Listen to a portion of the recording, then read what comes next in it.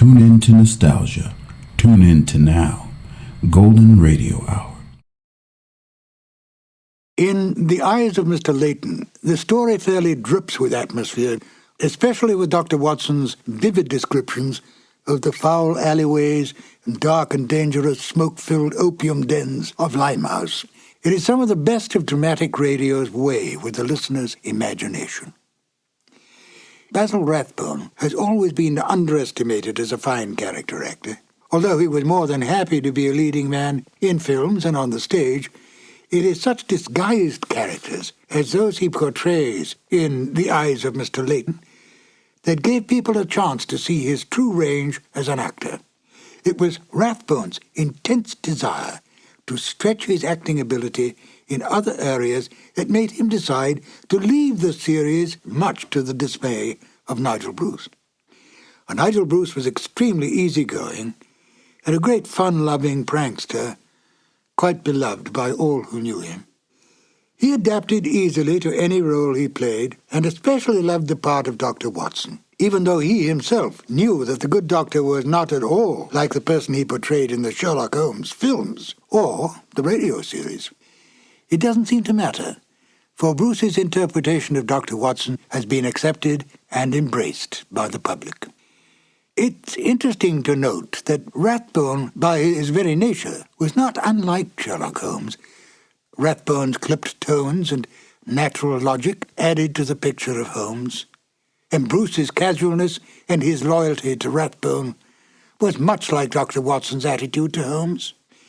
At the end of the 1945 radio season, Basil Rathbone was offered a very lucrative 7-year contract to continue as the great detective. He turned down the offer, and when Rathbone left the series, Bruce went on for only one more season as Dr. Watson to a Sherlock Holmes portrayed by Tom Conway. But it wasn't the same, and Bruce graciously bowed out of the series after that.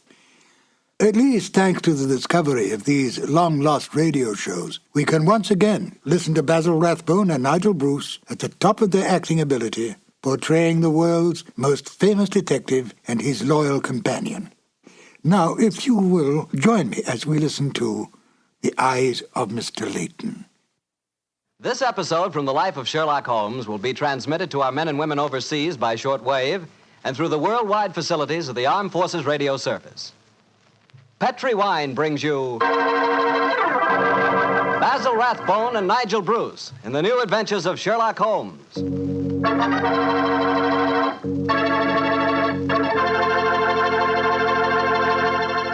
The Petri family, the family that took time to bring you good wine, invites you to listen to Dr. Watson tell us another exciting story about his good friend, that master detective, Sherlock Holmes. And I'd like to tell you something that maybe you already know. The fact that America's favorite wine is port wine. Did you know that? If you didn't, you'll know why port is the way out front favorite if you'll just sample some Petri California port. You just look at that Petri port and you know it's good. That wonderful, deep, rich red color. And Petri port is so clear. Just hold it to the light and you can sort of see right through the glass. But what you want to know really about a wine is how does it taste? And I'll tell you something. I've never yet been able to find the adjective that'll do Petri port justice. It's wonderful, honest. You've just got to taste it for yourself and find out for yourself. You'll love that Petri port in the evening after dinner when you're sitting around listening to the radio. And it's perfect to serve your friends when they come over. You can show them that Petri label, too.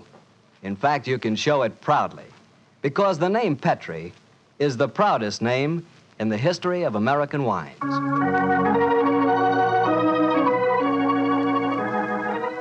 And now for our weekly doctor's visit.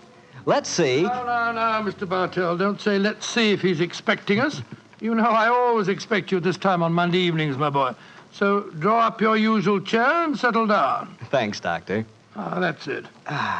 All alone this evening, Doctor? Where are the puppies? Out on the patio. They had a most unfortunate encounter with a dead seal on the beach this afternoon. In consequence, they're a little malodorous, shall we say. In that case, Doctor, perhaps we'd better change the subject. So, suppose I ask you about tonight's new Sherlock Holmes adventure. Well, my boy, as I told you last week, the story took place in the foul alleyways of Limehouse. It was there on a foggy December evening in 1890 that my story began. An old friend and patient of mine, Isa Whitney, had disappeared, and his distraught wife had come to me for help. Knowing the man to be the victim of the shocking habit of taking opium, I suspected that I might find him in one of the vile dens inhabited by the dregs of the waterfront. And so, Mr. Bartell, about 5 o'clock on that December evening, I began my search. After an hour of fruitless wanderings, I found myself in a vile alley called Upper Swandam Lane. I could hear the distant moans of the riverboats as I walked, eyes alert, and hand on the revolver in my coat pocket.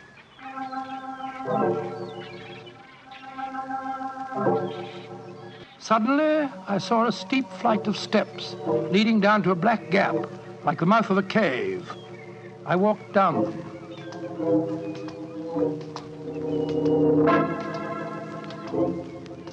The steps were worn hollow in the center by the ceaseless tread of stumbling feet. I reached the bottom. A door faced me, and above it, a flickering oil lamp winked warnings at me. I found the latch and lifted it. The door squeaked open protestingly.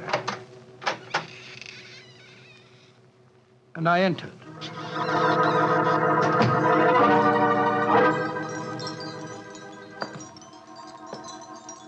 There was a tinkle of Chinese wind bells as I walked towards a long, low room.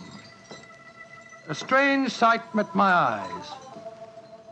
Through the gloom, thick and heavy with the brown opium smoke, I saw that the room was terraced with wooden berths, like the forecastle of an emigrant ship. Out of the shadows, there glimmered little red circles of light, now bright, now faint, as the burning poison waxed or waned in the metal pipes. Bodies lay in strange, fantastic poses. Bowed shoulders, bent knees, heads thrown back. The attendant came up to me with a pipe and beckoned me to an empty berth. I haven't come here to smoke your filthy drug. I'm looking for a friend, Mr. Isa Whitney. No, Mr. Whitney here. Well, I'm going to search the place. You must not disturb the I'm priest. carrying a revolver, so you'd better not argue with me, my good man. Out of the way. I searched that filthy den, but found no trace of my missing friend. As I was leaving in despair, a long, shaking hand reached out and plucked at my sleeve. I turned, and there, sprawled in a berth, was the wreckage of a man, his gaunt face yellow and twitching, his clothes filthy and ragged, and the pupil of his eyes like pinpoints. He spoke to me in a thin, quavering voice. Mr. Reverend Saint, get me out of here. Now, look here, my man. Don't say you won't help me, Governor. Ain't you got an heart? Please help me, Governor. Take me out of here. Strike me pink, I'm going to bar me, I tell you. Oh, what must you expect if you indulge in this filthy habit? Take me out of here, Governor. I'll go straight this time. Cross me out, I will. Oh, very well. Come along with me. I suppose it's my duty to help you. Ah, bless you, Governor. Here you are. Here, now, give me your arm. You cannot take him away. He owe me money. That's a bleeding lie. I paid him when I come in, I did. He cannot go with you, Mr. You remember what I said about my revolver, you blackguard? If I have any more trouble with you, I'll fetch the police. Come along. He owe me money. He owe me money. Infernal scoundrel, owe me money, Tell owe me him money. all proper, Governor. I'd hope you didn't.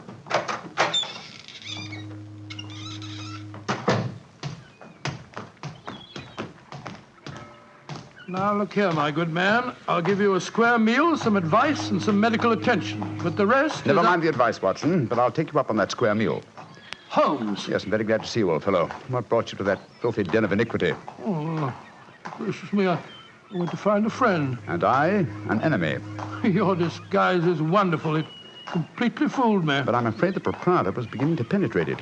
That's why I staged the little rescue scene. Had I been recognized, my life wouldn't have been worth an hour's purchase. Well, how long had you been there? Why were you there? Come on, Holmes. Tell me all about it. With pleasure, old chap. But first, let's find a chop house. I want that square meal you promised me.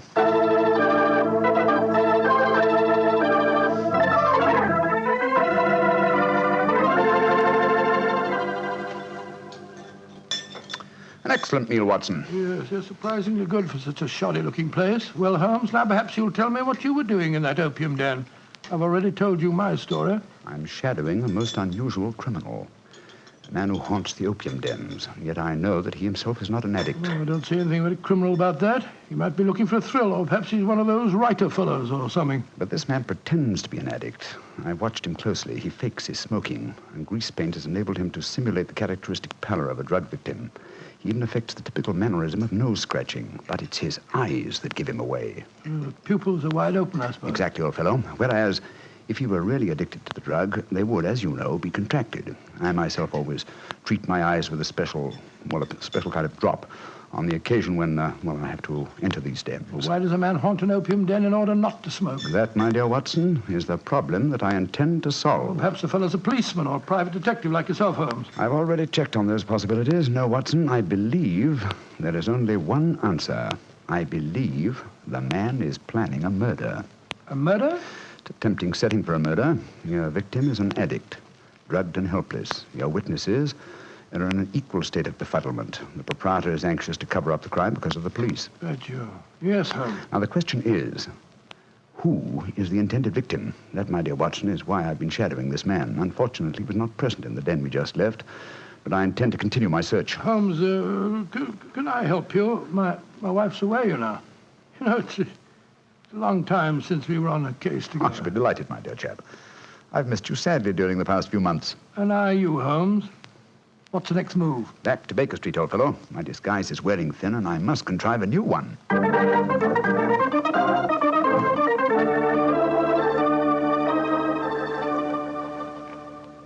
New disguise, eh? Well, which one shall it be, Watson? Well, how about the old flower seller? I love that one. Well, it's pretty fresh, Yes, Barnett. that's one. Oh, no, my dear fellow, no. Hardly appropriate for an opium den. In any case, the clothes are so wretchedly uncomfortable. Well, how about the music hall singer? Oh, that chap, yes. Oh, I don't want to be beside the seaside. Oh, I don't want to be beside the sea. I don't want to stroll along the prom, where the brass band plays tiddly-um. Oh, confound it. Who can that be? You weren't expecting anyone, were you? No. So this is just like the old days. The doorbell ringing, Mrs. Hudson toddling off and bringing up some poor devil in trouble and... Say that rather wistfully, old fellow. Don't tell me that you repent of marriage. No, of course not, Holmes. Mary's a perfect darling, and I couldn't be happier. Just the same, it is rather fun to be back here again. Come in. Yes, Mrs. Hudson? It's a gentleman, sir. He gave me this card. Says he's very anxious to see you. Wayne J. Layton, President, Layton Corporation, Chicago, United States. Ask him to come up, will you, Mrs. Hudson? Aye, sir. Well, it's quite like old times to see you back here, Dr. That's Watson. just what I was saying myself, Mrs. Hudson. Mr. Layton has scribbled a message on the back of this card. If £1,000 for a week's work interests you, you'll see me. £1,000? Big fish, Watson. Very big fish. This way, sir. Thank you.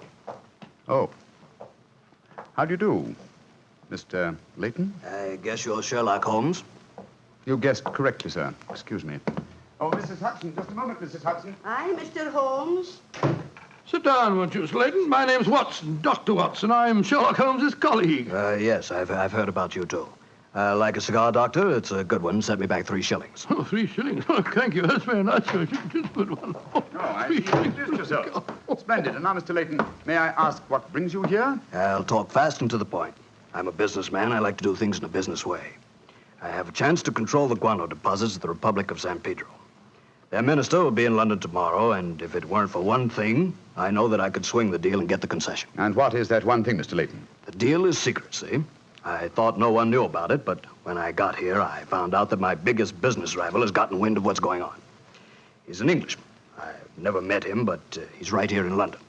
Now, I'm not going to tell you his name, not until you give me your word that you'll work for me. Just what you wish me to do, Mr. Layton. Get this rival of mine and keep him out of circulation for a week. I don't care how you do it, and I won't ask. In a week's time, I'll give you the other half of this 500 pounds I brought with me. Oh, good Scott. What kind of Watson, detective give do you... Mr. Layton his hat and gloves. That's it. Thanks, old fellow. Goodbye, sir. What are you doing, throwing me out? I can't think where you gathered the impression that I indulged in kidnapping. Once again, goodbye, sir. And here, sir, you can take back your cigar. Well, if you don't want some easy money, I'll soon find someone else that does. This is the last you'll see of me, Mr. Holmes. Life is full of little consolations. Some people seem to think that money can buy... Watson, the game's afoot. Mr. Layton is the man I've been seeking. The man who pretends to be an opium smoker. Why in blazes did you let him get away? Here, I'll go after him. No, don't worry.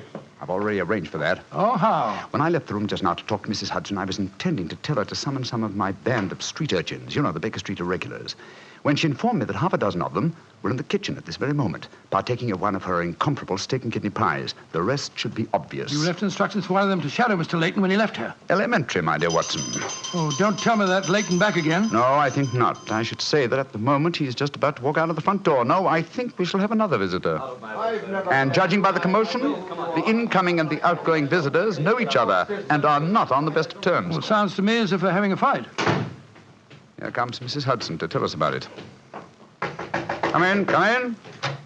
Oh, Mr. Holmes, you've got another visitor. So I gathered. Mrs. Hudson, you gave my instructions to one of the boys? I did that, sir. Young Wiggins was going to follow the gentleman. Mrs. Hudson, what was all that commotion about downstairs just now? Oh, it was the two gentlemen shouting at each other.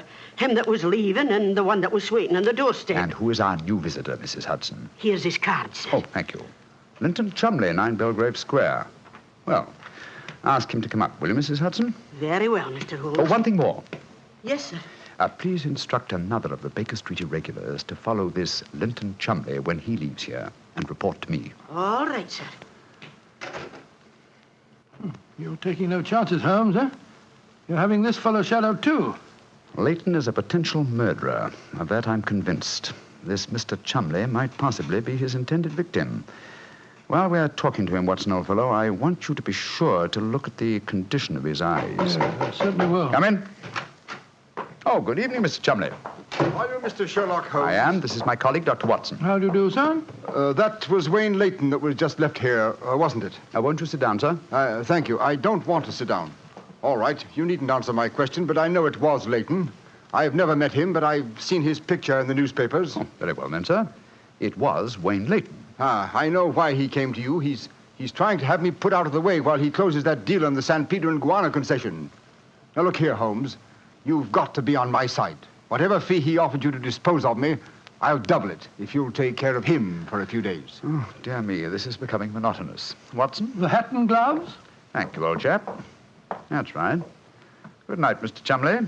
Look here, Holmes. I'll treble his fee. I'll quadruple it. My dear Mr. Chumley, I have accepted no fee from Mr. Leighton. I don't propose to accept one from you. Your hat and gloves, sir? That man is out to kill me, Holmes. Well, if you won't help me, I'll go to the police. That's an excellent idea, Mr. Chumley. Again, good night. Did you notice his eyes, Watson? Yes, the pupils were contracted. He's obviously an opium addict. And also a potential corpse. What do we do now? Wait for the irregulars to report? No, you return home for your medical bag. I have a feeling that you'll need it before the night is out. Then come back here. If I've gone before you return, I'll send one of the irregulars to bring you to wherever I may be. Wait until you receive a message from me. On your way, old chap. There's work ahead of us.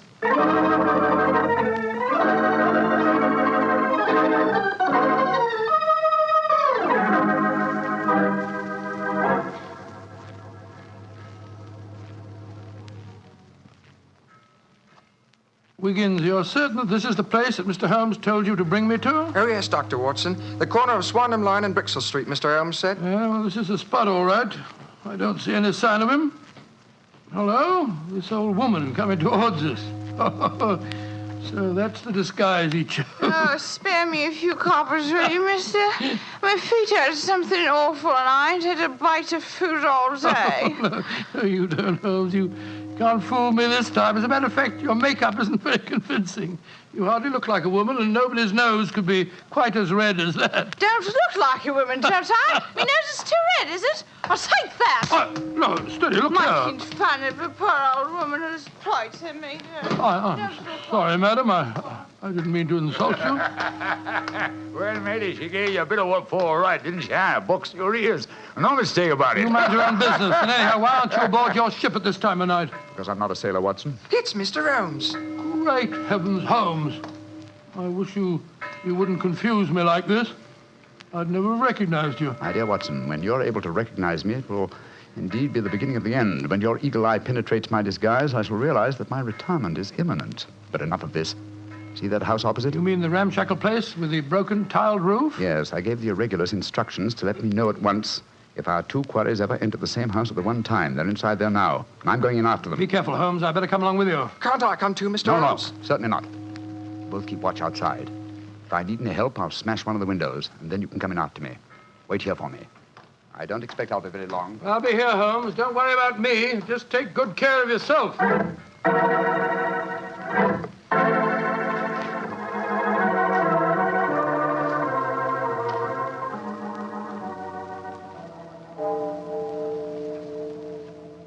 It's 1 o'clock, Doctor. Yes, I know, Wiggins.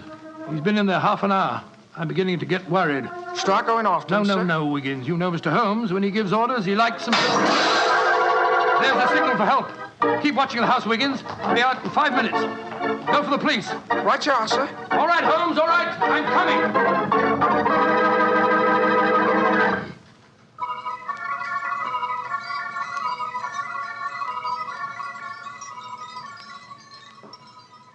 You have searched my house from basement to attic.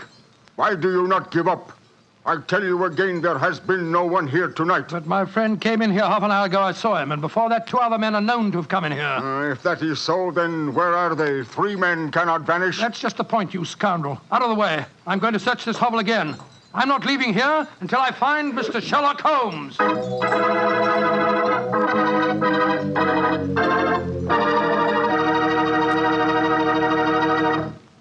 You'll hear the rest of Dr. Watson's story in just a second. And if you don't mind, I'll take that second to say just one word to the ladies.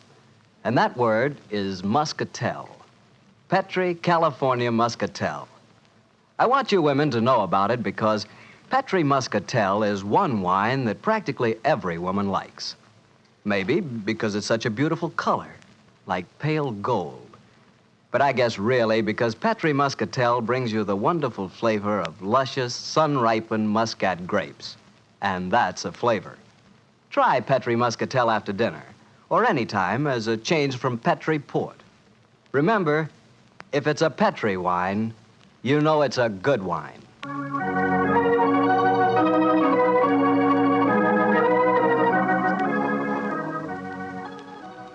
And now back to Dr. Watson and tonight's story, The Eyes of Mr. Layton. Well, what happened next, Doctor?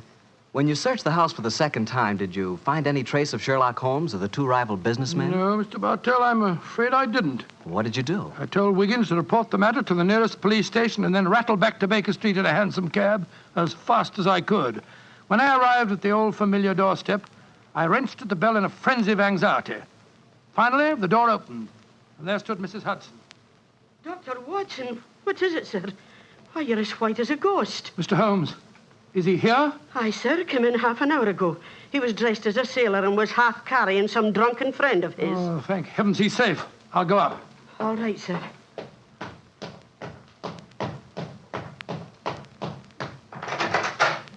Now, Watson, old chap.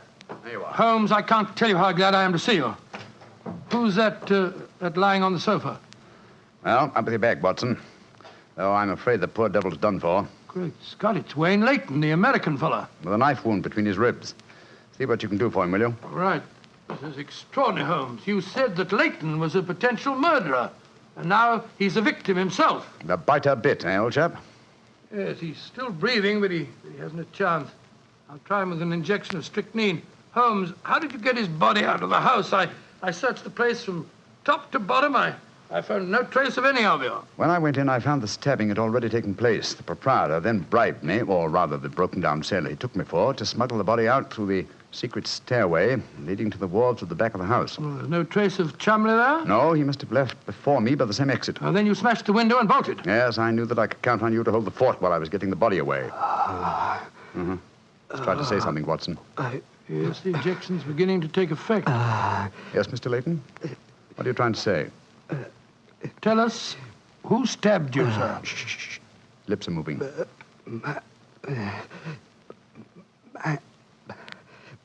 Mandalay.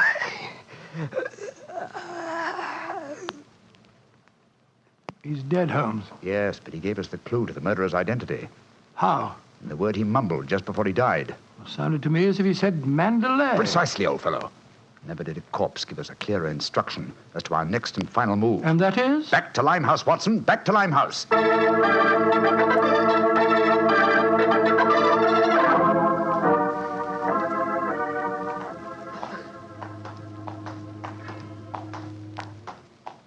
Here we are. This must be the place. What's this? Another opium den? Yes, I knew that since Chumley refrained from smoking earlier on in the night, in order to keep his faculties alert for murder, that an enormous reaction would set in. You'd have to find a den at once, and beyond question a different one from that in which the murder was committed. But how do you know that he's inside here? Well, just before you returned to Baker Street tonight, I had a message from one of my irregulars. He tracked him here after he escaped from the scene of the stabbing. That was a couple of hours ago. He might have slipped away again. No, Watson, tonight he came to drown his senses with a wretched drug. He'll be here. Come on.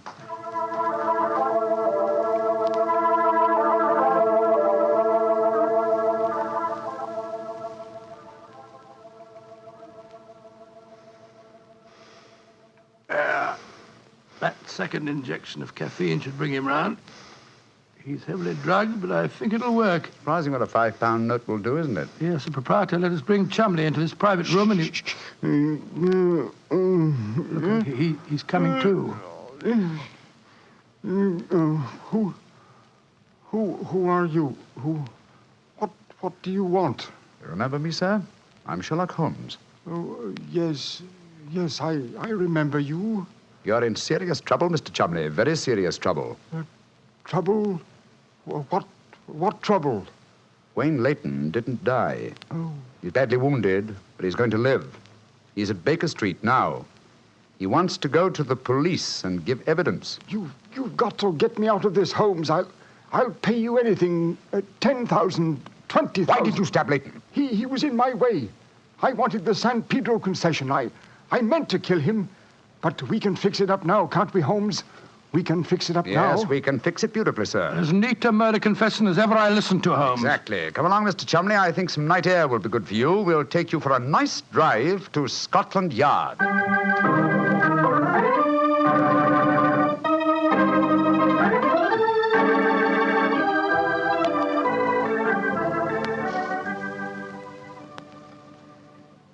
I brought you some kippers, gentlemen. You've both been up all night, and I'm sure you can do it. It's very thoughtful of you, Mrs. Hudson. Yes, indeed it is. What is Mrs. Watson going to say when she finds you've been out all night? Oh, don't you worry about that, Mrs. Hudson. She's very understanding. It's lucky for you that she is. Well, I'll go and leave you to your breakfast. Holmes. Yes, dear fellow? There's only one thing that puzzles me about this case. Oh, what's that? When Layton was dying, he muttered the word Mandalay. How did that give you the key to the murderer's identity? Oh, the dead American had never met Mr. Chumley, you remember, except when they bumped into each other in our hallway. Yes, he told us that he recognized him from the newspaper photographs. Being an American, he had no reason to know that the name Chumley is in no way pronounced the way it is spelt. Oh, Joe, I never thought of that. Chumley. That name's spelt C-H-O-L, Chol, M-O-N, Mon, D-E-D, L-E-Y. Chol Mondele. Mondele. Precisely, old fellow. What you thought to be Mandalay was really Chol Mondele, the name of the murderer. What an amazing case. You did a remarkable job, Holmes. I'm beginning to be confoundedly sleepy. Why not sleep, old chap? Your old room's all ready for you. Are you going to take a nap? Oh, dear me, no. I have much too busy a day ahead of me. Let me look at my engagement book. Baxter Square murder. I've put the police on the track. The Duchess of Ferrers. I've got her material. The princess who was about to run away from home. Good gracious me, let her run. The Pope's cameos. Ah, yes. His Holiness must not be kept waiting. Can I help you again, Holmes? Mary doesn't return until tomorrow. Well, I thought you were sleepy, old fellow. Sleepy rubbish. I never felt more wide awake in my life.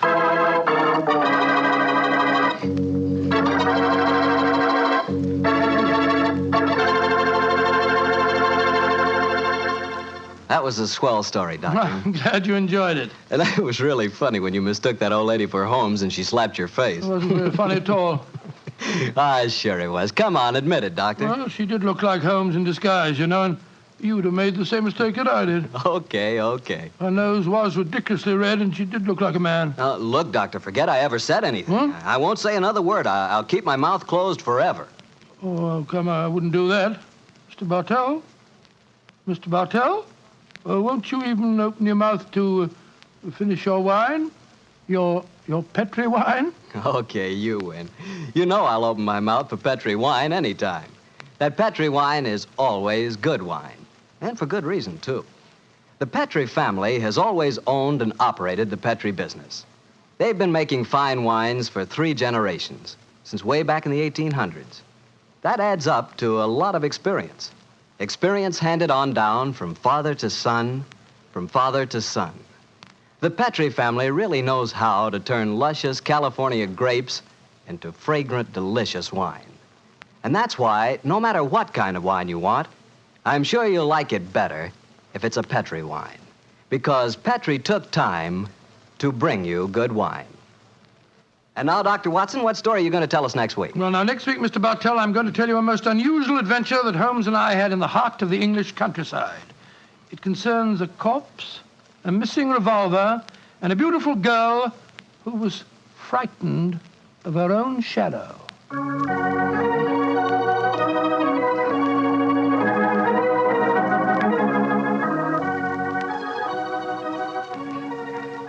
Tonight's Sherlock Holmes adventure is written by Dennis Green and Anthony Boucher and is based on an incident in the Sir Arthur Conan Doyle story, The Man with the Twisted Lip. Mr. Rathbone appears through the courtesy of Metro-Goldwyn-Mayer, and Mr. Bruce through the courtesy of Universal Pictures, where they are now starring in the Sherlock Holmes series. The Petri Wine Company of San Francisco, California, invites you to tune in again next week, same time, same station. The Petri family took the time to bring you such good wine. So when you eat and when you cook, remember Petri wine. To make good food taste better, remember... Petri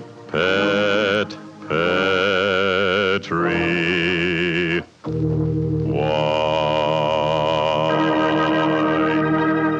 This is Harry Bartell saying good night for the Petri family.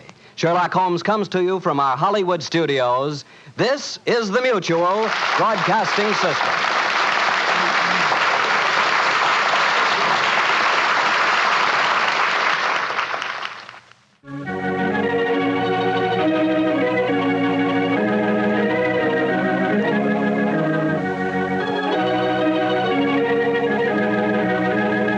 The 2 episodes you have just heard, In Flanders Fields and The Eyes of Mr. Layton, are part of the New Adventures of Sherlock Holmes, starring Basil Rathbone and Nigel Bruce, and are a 1988 copyrighted production of 221A Baker Street Associates. The Sherlock Holmes stories and the characters of Sherlock Holmes and Dr. John H. Watson were created by Sir Arthur Conan Doyle and are used with the kind permission of Dame Jean Conan Doyle. I'm Ben Wright. I hope you will join me again for more New Adventures of Sherlock Holmes. Thank you for listening.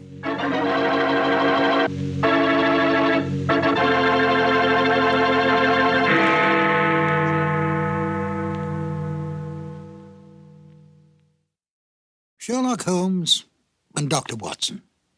Murder, mystery, and intrigue at the turn of the century. Welcome to the New Adventures of Sherlock Holmes. My name is Ben Wright.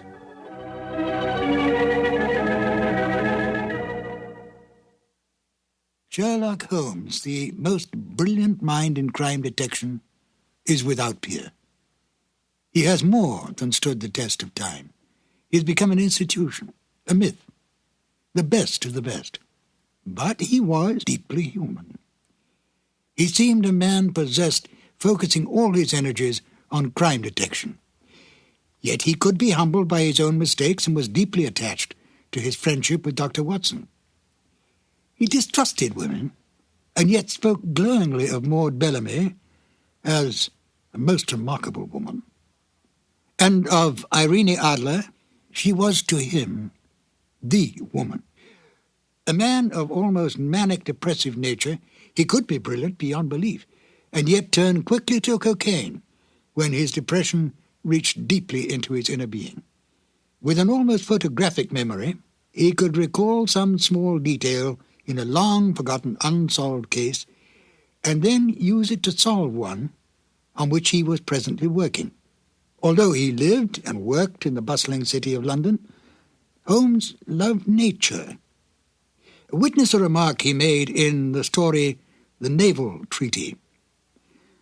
Our highest assurance of the goodness of Providence seems to me to rest in the flowers. Could this be the foreshadowing upon retiring of his desire to become a beekeeper on a small farm in the Sussex Downs?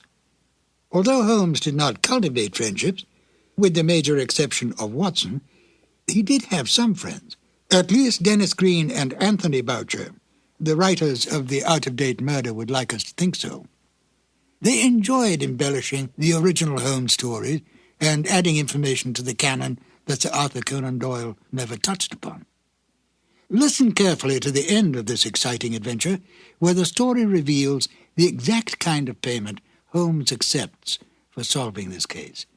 It's a delightful addition to the canon, totally imagined by Dennis Green and Anthony Boucher. And here they are now, Basil Rathbone as Sherlock Holmes and Nigel Bruce as Dr. Watson in The Out-of-Date Murder. This episode from the life of Sherlock Holmes will be transmitted to our men and women overseas by shortwave and through the worldwide facilities of the Armed Forces Radio Service. Petri Wine brings you Basil Rathbone and Nigel Bruce in the new adventures of Sherlock Holmes.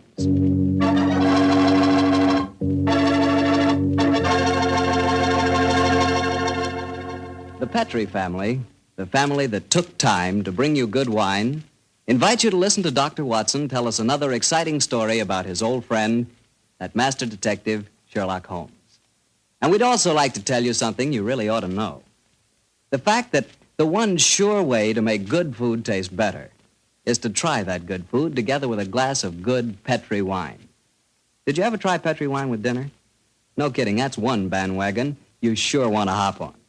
Take, for instance, a deep red, hearty Petri California Burgundy.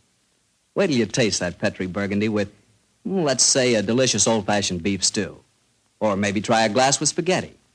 I'm telling you, when you add the luscious flavor of that Petri Burgundy to the flavor of your favorite foods, you're really living.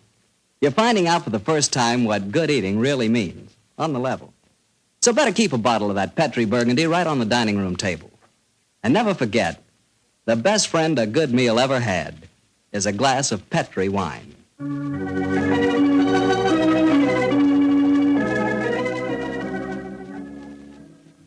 And now for our weekly visit with the good Dr. Watson. May I come in, Doctor? No, Mr. Bartell. You know me better than that. Of course you can come in. I'm expecting you. I always look forward to these Monday evenings together, you know. Me too, Doctor. In fact, I always say this is the one doctor's appointment that never scares me. Oh, that's very nice of you, my boy. Draw up your chair and make yourself comfortable. Thanks. And what prescription do you have in mind for us tonight, Doctor? Well, now, let me see. Take one measure of subterranean peril, one of aristocratic lady in distress, a sprinkling of assorted villains, a corpse or two, and a little more than a dash of Sherlock Holmes and Dr. Watson. Shake the mixture well, and you have the case of the out-of-date murder. Well, how did the adventure begin, Doctor? Exactly enough. It was in September of 1900. I remember that Holmes and I went to Eastbourne for a much-needed rest. First couple of days we spent in soothing idleness. On the morning of the third day, Holmes, a dash of color back in his cheek and a hint of the old sparkle in his eye, suggested that we should go and call on his good friend Evan Whitnell, curator of a nearby museum. And so, just after lunch on that September day, found the two of us talking to Professor Evan Whitnell in his private office at the museum. It only seems yesterday that Holmes was saying... Professor Whitnell, your recent discoveries in this part of England have made you world famous instead of just nationally famous. My congratulations. Professor, I do wish you'd tell me about your discoveries. Well, with pleasure, Dr. Watson. Less than 2 months ago, I was excavating on the downlands in this neighborhood when I was fortunate enough to discover a number of underground caves. Caves saturated with a heavy deposit of lime that gave clear evidence of having the property of rapidly mummifying any flesh, human or animal, deposited in them. Good gracious me, it's interesting. And what treasures have you unearthed, Professor? Well, a number of mummified specimens of animals clearly belonging to bygone eras.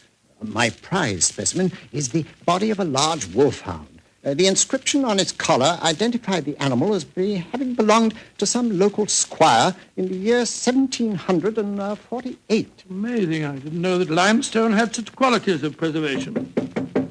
Come in. Yes, Alan? What is it? It's Lady Clavering, Professor. She asked me to tell you that she was in the museum. Oh, yes. Sherlock here, will you, Alan? Very good, sir. Yes, I'm most anxious for you both to meet her. And she, in turn, is even more anxious to meet you. Now, I dined with her last night. And when I told her that you were coming here today, she insisted on meeting you. Oh, Whitnell, you scoundrel. There's a twinkle in your eye. I suspect that Lady Clavering is here to consult me in my professional capacity and that you engineered the meeting. Well, perhaps I might have dropped a hint. No, I warn you, Professor, Holmes can't become involved with another case. He's completely run down. Well, don't worry, Doctor. All that Lady Clavering requires is a little advice. Advice? Oh, that's a different matter altogether. Yes, well, I knew you wouldn't mind, Holmes. Helena, my dear, there you are. Come along in. Thank you, Alan. Allow me to introduce Lady Clavering, Mr. Sherlock Holmes and Dr. Watson. How do you do, Lady How are you, Clavering? gentlemen? Now, here you are, my dear. Sit down here. And I may as well tell you, Helena, that our little plot has already been discovered. Oh, dear. And I was just getting ready to exert all my feminine wiles in an attempt to persuade you to help me, Mr. Holmes. Oh, I'm certain that he found you utterly irresistible, my dear Lady Clavering. You flatter me, Doctor. No, I mean it. The professor tells me that you're in need of a little advice, Lady Clavering. Yes, Mr. Holmes. I'll put my question simply. 5 years ago, my husband, Sir George Clavering, left me. Left you? Gracious me, how stupid of him. I haven't seen or heard tell of him since. I now wish to remarry. But of course I couldn't do that without having my husband declared legally dead. My dear Lady Clavering, I can't help feeling that a lawyer is the proper man to consult, not a detective. Perhaps you're suggesting that there was foul play in connection with your husband's disappearance. Oh, no, Dr. Watson. The Claverings are a strange family, self-willed and headstrong. George and I were not happy together. I think he disappeared deliberately. You reported his disappearance to the police, of course. Oh, yes, Mr. Holmes. But they've never been able to trace him. This kind of thing has happened in the family before, Holmes. Tell them about Sir Nigel, Helena. Well, he was one of my husband's ancestors. He walked out one day in 1777 and was never seen again. Extraordinary family, always disappearing. George knew of the legend. He often threatened to do the same thing himself. But your problem, Lady Clavering, is not that of your husband's fate, but rather of your own freedom. Yes, Mr. Holmes. Well, I'm afraid my advice can be of little consolation to you. The law has specified a number of years that must elapse before anyone disappearing can be declared legally dead. I would suggest that you possess your soul in patience until that period has elapsed. Oh, dear. And I was hoping you'd be able to think of some terribly clever way of getting round the law, Mr. Holmes. Lady Clavering, sometimes perhaps my methods may be unorthodox, but I assure you that getting around the law, as you put it, is a procedure I do not indulge in. Oh, dear me, now I've offended you, Mr. Holmes. And it's the last thing on earth I meant to do, I assure you. My friend's a little touchy about matters concerning his professional honor, you know, Lady Clavering. Oh, nonsense, my dear Watson. I'm not touchy and I'm not offended. And now, may I suggest we all examine the professor's latest treasures, and after that, perhaps he'll take us for a stroll on the downs. I'm most anxious to examine those lime pits of his.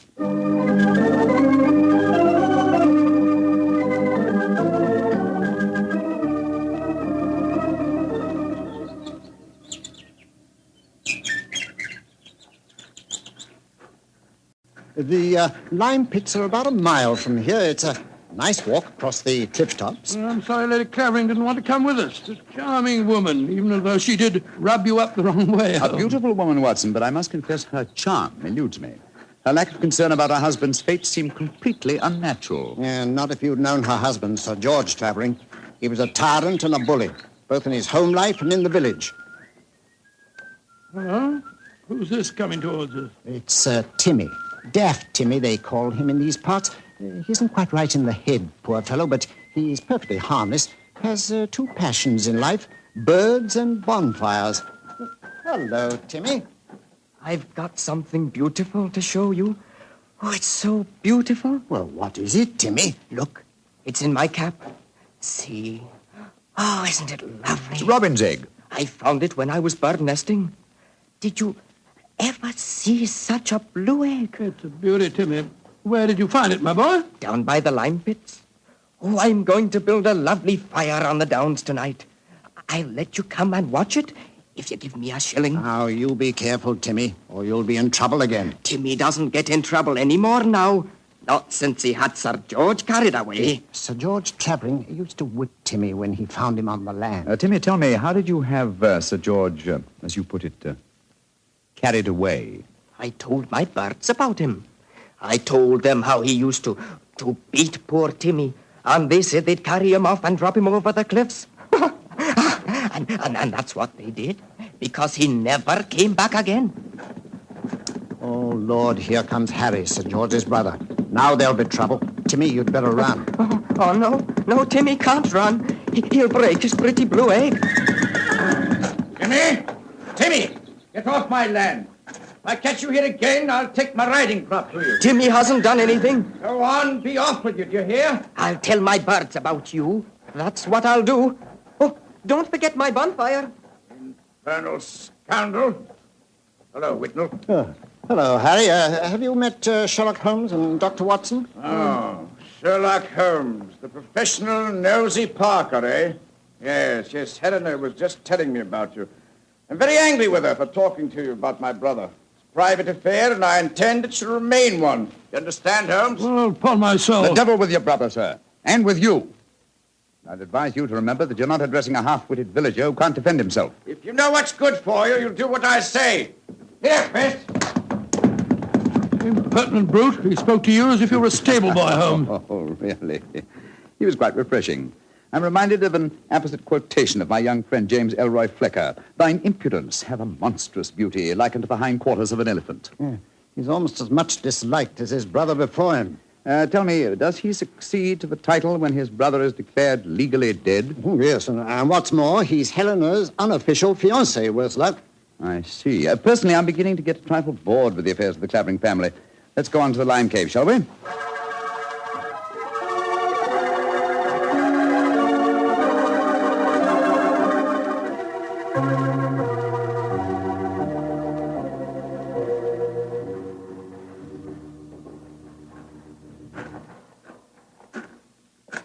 These caves are amazing. We must be 50 feet below the level of the ground, aren't we, Whitnell? Well, more than that, I should say. Rock formation is most unusual, a series of caves connected by a veritable honeycomb of tunneling. Yes. I think I'll light the lantern now. It's getting darker in here, and I haven't explored this particular cave before. Yes, I've had a wall cave in on me a couple of times, so you'd better watch where you're walking. There. Now we can see better. Let's go deeper, shall we? But do watch your step. It's eerie down here, isn't it? Hello. Oh, what's this in the crevice here? Looks like a mummified bird of some kind. It is a beautiful specimen. Judging by its markings, a black streak here and bars of white in the tail, I'd say it was a peregrine. That's exactly what it is, a falcon. Dating back a couple of 100 years, I should say. And in a perfect state of preservation. Oh, this is a treasure. Come on, let's explore deeper. Seems to be another cave over here. If you'll hold the lantern up a little, I'll... Oh, I say.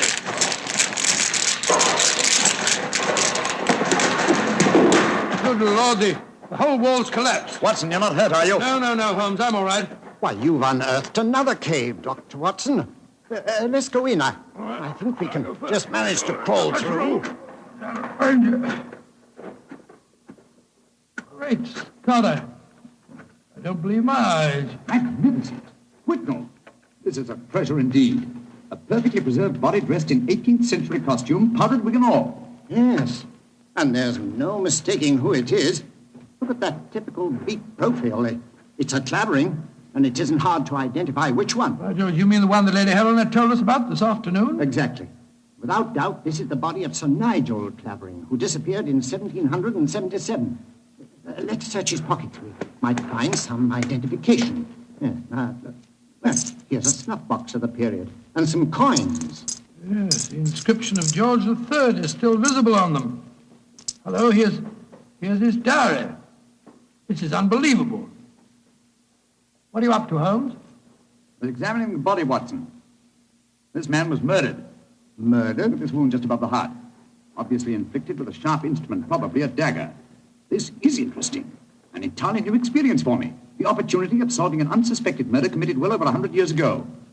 Glance through that diary, Watson, will you, old chap? Let's see if the poor devil suspected his fate. Rather hard to read. All the S's look like F's. Peculiarity of the 18th century writing. They are saying, I suppose that means saying, they are saying in the coffee houses that my brother Harry hath been coveting my wife. But this is amazing, Holmes. See how history repeats itself. It's an exact parallel of the situation existing today. Harry is coveting his brother's wife, Helena, and Sir George has not been seen for 5 years. What an extraordinary coincidence. If it were one. As it is, it's one of the most ingenious frauds I've ever seen. The clothing appears authentic, so do the coins and the faded ink. The paper of the diary, and due to the peculiar mummification of the body, it would be almost impossible to say how long it's been here. Nevertheless, I am convinced that this is a recent corpse, and undoubtedly that of Sir George Clavering. Well, what makes you so sure, Holmes? Writing in the diary. 18th century used an S that looked like an F, it is true, but never at the end of a word. You will recall, Watson, that you were reading H-A-F, have, for H-A-S, has. That's perfectly true, I was. Well, that would be incorrect in genuine 18th century writing. No, obviously, this is an extremely clever attempt to disguise the comparatively recent murder of Sir George Clavering. It's incredible, Holmes. And yet I believe you're right. I'm sure of it. Well, what are you going to do about it? Do? You and I, old chap, will mount guard over the body. You, my dear Whitnall, if you don't mind, will be good enough to go and fetch the police.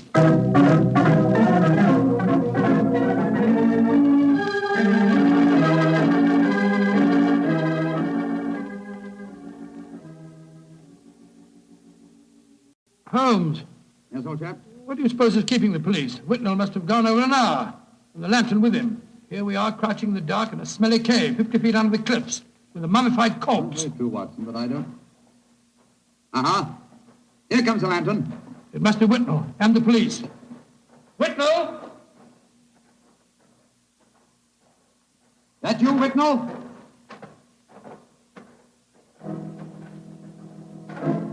That lantern's blinding me. Is that you, Whitnall? Answer, can't you? Look out, Watson!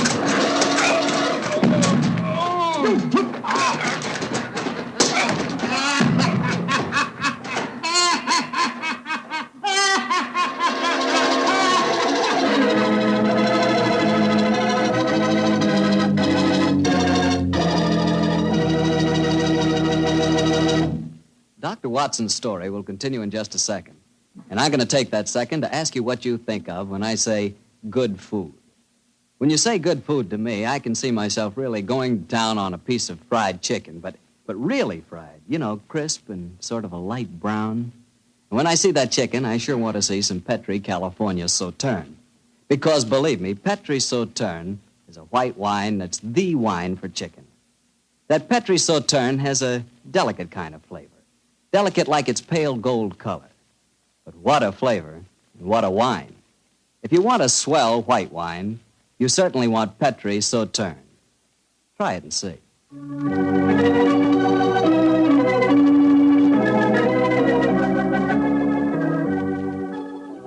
And now, back to Dr. Watson and tonight's story, the case of the out-of-date murder.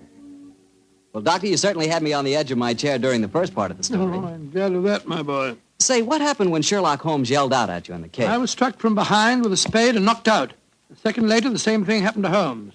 You see, we were blinded by the lantern and couldn't protect ourselves. When we came to, we found we were at the bottom of a pit. The walls were narrow and vertical, and I saw no earthly way of our getting out of the trap. But as usual, Holmes had something up his sleeve.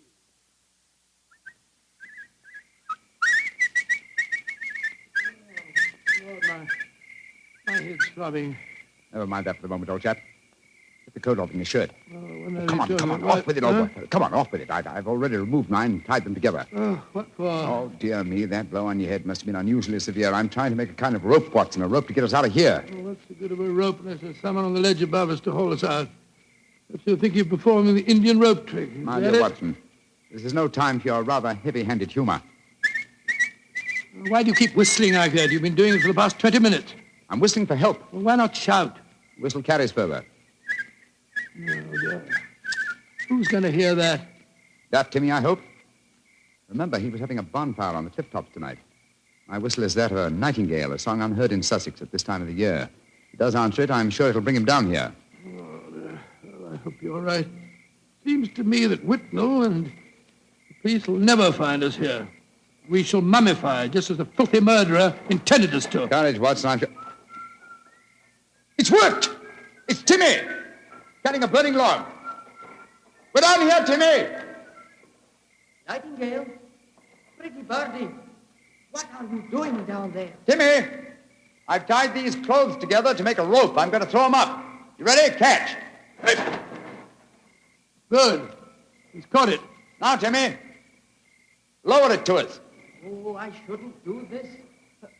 They'll whip me. No. Nobody will whip you, Timmy. And we both want to give you a shilling to come up and see your bonfire. Oh, that's different. 2 shiny shillings. I'll lower the rope. Here it comes. That's it. All right, now then. You first. All right, Timmy, pull away. Here I go.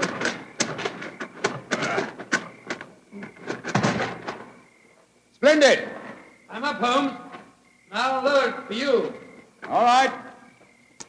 I've got it. Look out now. Here I come.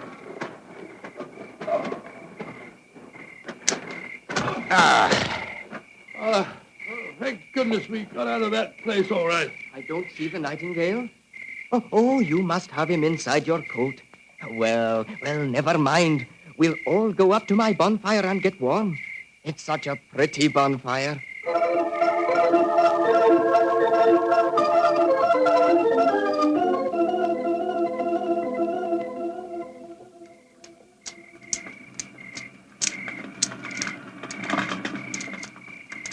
Did you ever see a finer bonfire? Never, Timmy. It's lovely. It's the most comforting sight I've seen for the last couple of hours. Oh, just one thing's bad, though. Somebody tried to burn a book in my lovely fire. It must have been when I was off getting more wood. I found it when I came back, and I pulled it out of the fire and stamped on it.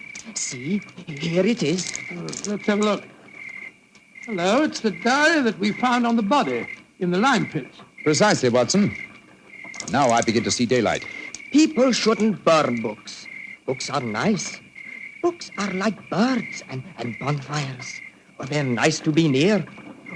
Oh, your nightingale must be cold. I'll get some more twigs to burn. Well, now that fellow's gone away for a moment, I can see why we were attacked tonight. The murderer knew that we were going to the caves.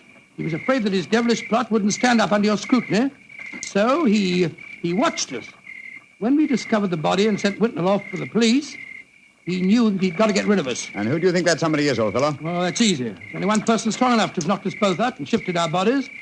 The dead Sir George's brother, Harry Clavering. I think not, old fellow. Didn't you observe as we entered the caves that pickaxes and wheelbarrows were much in evidence? Yes, that's right. They were, of course. Strength was not required under the circumstances.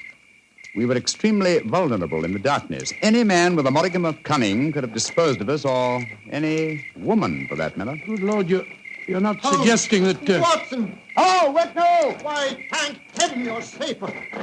I've had the police with me for the last hour, but we couldn't find you. You went where I left you. True. Whitnell, I want you and the police to take me to Lady Clavering's house at once. After that, I wish to lodge information and make a charge of assault and possibly a charge of murder.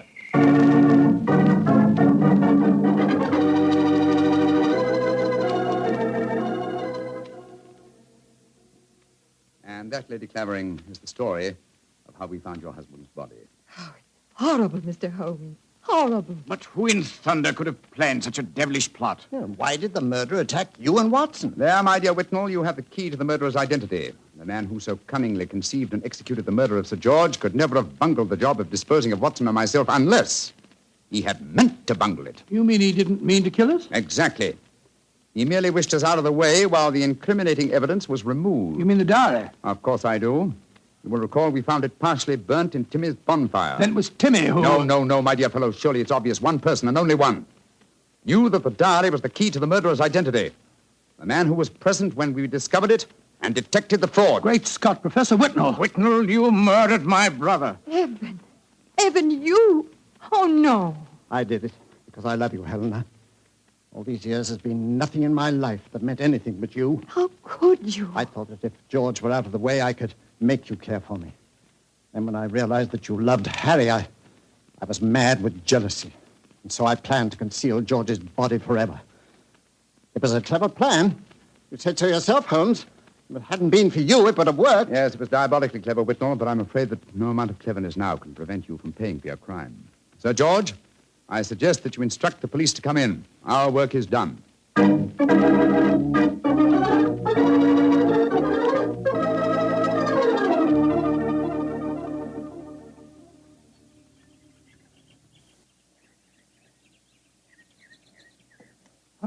Holmes, look there on the point.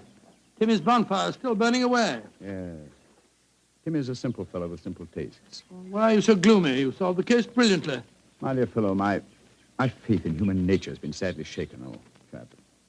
Evan Whitnall was a good friend and an old one. Hard to be instrumental in sending him to the gallows. Well, he richly deserved it. Yes, I know he did. That's quite true, but it's depressing just the same. Come on. Let's continue our walk home across the downs. I heard Sir Harry offering you a fee. Did you take it? No, I didn't, but I did accept his offer of an acre of land on the downs over there near the Abbey ruins. You can see them silhouetted against the sky. An acre of land? What on earth would you do with that? Well, when I retire, and I shall retire soon, I've often thought of bee farming. This would be a heavenly spot for such a venture. Well, I can't imagine you as a beekeeper. Oh, why not? After a life spent unraveling the tangled affairs of human beings, it would be soothing in the twilight of one's days to study the exact and predictable behavior of bees. Singing masons, building roofs of gold. Oh, well. One day, perhaps. One day.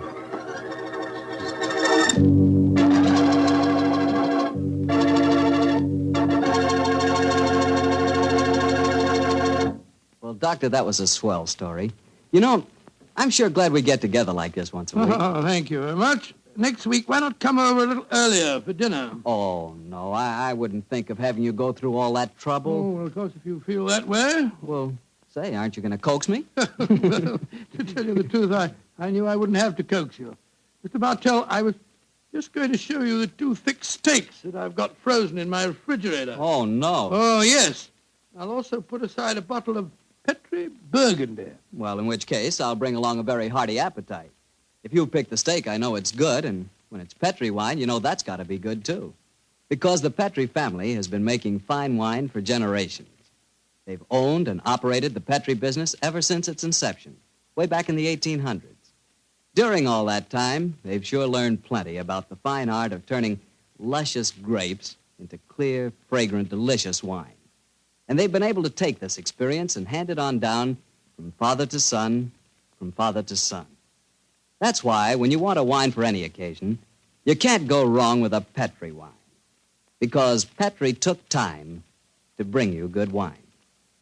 Now, Dr. Watson, what story do you have lined up for us next week? Well, now, let me see. Next week, Mr. Bartell, I'm going to tell you an adventure that occurred to Holmes and me in the shadowy depths of the Limehouse district in London. It's a strange tale of death and terror. I call the story The Eyes of Mr. Layton. Well, Doctor, we'll be sure not to miss it. And meanwhile, don't you forget you promised to contribute to the National War Fund. National War Fund, of course, Mr. Bartell. It's a must. The money you give to your war fund not only helps the men and women in our armed forces, and it not only helps our allies, but that money goes to work right in your own community, helping make possible many relief and welfare agencies in your own hometown. So let's all be generous in victory. Give to your community war fund. Tonight's Sherlock Holmes adventure is written by Dennis Green and Anthony Boucher and is based on an incident in the Sir Arthur Conan Doyle story, The Adventure of Wisteria Lodge. Mr. Rathbone appears through the courtesy of Metro-Goldwyn-Mayer, and Mr. Bruce through the courtesy of Universal Pictures, where they are now starring in the Sherlock Holmes series. The Petri Wine Company of San Francisco, California, invites you to tune in again next week, same time, same station.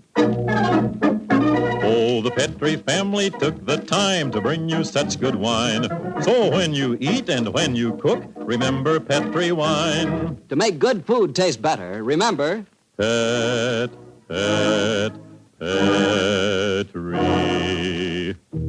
wine. This is Harry Bartell saying goodnight for the Petrie family. Sherlock Holmes comes to you from our Hollywood studios. This is the Mutual Broadcasting System.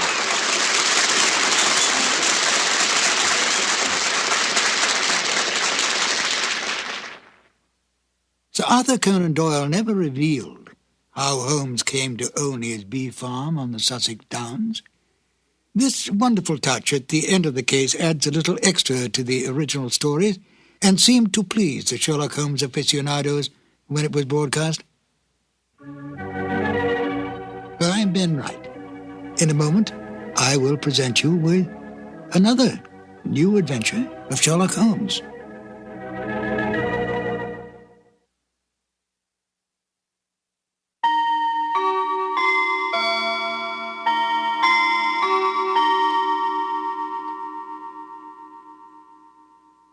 Sherlock Holmes considered himself as the only unofficial consulting detective, and rightly so.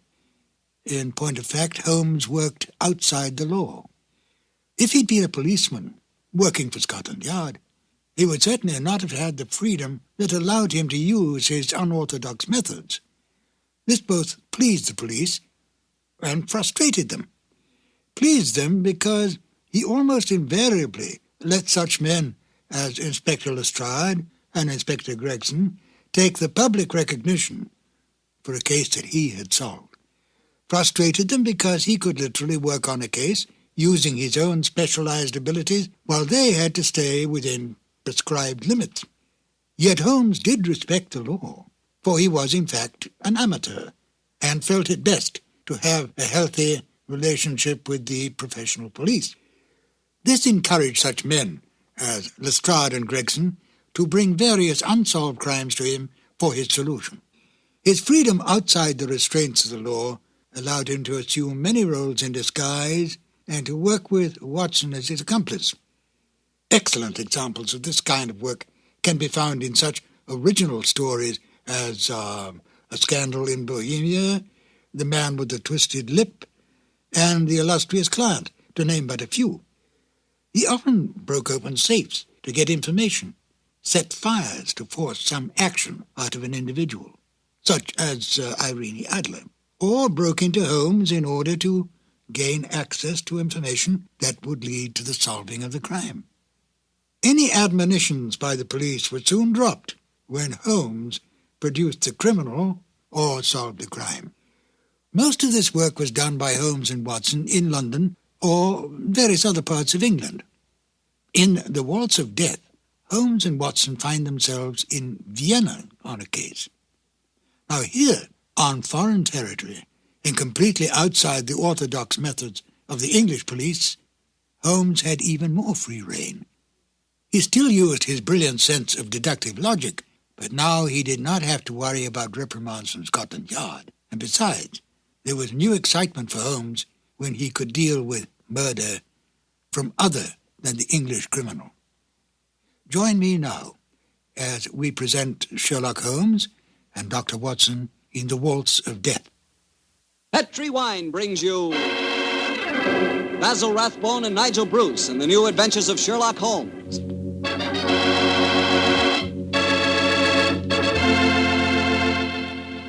The Petrie family, the family that took time to bring you good wine, invite you to listen to Dr. Watson as he tells you another exciting adventure he shared with his old friend, that master detective, Sherlock Holmes. And as for me, well, I'm going to tell you about a swell idea. The idea of serving Petrie California sherry before dinner. Tomorrow night, just before dinner, instead of that last-minute rush, take it easy. Pour yourself a glass of Petrie sherry. Now, if you'll do that just once, I wouldn't have to say another word about Petrie sherry. You'd be a customer for life. Because Petrie sherry is good wine with a capital good. Judge that Petrie sherry any way you like. By its beautiful amber color, its heart-of-the-grape aroma, or by the best test of all, its flavor. Petrie sherry is delicious. And you have a choice of two kinds, Petrie regular and Petrie pale dry sherry. If you're not sure which you'll like better, try them both. Don't buy one, buy two. But remember, always buy Petrie.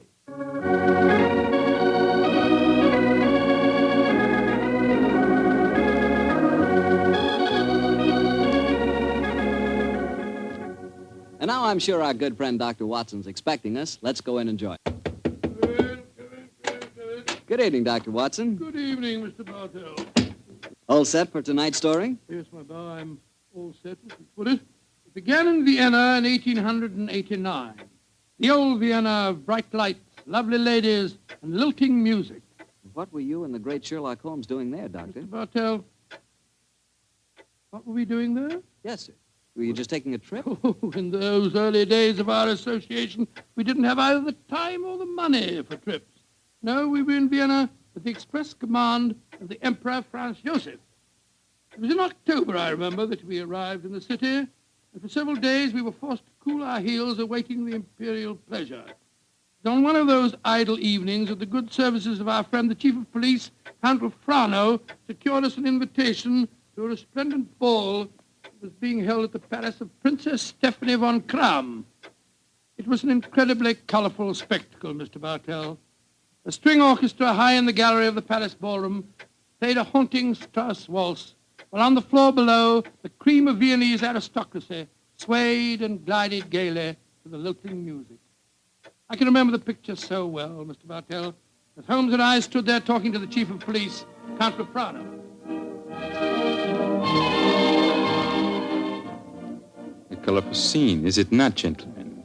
Right, George, yes, Count Frano. It must be a real holiday for you and Mr. Holmes. What makes you say that, Watson? Well, it's hard to think of the criminal world when one looks at such a gathering. And yet Count Frano knows as well as I do that the criminal is not confined to class or environment. Indeed, no, Mr. Holmes.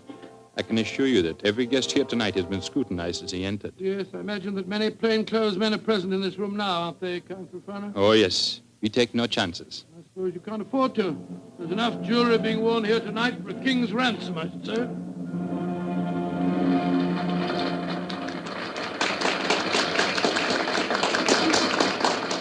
The waltz is finished.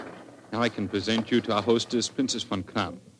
Stephanie, my pigeon. My pigeon must know the princess pretty well. Yes, I'm glad to see that in Vienna, the profession of criminal detection carries no social stigma. Allow me to present you Mr. Sherlock Holmes, Dr. Watson, the Princess Stephanie von Kram. I'm very honored to meet you, Your Highness. I'm most happy to meet you, gentlemen. Permit me to introduce my protege, Janos Horvat, the Hungarian composer. This ball tonight, Mr. Holmes, will mark a rare occasion. A signal honor is to be conferred on Herr Horvath and myself before tonight is through. The next waltz is a new composition of his. Tonight will be its debut. Indeed, how very interesting. It is a great honor the princess has conferred on me. A new composition could not possibly be presented under more auspicious circumstances. Count Frano, you spoke of an honor in connection with yourself.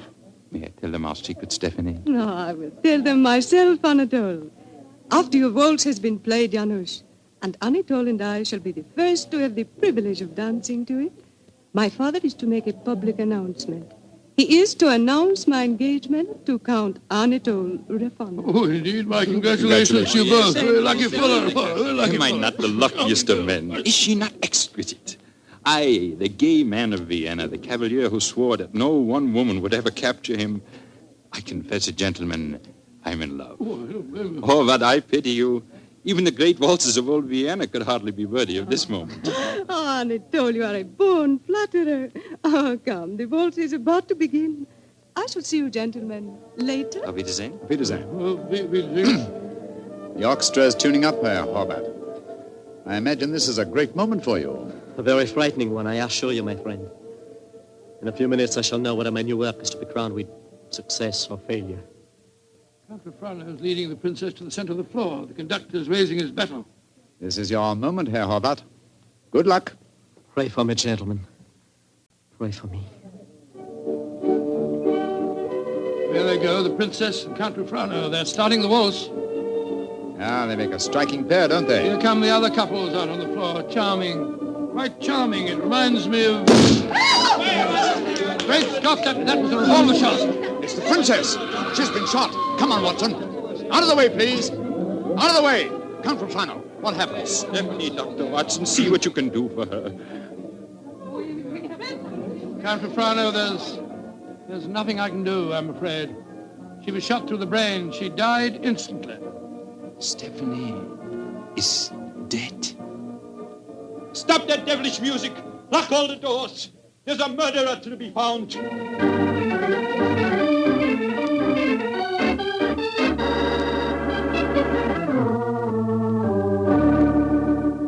Count Raplano, have you found any clues? One of my men found a revolver. It had been thrust into the earth of a potted palm. May I see it, please? Of course, here. Rammed into the soft earth. Confound it. Count Raplano, your fiancée was an extremely beautiful woman. You must have had rivals? Yes, several, but none of them are present tonight. Who will inherit her estate? A 6-month-old nephew. Who's his guardian? The Emperor Franz Joseph himself. No, Mr. Holmes, I know of no obvious motive for someone wishing poor Stephanie dead. Well, perhaps it was a political crime. She was a wealthy aristocrat and a very prominent one. Yes, it's very possible. Many nihilist assassins have been active in my country recently. Meanwhile, we have a ballroom full of suspects waiting for us. So I was just going to suggest we went back there. We can't find out very much by staying here in the library. It's a delicate matter. Almost everyone present tonight is known to me personally. May I suggest that you go back to the ballroom and have the male guests file past you? Detain for questioning anyone whose evening clothes do not fit perfectly. Clothes don't fit? What's the cut of a man's clothes got to do with this? Anyone invited to such a ball as this would naturally have his own tailor. I think, Count Raplano, if you found a man who had to hire his costume, he might be an impostor and may well prove to be your assassin.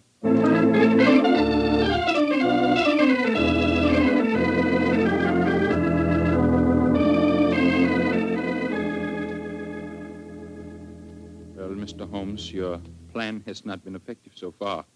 We find one Englishman who is unusually badly dressed, and what do we discover? He's an English milord whose luggage was lost on the train. Yes, and the second suspect proved to be a perfectly respectable Viennese doctor whose nasty little child had taken a last-minute snip at his tailcoat with a pair of scissors. And the third was poor Horvath, the composer, who cannot yet afford a good dress suit, eh? Well, Count Raplano, why not have the next suspect shown in? Yes, of course. Schober! Bring in the next man. Ja, Herr Count.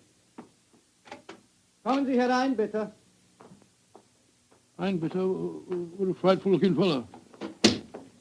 Your name, please. My name is Gruning. What do you wish with me? Gruning? Your name was not on the list of invitations. One moment, please. Let me see your right hand, Herr Gruning. You have no right to touch me. Where did you get these fresh earth stains? Your right thumb is pitted and the nail is full of dirt. What does that poor policeman... Not a short while ago, you tried to hide your revolver by ramming it into an earth-filled flower pot. Give me that revolver, please, Count Raplano. It will be easy to compare the samples of earth. It will not be necessary. Well, you admit that you murdered the princess tonight, then? Certainly, I admit it. Why did you kill her? She was an aristocrat. She was an oppressor of the poor. I'm glad I killed her. One day, I and my party will kill all of you filthy aristocrats. Count Raplano, put down that revolver. Shoot him like the dark he is. No, Count Raplano. Even you can't take the law into your own hands. Why do you not shoot me? I'm not afraid to die. Have him taken away, Schober. Nehmt den Hund ins Gefängnis. Thank you for stopping my hand just now, Doctor. But when he spoke of Stephanie that way, I could have killed him just as he killed her. A very understandable impulse, sir, but one that would have ruined your life. My life? Now that she is dead, my life is empty. What right do love and beauty have to exist in a world that no longer holds Stephanie? She was all light and life, loveliness. And now... But I am hardly displaying my Viennese blood, am I? The murder is caught, thanks to you, Mr. Holmes, and my life, such as it is, must go on. Somehow. That's how the story began, Mr. Bartell. Began? It sounds like the end of a story to me, Doctor. Far from it, my boy. The next day, Holmes and I had our interview with His Imperial Majesty and learned the nature of the services expected of us, services that required our leaving the city. And that's why, my boy, we were gone from Vienna for some weeks. We didn't know that during our absence, Herr Hovarth's waltz, which had had such a tragic debut, was beginning to make a sort of morbid history. Yes, Herr Baron, the Horvath waltz. We have had many requests for it. Gladly, we will play it, Herr Baron.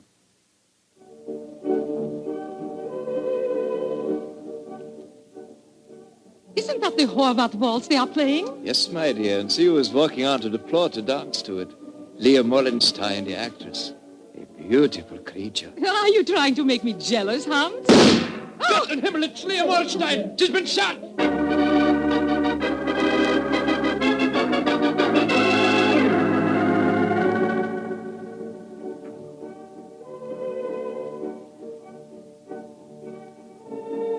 ballet and to the music of the Horvath waltz. Magnificent. Never has Krasnova danced better.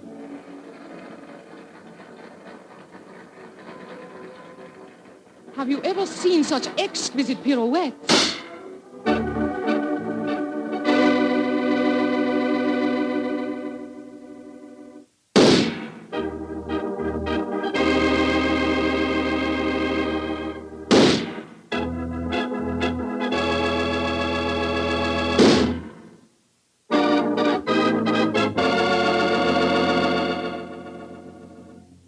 Six deaths in 4 weeks, Schober.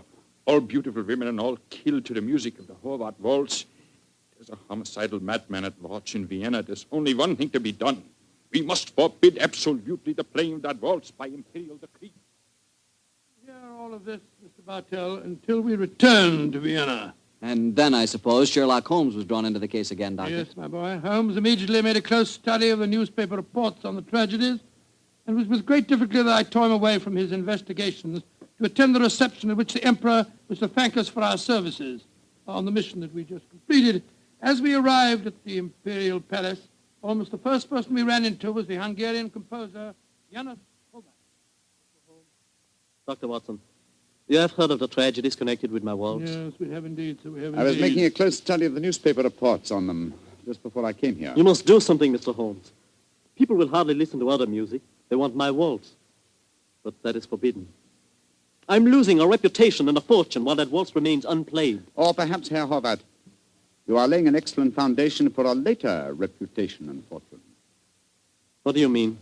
All this publicity, however distasteful to you at the moment, must in the long run prove invaluable. Ah, there you are, my dear Count Rufano. Mr. Holmes, Dr. Watson, I'm glad to see you back in Vienna.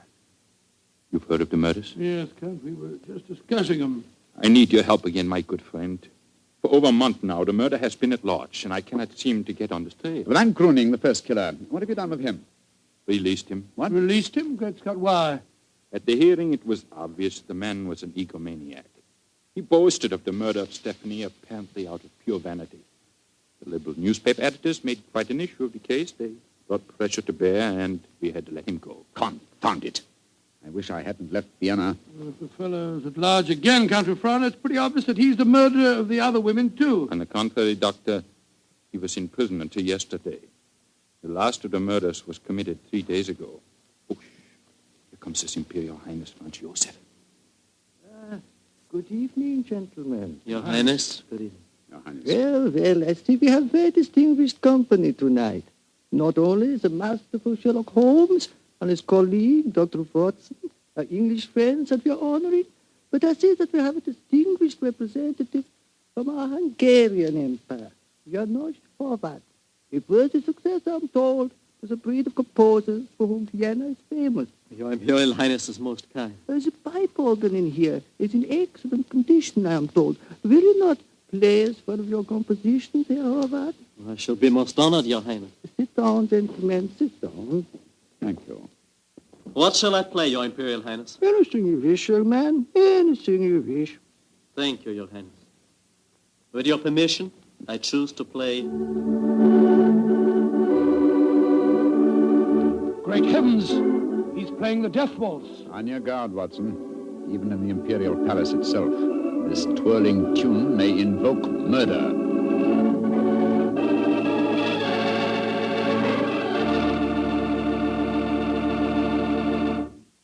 You'll hear the rest of Dr. Watson's story in just a second, which just gives me time to remind you that if any one wine could be called the perfect wine for almost any occasion, that one wine would be Petri California Sherry. Petri Sherry is not only a fine before-dinner wine, but it's wonderful after dinner, too. And, of course, when you're entertaining or when guests drop in, whether in the afternoon or evening, there's nothing better than a glass of Petri Sherry. And it's comforting to know that you can serve Petri Sherry proudly, because the name Petri is the proudest name in the history of American wines. Dr. Watson, you certainly left me hanging on a cliff that time. You broke off your story just as the Hungarian composer started to play his ill-fated waltz to the Emperor Franz Joseph. What happened? At the time, my boy, fortunately, nothing happened. Herr Horvath completed his composition without apparent incident And shortly afterwards, we attended a banquet that was given in our honor, a banquet that concluded with a rather curious ceremony at which the Emperor presented Sherlock Holmes with a medal to commemorate his services. I never got anything was. Never mind about that. Finally, it was shortly after 10 o'clock, I remember, Holmes and I, together with Count Refrano, left the royal chambers and started to descend the spiral staircase leading to the main hall. You were greatly honored tonight, Mr. Holmes. I've only known His Imperial Highness to make 3 such presentations before, and they were all to my own countrymen. He might have made another while he was about Please, it. Watson, please. Sorry. The Emperor was most kind. I can't help feeling that he over-evaluated my You're services. being unusually modest, Holmes. Perhaps because I feel that my visit here is incomplete until I've solved the death waltz murders. I hope you'll be able to stay in Vienna long enough to do that. I confess I am at my wit's end. I've been giving the matter a great deal of thought, Count Refrano. I have a plan for trapping the killer. It's in rather an embryonic stage at the moment, but over a few pipes at the hotel tonight, I expect to develop it thoroughly. I shall call at your office in the morning and explain it to you. I shall be awaiting your visit eagerly. One more of these murders and the newspaper outcry might become so loud that I should have to resign my post as chief of police. Well, when Hobart made that daring gesture and played the death waltz tonight, it proved one thing. It's not infallible. The death of a beautiful woman doesn't always follow the playing of the melody. Very true, Doctor, but... Watson. Yes, sir? Strike a match, will you? Huh? There's a figure here slumped on the landing.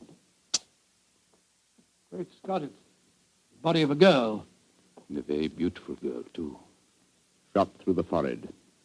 You were wrong, Watson. The death waltz is infallible, but I swear to you that the killer has struck for the last time.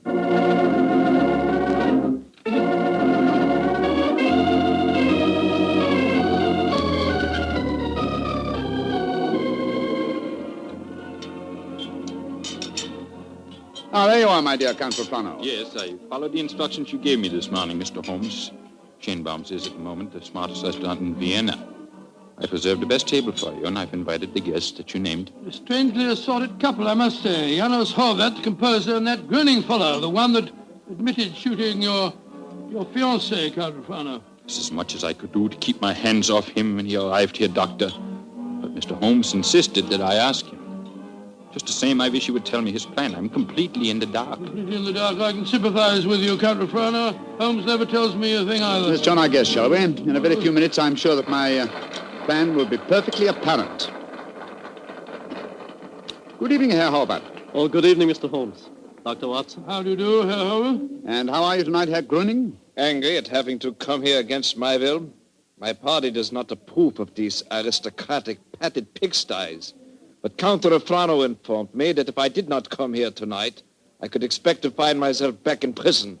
How could I resist such a persuasive invitation? Ah, here comes the third guest for our table. I met her at the hotel a few hours ago. Miss Banks, I'm so glad that you were able to come. Hello, Mr. Holmes. I didn't know this was going to be a party, but I couldn't be happier. Allow me to present you, Count Refrano, Dr. Watson, Herr Horvath, Herr Gröning, Miss Barbara Banks from the United States of America. How do you do? Holmes, I wish I knew what you're up to. And how can a young American girl afford to come to Vienna, may I ask? Of course you can ask. My father made a lot of money, and he wanted me to have the advantages he never had. Your father made money because he ground the faces of the poor. Oh, my father never ground a poor face in his life. He was a capitalist. I spit on him. Oh, that's rather unfriendly. And also, geographically speaking, something of a problem. You see, he's living in Wyoming. You make fun of me? Only because you made fun of me. Mr. Holmes, I did as you asked me. I'm very grateful, Miss Banks.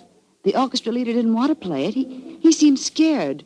But I waved a lot of money in front of him, and I promised to pay the fine as well. Splendid. Great Scott, I see it all now. So do I. You persuaded Miss Banks to bribe the orchestra leader to play. My waltz. My forbidden waltz? Yes, Herr Horvath. I felt that if the request came from a young American, it might seem quite reasonable. Particularly if the requests were accompanied by American dollars ground out of the faces of the poor. You are being unpleasant to me, aren't you? They're playing it, your waltz, Herr Hobart. The death waltz. Mr. Holmes, this is against the law. The Horvath waltz is forbidden by imperial decree. True, nonetheless, my dear Count, I implore you not to arrest the orchestra leader until after the waltz is completed. In which case, since I requested it and it's still playing, I'd like a partner. Will you dance with me, Count Refrano? I'm sorry, Miss Banks, but to this melody I shall never dance again. Oh, well, how about you, Dr. Watson? Oh, I like you very much, dear, but I'm afraid I'm not as light on on my feet as I used to be. In any case, I was never much of a hand at the waltz. The polka's more in my line. Dear me, I'm getting an inferiority complex. Oh, please do not, Miss Banks. You'll observe that the general public seems singularly unwilling to dance, too. Not one couple has ventured onto the floor. Oh, can you blame them? The waltz with Horvath may mean death. How can you blame them? I'm not afraid. After all, Herr Horvath, it's your own music. I'll dance with you. You're most kind, Miss Banks, and courageous. But to be a partner of the only woman on the floor would mean ruin, an admission of failure. My third refusal, I'm a wallflower. No, my dear Miss Banks, the aristocrats, they have played. But I, plain, simple Gröning, I will dance with you, Miss Millions. Oh, bless you, Herr Gröning. And I assure you my father does not grind the faces of the poor. He does grind the faces of the poor, this I know. Stop her, it's suicide. I think not, Herr Horvath. I think so. And I'll not stay here to watch it. Where the devil's he off to? Do not worry, Doctor. I shall keep an eye on him. Yes, and we'll keep an eye on both of them. Come on, Watson. Horvath is leaving the room. Whereas Count Rolfrano has deserted his trail and has slipped behind one of those pillars. Good Lord, he's drawing a revolver. Exactly, Watson. He's our man. Put down that revolver, Count Rolfrano. Put it down, I say. He's turning it on himself. Count Rolfrano!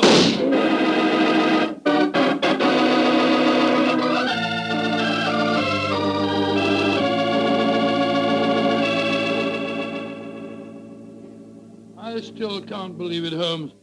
Not the fact that Count Rolfrano blew his brains out, but the fact that he was a murderer. Yes, I was slow to believe it too, old chap, and I blame myself in consequence.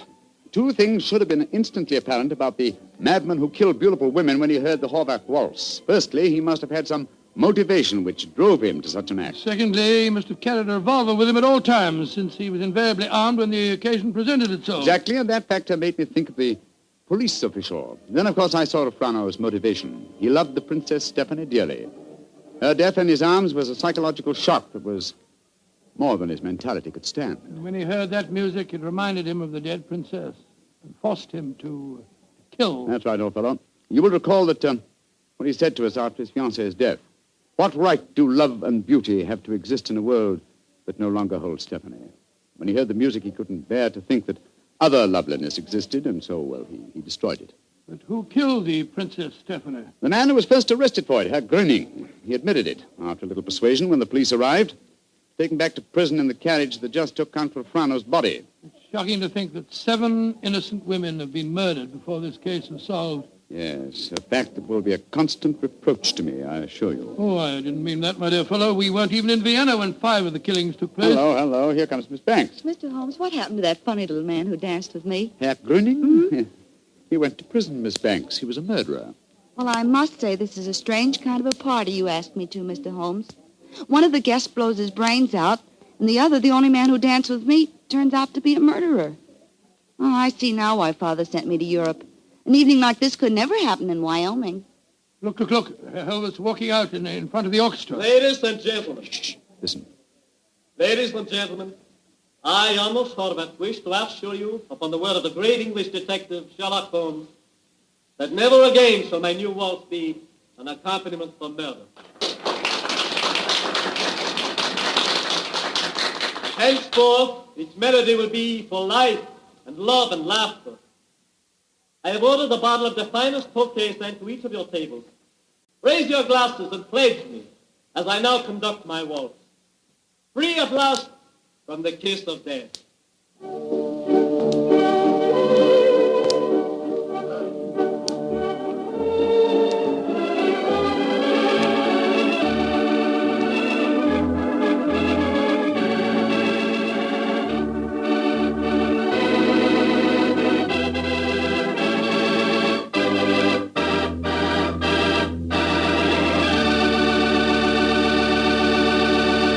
Say, Doctor, I really like that story.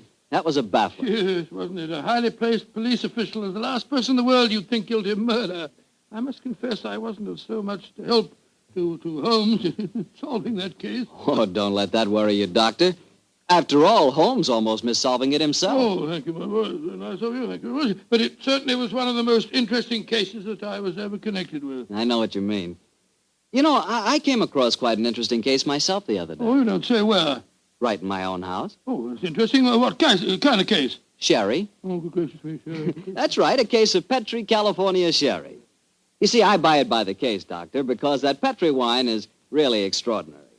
But all Petri wine is unusual wine, unusually good, because the Petri family has been making wine for generations. Because this is so, and because the Petri business has been owned and operated by the Petri family ever since its beginning, and is today the largest independent family-owned wine company in America, naturally the name Petri on a bottle of wine is more than a trademark. It's the personal assurance of the Petri family that every drop of wine in that bottle is good wine.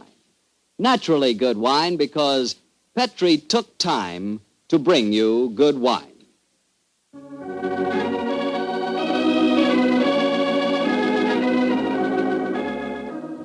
Tonight's Sherlock Holmes adventure was written by Dennis Green and Anthony Boucher and was suggested by an incident in Sir Arthur Conan Doyle's story, The Adventure of the Illustrious Client.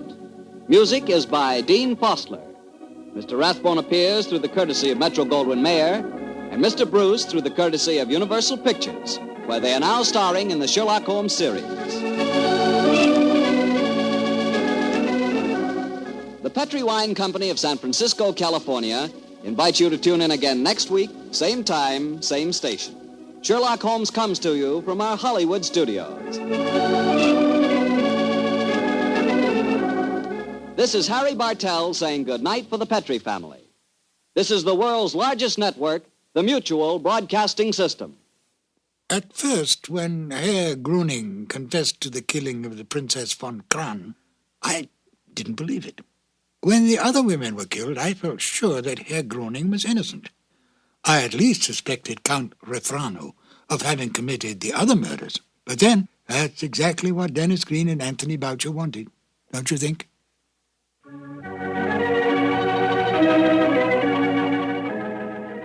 The two episodes you have just heard, The Out-of-Date Murder and The Waltz of Death, are part of the new adventures of Sherlock Holmes, starring Basil Rathbone and Nigel Bruce, and are a 1988 copyrighted production of 221A Baker Street Associates. The Sherlock Holmes stories and the characters of Sherlock Holmes and Dr. John H. Watson were created by Sir Arthur Conan Doyle and are used with the kind permission of Dame Jean Conan Doyle. This is Ben Wright. Won't you join me again soon for more new adventures of Sherlock Holmes? Thank you for listening.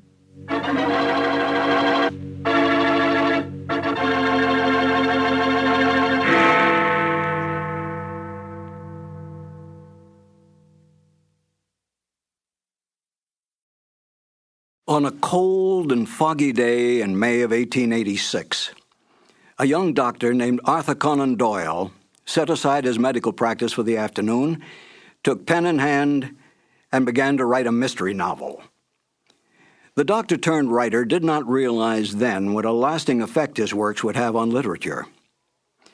Hello, and welcome to two more new adventures of Sherlock Holmes. My name is Harry Bartell, and I'm proud to say that I was the announcer on the Sherlock Holmes radio series starring Basil Rathbone and Nigel Bruce.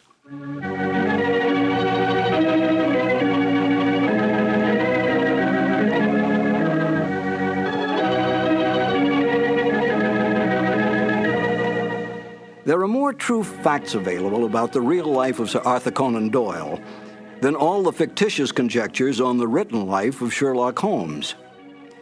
Yet it was Conan Doyle's great detective that brought the author worldwide fame. This saddened Conan Doyle, for he was really a romantic writer who wanted desperately to be recognized through his well-written historical romance novels. But it was not to be.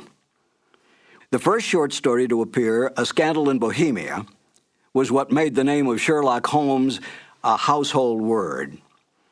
After writing but 6 short stories, Conan Doyle tired of the great detective. He wanted out. But Conan Doyle's agents, his book publisher, his reading public, and even the author's own mother continued demanding more and more Sherlock Holmes stories. Conan Doyle gave in, spending most of his time devising mystery plots for the great detective to solve, devoting only small periods of time on his other works, all of which he considered more important than Sherlock Holmes. Within months, the popularity of Sherlock Holmes spread worldwide. Conan Doyle was no fool. He knew which side his bread was buttered on, and he soon gave up his medical practice to spend all his time and energy on writing. Today, anyone can go into a bookstore and ask for a copy of Sherlock Holmes stories. Try to do that with any of Conan Doyle's other great works. Such is the power and attraction of the greatest detective of them all, Sherlock Holmes. Now, let's listen to Basil Rathbone and Nigel Bruce in one of the original Conan Doyle mysteries, The Adventure of Thor Bridge. This episode from the life of Sherlock Holmes will be transmitted to our men and women overseas by shortwave and through the worldwide facilities of the Armed Forces Radio Service. Petri Wine brings you Basil Rathbone and Nigel Bruce in the new adventures of Sherlock Holmes.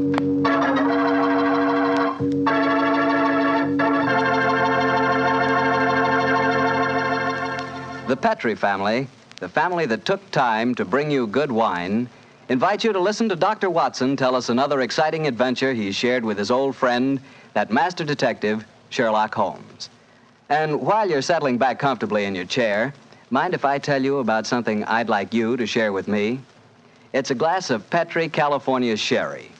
Of course, most people think of Petri California Sherry as the one wine that's really swell any time, but personally, I like a glass of that Petri Sherry just before dinner. You know, that's the time you're a little on edge, you've just finished your day's work, and you're waiting for your dinner, and, well, that's when you want to lean back and take it easy.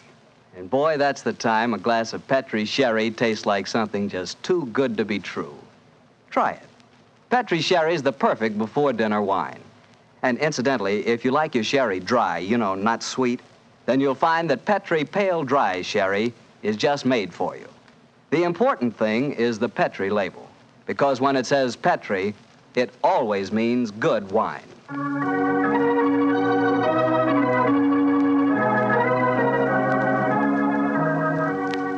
And now for our weekly visit with our good friend and host, Dr. Watson.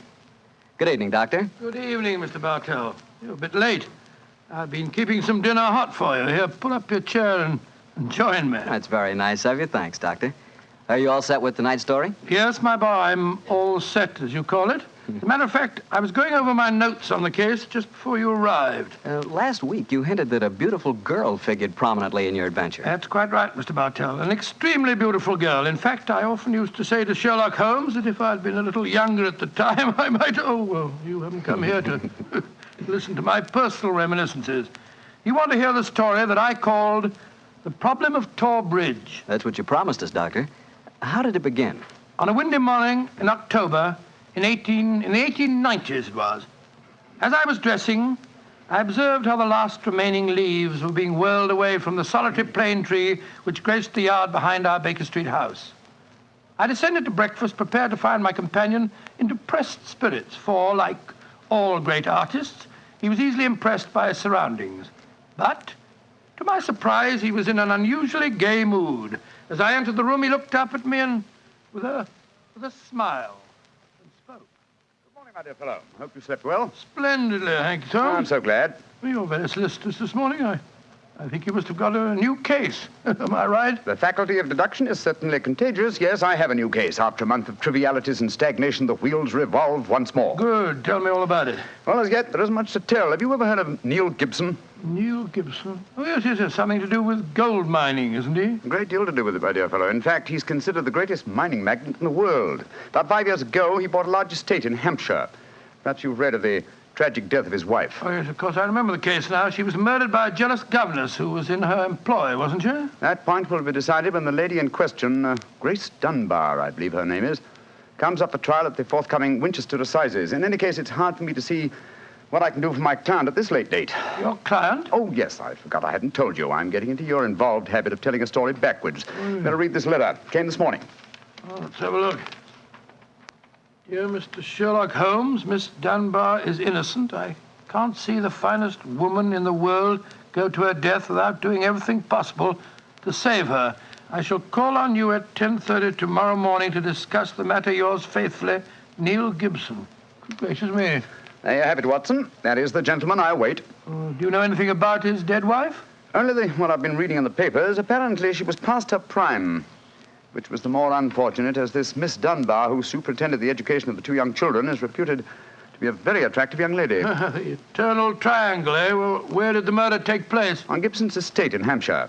His wife was found in the grounds nearly half a mile from the manor house, late at night, clad in her dinner dress, with a shawl over her shoulders, and a revolver bullet through her brain. Any weapon found near her? No, there were no clues found at the scene of the crime. What made them suspect the governess? Well, in the first place, there was some very incriminating evidence. A revolver with 1 discharged chamber, the caliber corresponding with a bullet in the dead woman's head, was found on the floor in Miss Dunbar's wardrobe. Oh, was it? Pretty damaging evidence, Holmes. So the coroner thought. And to make the case even blacker against Miss Dunbar, the dead woman had a note on her making an appointment at that very spot. And the note was signed by the governess. It seems obvious that the girl's guilty, and the motive's clear. Mr. Gibson would be a great catch for a young girl. Love, fortune, power, all dependent on one life. Possibly, Watson, but circumstantial evidence can be very misleading at times. As the gentleman in question, unless I'm very much mistaken, considerably before his time. I can see him from the window here. Formidable-looking fellow. Must be well over 6 foot tall. Judging by the way he's wrenching at that doorbell, he's a man with a violent temper. Mrs. Hudson's opening the door to him now. Meet him on the stairs, will you, old chap? It'll save Mrs. Hudson a journey. Sure, Holmes. Up here, sir. Thank you, Mr. Hudson. All right. Are you Mr. Sherlock Holmes? No, indeed. I'm his colleague, Dr. Watson. Come along in, won't you? Mr. Neil Gibson, I presume? That's right. So you're the great Sherlock Holmes, huh? The adjective is your own, Mr. Gibson. Sit down, won't you? By the way, you may speak quite freely in front of Dr. Watson. Well, I may as well begin by telling you that money means nothing to me in this case. You can burn it if it's any use to you in lighting the truth. Miss Dunbar is innocent, and it's up to you to prove it. Just name your fee. Mr. Gibson, my professional charges are on a fixed scale. I don't vary them except when I omit them altogether. Very well. I imagine that you've read the newspaper reports of the coroner's inquest? Yes, very thoroughly. I don't see that I can add anything that'll help you. But if there are any questions you'd like to ask, I'll answer them. Thank you. First, what were the exact relations between you and Miss Dunbar? I suppose you're within your rights in asking such a question, Mr. Holmes? We will agree to suppose so, shall we? Then I can assure you that my relations with Miss Dunbar were always those of an employer towards a young lady with whom he never conversed or even saw, except in the company of his children. Oh. Rather a busy man, Mr. Gibson, and I've no time or taste for aimless conversation. I wish you good morning. What the devil do you mean by this, Mr. Holmes? My dear sir, the case is difficult enough without your giving me false information. Meaning that I lie, sir? I was trying to express it as delicately as possible, but if you insist on the word, I won't contradict you. Why, you confounded... Don't be noisy, Mr. Gibson. Please don't be noisy. I find that after breakfast, even the smallest argument is unsettling. I suggest that a stroll in the morning air and a little quiet thought will be greatly to your advantage. I suppose I can't make you take the case, but you've done yourself no good this morning, Mr. Holmes. I've broken stronger men than you. No man ever crossed me and was the better for it. Good morning, Mr. Gibson. You've a great deal yet to learn. On my soul, Holmes, you were unusually severe with him. I dislike liars, Watson, and I cannot tolerate arrogance, particularly when it's coupled with great wealth. Well, how did you know about his relations with the governor? I didn't. It was pure bluff. Bluff? It certainly worked. Think he'll come back? Oh, of course he will. He needs my help too badly. He'll probably change his mind before he's halfway down the stairs. Come in. Mr. Gibson. Just saying to Dr. Watson that I was certain you'd be back. I've been thinking it over, Mr. Holmes, and I feel that perhaps I was hasty in taking your remarks amiss. Just the same, I can assure you that the relations between Miss Dunbar and me really don't affect this case. Surely that is for me to decide, Mr. Gibson. You see, Mr. Gibson, my friend is like a doctor. He wants every symptom before he can give his diagnosis. Fire away, Mr. Holmes. What is it you want to know? The truth. I can give it to you in very few words. To begin with, I met my wife when I was gold mining in Brazil. Your wife was Brazilian by birth, wasn't she, sir? Yes, doctor, and very beautiful. Well, to make a long story short, I fell in love and married her and brought her to England. After a few years, I realized that we had nothing, absolutely nothing in common. And then I suppose this young governess, Miss Dunbar, arrived on the scene. That's right, Mr. Holmes. Well, the story should be obvious to you from there. You fell in love with this girl, I suppose, sir? Who could help it? Did you suggest marriage to her? Yes. Though I knew that my wife would never divorce me. I see. Then you made an utterly insincere proposition to her. Now, look here, Mr. Holmes. I came to you on a question of evidence, not of morals. I'm not asking for your criticism. It's only the young lady's sake that forces me to touch your case at all. Now, tell me, sir, What is your own opinion as to Miss Dunbar's guilt? It's very black against her, I can't deny that. One explanation of the tragedy did come into my head, Mr. Holmes. I give it to you for what it's worth. Pray continue, Mr. Gibson. My wife was bitterly jealous. She was half crazy with hatred. She might have planned to murder Miss Dunbar, or we'll say to threaten the girl with a revolver and so frighten her into leaving us. There might have been a struggle in which the gun exploded and gone off and shot my wife, who was holding it. Well, that possibility has already occurred to me. It's the only obvious alternative to deliberate murder. The revolver, Holmes, was found on the floor of the governess's wardrobe. Now, Mr. Gibson, I should like to examine your house and the scene of the murder as soon as possible. Certainly, Mr. Holmes. Sergeant Coventry of the local police is still down there. He'll give you any help you may need. Excellent. Watson, old fellow, out with the timetable. We're catching the next fast train to Winchester.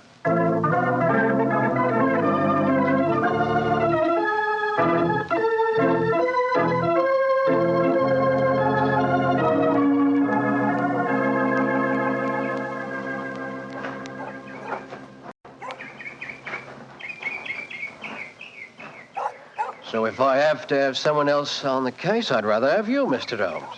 The yard gets called in, then we local police loses all credit for success. Generally gets blamed for the failures. Now I've heard that you play straight. I don't appear in the matter at all, Sergeant Coventry. If I can clear it up, I don't ask to even have my name mentioned. Well, that's handsome of you, I'm sure, and I know your friend Dr. Watson can be trusted, too. Oh, don't worry, my dear fellow. We won't steal any of your thunder. Well, that's nice and friendly of you, Doctor. Well, come on, gentlemen. I'll walk you down to the bridge. That's where we found Mrs. Gibson's body. It's not far from the house here. Well, I must say, Mr. Gibson has a beautiful estate. It must be 60 or 70 acres. Oh, nearly twice that, Doctor. The woods back of the house there belongs to him, too. Mr. Holmes. Yes, Sergeant? There's a question I'd like to ask you. A question I wouldn't ask anyone else. Then please ask it. Don't you think there might be a case against Mr. Gibson himself, sir? I've been considering that possibility. That there Miss Dunbar's a bit of all right. If you ask me, he wanted his wife out of the way, and the pistol she was shot with was his pistol, you know. Oh, was that fact proven? Yes, Doctor. It was one of a pair that he had. One of a pair? Where's the other? Well, Mr. Gibson has a lot of firearms. We never quite matched that particular pistol, but the box was made for two. Well, if it was one of a pair, surely you'd be able to match it. Well, we have them all laid out at the house if you want to look them over. Well, we'll do that later. This, I presume, is Tor Bridge. That's right, sir. Found Mrs. Gibson's body lying right here at the approach to the bridge. I see. I gathered from the newspaper reports that the shot was fired at very close quarters. Yes, sir, very close. Near the right temple, wasn't it? Just behind it, sir. How did the body lie, Sergeant? Oh, on its back, Doctor. No trace of a struggle, no marks, no weapon. The note from Miss Dunbar was clutched in her left hand. Clutched, you say? Yes, sir. We could hardly open the fingers to get at it. Ah, that's of greatest importance. It excludes the idea that anyone could have placed the note there after death in order to furnish a false clue. What did the note say, Sergeant? Little enough, Doctor. It just said, I will be at Tor Bridge at 9 o'clock, and it was signed Grace Dunbar. Miss Dunbar admit writing it? Oh, yes, sir. What was her explanation? She wouldn't say nothing. Said she was saving her defense for the trial. Yes, it seems odd that Mrs. Gibson was still clutching that note. Seems perfectly natural to me. Oh, come now, old fellow. Argue the thing out logically. If the letter is genuine, it was certainly received sometime before the tragedy, say an hour or two. Why then was the dead woman still clasping it in her left hand? Why should she carry it so carefully? She certainly didn't need to refer to the note at all at the interview. Doesn't it strike you as rather strange? Well, now you put it that way, it does seem a little peculiar. Hello. Did you notice this, Sergeant? Oh, you mean that chip out of that stone on the underside of the parapet of the bridge, sir? Yes, I noticed it. Didn't think nothing of it, though. It isn't a very large chip. Yes, but it's been done recently.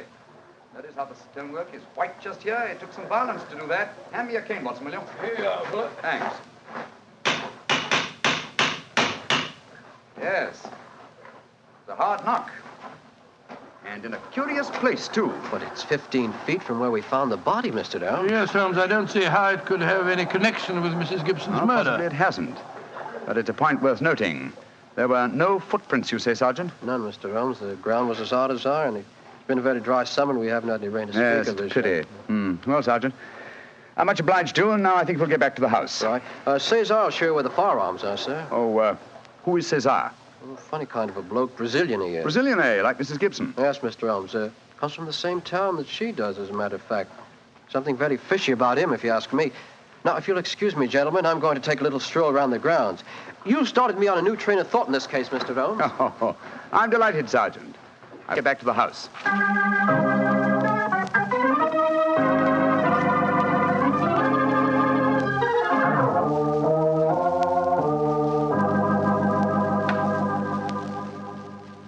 I see. And these are all the firearms in Mr. Gibson's possession, eh, Cesar? Except for the revolver that is missing from the case. Yes, so I say I've seen him. I've never seen such a collection of guns and revolvers in my life. Mr. Gibson had many enemies, senor. He always sleep with a loaded pistol beside his bed. He's a man of great violence. There have been times when all of us were afraid of him. Did you ever witness physical violence towards Mrs. Gibson? No, senor. I cannot say that I have. But I have heard him say many terrible things to her. He would taunt her in front of we servants. I have heard him do it many times. Thank you, Cesar. That will be all. Muito bem, senor. You know, Holmes, I still think the case against Miss Dunbar looks very black. I should agree with you if it were not for one fact. The finding of the revolver in her wardrobe. On the soul, Holmes, that seems to me the strongest evidence of all. I think not, old chap. Huh? We must look for consistency. Where there is a want of it, we must suspect deception. I don't quite follow you. Suppose for a moment that we visualize you in the character of a woman who in cold, premeditated fashion is about to murder a rival. You've planned it. A note has been written. The victim has come. You have a weapon. The crime is well done. It has been workmanlike and complete. Do you mean to tell me that after carrying out so crafty a crime, you'd be so stupid as to forget to fling the incriminating revolver to the bottom of the stream? Or perhaps in the dense reeds that border it? Would you carefully carry it home and put it in the first place that would be searched? Your wardrobe? Well, perhaps in the excitement of the moment, one... No, my dear chap, I won't admit that's even possible. When a crime is coolly premeditated, then the means of covering it are coolly premeditated also. Well, then if Miss Dunbar didn't shoot Mrs. Gibson, who the devil did? I hope I can give you the answer to that question, Watson, when we've made one further visit. Oh, Lord. Where are we going now? To prison, old chap. Prison? Yes, we're going to Winchester Prison to call on Miss Dunbar. I'm certain that the key to this strange mystery lies in her hands.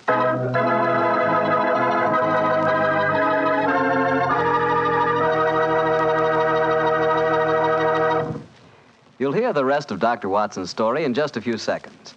Just time enough for me to remind you that the easiest way to make good food taste better is to serve that good food with a good Petri wine.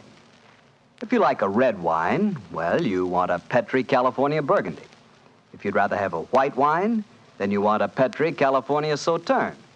But red or white, Petri Burgundy or Petri Sauterne, you're choosing a dinner wine that's sure to turn a simple meal into a feast. Your whole family and all your friends will love Petri, the wine that makes good food taste better.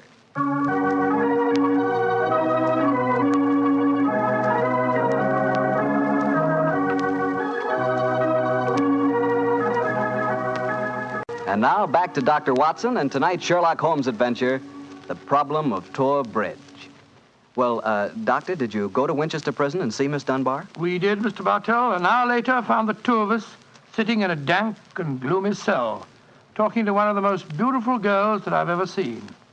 Her bright, flashing eyes and her air of quiet confidence seemed sadly out of place in such a setting. Holmes spoke to her quietly, soothingly. Dunbar, tell us of your true relations with the dead woman. She hated me, Mr. Holmes. She hated me with all the passion of her distorted mind. Please tell us exactly what happened on the evening of Mrs. Gibson's death. Well, I received a note from her in the morning. A note imploring me to meet her at the bridge after dinner that night. She said she had something important to say to me. Did you keep that note, Miss Dunbar? No, Doctor. She asked me to destroy the note, so I burned it in the schoolroom grate. I saw no reason for such secrecy, but, well, I did as she asked. And yet she kept your reply very carefully. It's interesting. Tell me what happened when you met her that night. When I reached the bridge, she was waiting for me. I won't tell you what she said, but she poured out her whole wild fury in burning, horrible words. I didn't answer. I couldn't. It was dreadful even to look at her. She was like an insane woman, standing there screaming disgusting insults at me. I put my hands to my ears and rushed away. Where was she standing when you left her? Within a few yards of the spot where her body was found later. And yet, presuming she met her death shortly after you left her, you heard no shot. No, I heard nothing. But I was so upset, Mr. Holmes, that I rushed straight back to my room. Did you leave it again that night? Yes. When the alarm came that Mrs. Gibson was dead, I ran out with the others. Did you see Mr. Gibson? Yes, Doctor. He had just returned from the bridge when I saw him. He had sent for the doctor and the police. This pistol that you found in your room, had you ever seen it before? Never, Mr. Holmes, I swear it. When was it found, Miss Dunbar? Next morning, when the police made their search. It was on the floor of my wardrobe where I keep my shoes. You had no idea how long it had been there? Well, it hadn't been there the morning before, How do you know? because I had tidied up the wardrobe that day. I see. Then someone must have come into your room and placed the pistol there in order to incriminate you. I'm certain of it. When could they have done that? Well, it could have been at meal times, or when I was in the schoolroom with the children. Yes. Miss Dunbar, on examining the scene of Mrs. Gibson's death, I noticed that a piece of stonework on the underside of the parapet of the bridge had been broken away. Can you suggest any possible explanation for that? Oh, surely it must have been a mere coincidence, Mr. Holmes. Possibly. But why should it appear at the very time of the tragedy and at the very place? Could it possibly be that... Why, yes, of course. Idiot. Why didn't I think of it before? Come along, Watson. Where are we going, Holmes? Back to Thorpe Bridge, old fellow. As fast as we can get there. What have you found out, Mr. Holmes? The answer to this mystery, I hope, my dear young lady. You will get news before the day is out. And meanwhile, take my assurance that the clouds are lifting and that the light of truth is breaking through.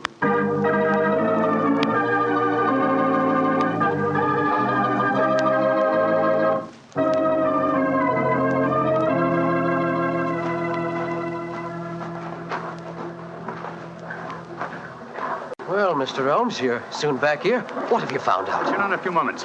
You got my message? Oh, yes, sir. Here you are. Ball of twine. What you wanted for, I can't imagine. You'll soon see, Sergeant. Watson, I have some recollection that you usually go armed on these excursions of ours. Yes, I'm carrying my revolver. Why? Give it to me, old chap, will you? Thanks. I believe your revolver may have a very intimate connection with the mystery we're investigating. You're joking. Now, Watson, I'm very serious. We have a test to make. If the test is successful, Miss Dunbar will be free before nightfall, and the test will depend on the conduct of this revolver of yours. Yes, I'll take the precaution of unloading it. There we are. Now, Sergeant, ball of twine, please. Wish I knew what you was up to, sir. I tie one end of the twine like this to the handle of the revolver. So. Sergeant, see if you can find me a heavy stone, will you? Oh, right, you are, sir. Holmes, what are you doing? Trying to reconstruct the killing of Mrs. Gibson. But you've seen me miss the mark before, Watson. I have an instinct for such things, and yet it has sometimes played me false. It seemed a certainty when it first flashed across my mind in Miss Dunbar's cell. But one drawback of an active mind is that one can always conceive alternative explanations which would make our scent a false one. And yet, oh well, we can but try. Here's a nice stone, Mr. Holmes. Thank you, Sergeant. Yes, now, sir. I tie the other end of the twine to the stone. Wait a minute. Like that. Splendid. Sergeant, will you please take this stone and stretch the twine across the parapet of the bridge there, so that the stone will swing just clear of the water on the other side of the bridge. Right, sir. I'll stand on the spot where Mrs. Gibson's body was found. That's it, Sergeant. Over the parapet. How's that, Mr. Holmes? The stone swinging about 8 feet above the water. Splendid.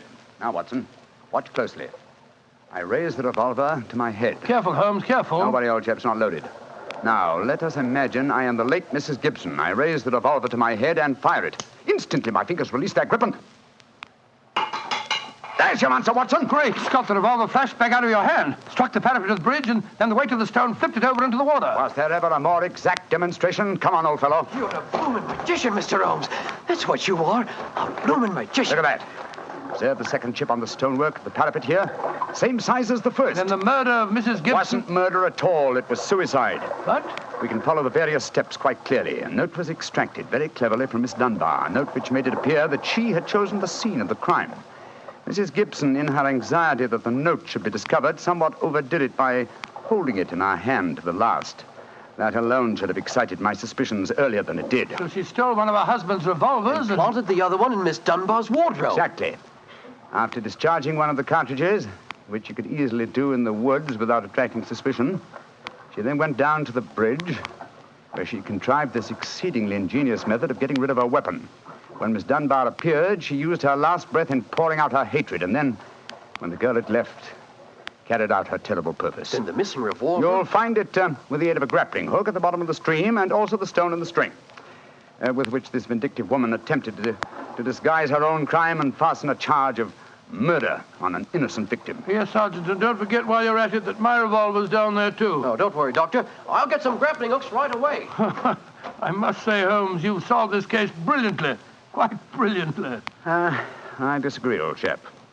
And I fear that you will not improve my reputation by adding the case of the Tor Bridge mystery to your annals. Oh, nonsense, but that's ridiculous. Oh, no, it isn't, old boy. I've been sluggish in my mind and wanting in that mixture of imagination and reality which is the very basis of my art. I confess that the chip in the stonework was a sufficient clue to suggest the true solution, and I blame myself for not having attained it sooner. Well, Holmes, personally, I agree with the sergeant's opinion of you. Oh? What was that, old fellow? You're a blooming magician, Mr. Holmes. That's what you are, a blooming magician.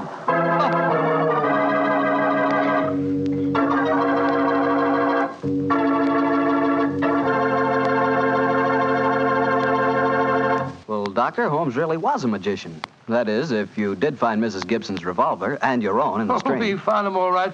You don't think I'd tell you the story otherwise, do you? What do you take me for, anyway? Well, now that you ask, I'll tell you. I take you for a very charming gentleman, a wonderful storyteller, and a fine host. Oh, that's very nice. Really, Well, you are a gentleman of the old school. And you do tell a fine story. You flatter me, you... And you are a perfect host. Oh, that meal we had tonight was wonderful. Oh, it was, And, that wine, what kind was it? It was Petri wine, and you know it. And I should have known that you were leading up to something. Mr. Bartell, you should be ashamed of yourself. You will do anything to get a chance to talk about Petri wine. Oh, I can't say I don't blame you. Well, honestly, Doctor, I meant everything I said. But you don't really want me to stop talking about Petri wine, do you? After all, it's worth talking about, isn't it? What other wine is made with the loving care that goes into Petri wine? Don't forget, Petri wine is made by the Petri family. Winemaking is their business. Why, they've been making wine for generations, handing down from father to son, all their skill and knowledge and experience. You can be sure the Petri family really knows plenty about the fine art of turning luscious grapes into delicious wine. That's why, whether you want a wine for before dinner, with dinner, or for any time, you can't go wrong with a Petri wine, because Petri took time to bring you good wine. And now, Dr. Watson, what new story are you planning to tell us next week? Well, next week, Mr. Bartell, I'm going to tell an adventure that Holmes and I had amid the oriental magnificence of a Maharaja's palace in India. India? Sounds intriguing. What were you and Sherlock Holmes doing out there, Doctor? Well, you'll have to wait till next week for the answer to that question, my boy. But I can tell you that it was one of the weirdest problems that we ever had to solve. I call the story The Vanishing Elephant.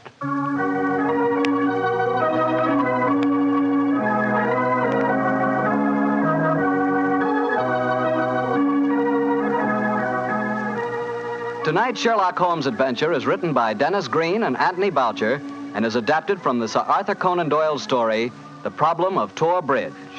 Mr. Rathbone appears through the courtesy of Metro-Goldwyn-Mayer and Mr. Bruce through the courtesy of Universal Pictures, where they are now starring in the Sherlock Holmes series. The Petri Wine Company of San Francisco, California, invites you to tune in again next week, same time, same station. Oh, the Petri family took the time to bring you such good wine. So when you eat and when you cook, remember Petri wine. To make good food taste better, remember... Petri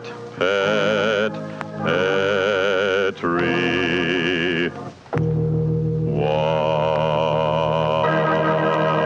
This is Harry Bartell saying goodnight for the Petri family. Sherlock Holmes comes to you from our Hollywood studios. This is the Mutual Broadcasting System.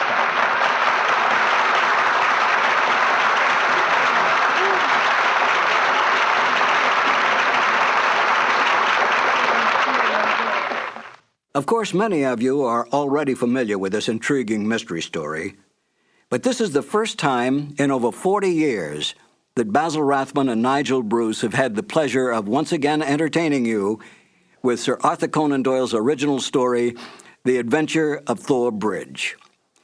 This is Harry Bartell. I'll be right back with more notes on Sir Arthur Conan Doyle and another new adventure of Sherlock Holmes.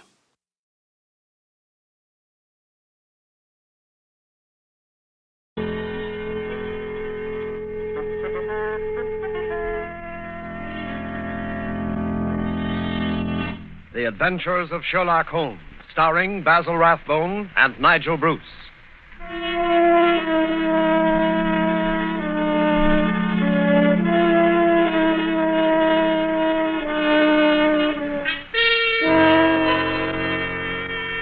The makers of Grove's bromoquinine tablets bring you another adventure of Sherlock Holmes, with Basil Rathbone as Sherlock Holmes and Nigel Bruce as Dr. Watson. A cold is a miserable thing. A cold may become a dangerous thing. Even a so-called light cold can take a serious turn. Be prompt, be decisive in your treatment of a cold. At the very first sign of a cold, take Grove's bromoquinine tablets. Bromoquinine tablets quickly check the symptoms of a cold, quickly relieve the distress of a cold. They give you speedy results, which are very important. Don't monkey around when you can get such a dependable preparation as Grove's bromoquinine tablets. And now, here we are again on our usual visit to Dr. Watson. He's waiting for us in his study, a cheerful blaze crackling on the hearth. I'm very relieved to see you, Mr. Manning. Hasn't the weather been atrocious today? I was beginning to wonder if you'd be able to get here tonight through all this fog. Yes, it certainly is what you Londoners call a regular pea souper. Yes, indeed. It reminds me of the adventure of the missing submarine plans. A case that was solved in the underground. Underground? What you Americans call a subway. Yes, but what has a solution in a subway got to do with a foggy night? Well, you see, the affair started in weather exactly like this. It was the third week in November, the year 1895, to be exact. On Monday, a dense yellow fog had settled down upon London. On Thursday, it was still there, thicker and murkier than ever. At first, Holmes had turned his nervous energy to cross-indexing his huge reference books. But when, after pushing our breakfast chairs back for the fourth morning, we saw the greasy brown swirl still drifting past the windows, Holmes's patience snapped.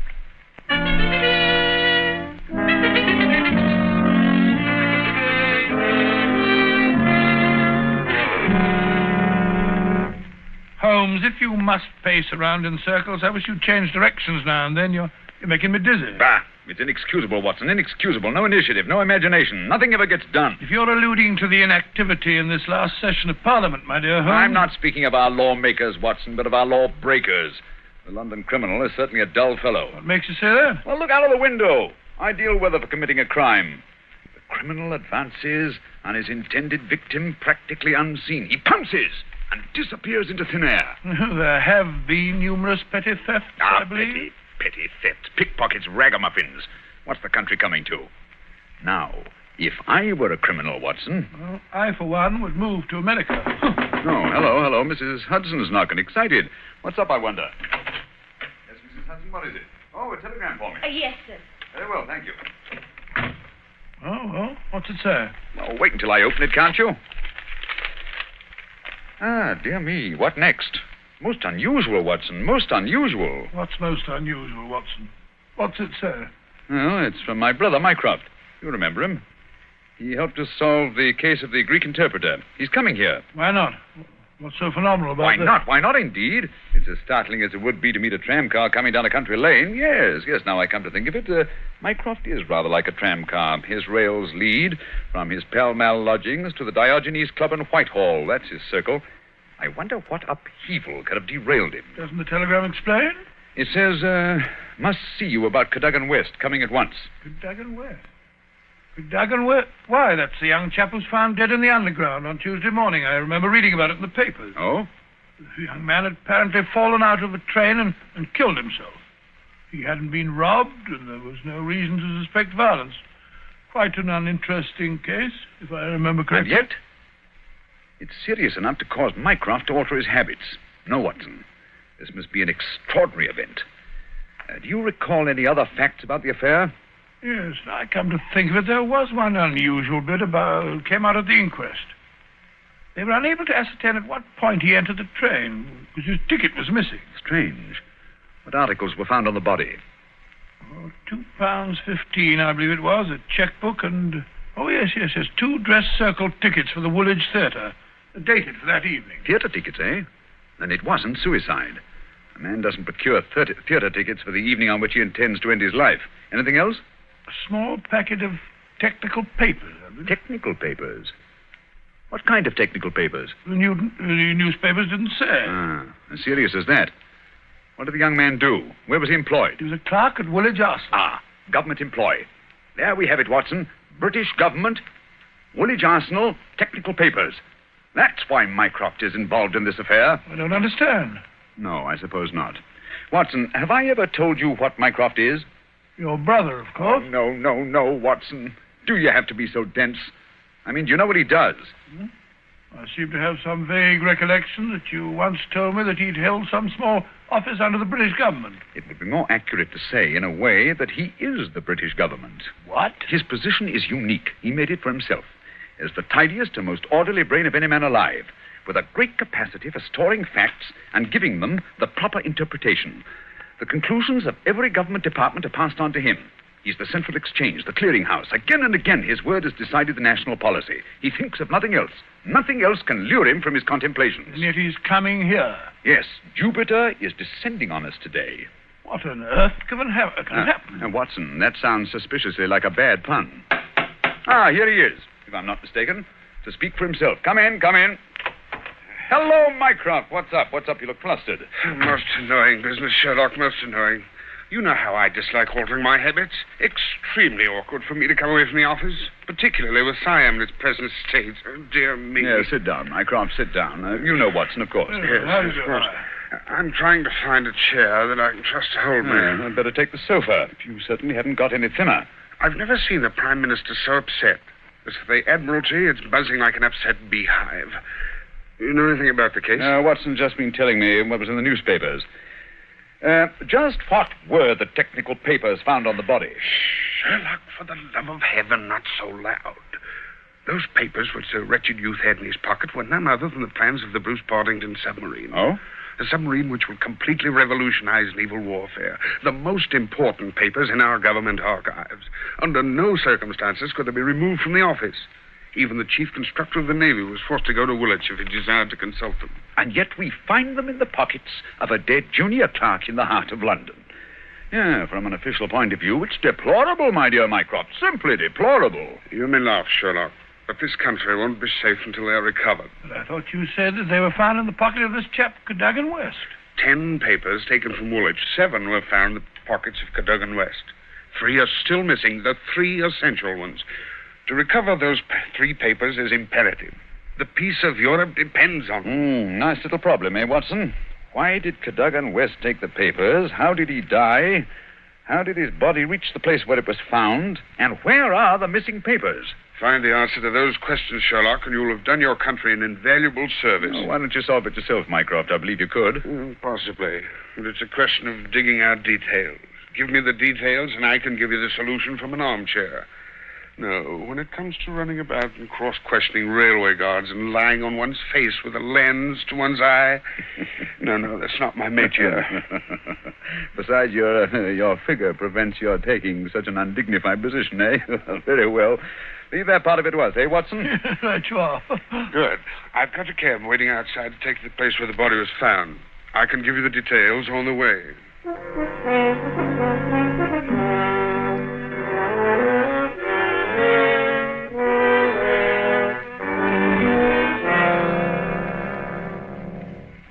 Now, Mycroft, who was the official guardian of these famous papers? No less a personage than Sir James Walter, a gentleman who's grown grey in the service. His patriotism is beyond suspicion. A bachelor, if I'm not mistaken. Lives with his brother. Yes. He was at the house of Admiral Sinclair at Berkeley Square during the whole of the evening when this accident occurred. The Admiral vouches for him. He's one of the 2 who have the only keys to the safe. And his key was with him all evening? Right. His key, the key to the building, the key to the room. Who was the man with the other key? The senior clerk, Mr. Sidney Johnson. Man of 40, married, silent, morose, with an excellent service record. Any alibi? He, too, had his key with him. Seems to have spent the evening playing a game of drafts with the green grocer around the corner from his lodgings. Of course, he has only the word of this green grocer to back him up. Oh, come, my dear Mycroft. No class discriminations, please. The word of a greengrocer is often just as good as that of an admiral. What about Cadogan West? He had a good reputation. A bit hot-headed, but straight and honest. At least, everyone thought so. He was next to Sidney Johnson at the office. His duties brought him into daily personal contact with the plans. No one else ever had the handling of them. Oh, it's perfectly clear. He must have taken... Ah, not so fast, Watson, not so fast. Who locked them up that night? Mr. Sidney Johnson. Ah, they were of value, commercially, I mean. Oh, yes. There's no doubt that West could have got several thousands for them very easily. And yet, only a small amount of money was found on the body. Perhaps the buyer took it back after he'd murdered West. What puzzles me is, how did West obtain possession of those papers? To do so, he must have had a false key. Several false keys, Sherlock. He had to open the building and the room as well. Oh, well. Several false keys, then. Let me see. Suppose West did take the papers and went into town. And on the way back to Woolwich, where he is hoping to replace the papers, he's killed and thrown from the train. But the spot where the body was found is considerably past the station for London Bridge, which is the route to Woolwich. That's interesting. Also, if young West did make an appointment with some foreign agent to sell the papers that night, why didn't he keep the evening clear? Why buy 2 theater tickets? Exactly. Furthermore, he actually escorted his fiancée halfway there before he disappeared. Blind. That's what it looks like to me. Why did he take the papers at all? Why not copy them out in the office and sell the copies? He certainly had plenty of opportunity to do so. And why the absence of his underground ticket? Perhaps the ticket would have shown us which station was near the agent's house. So the murderer destroyed it. Good, Watson. Very good. And yet, I wonder... Well, here's the underground station. The railway authorities have sent a man round to show you the exact place where the body was found. You won't change your mind and come with us? Well, crawling round that black hole on my hands and knees, not very likely. Well, I shall expect a report on your efforts this evening. Never expect too much, Mycroft. Never expect too much.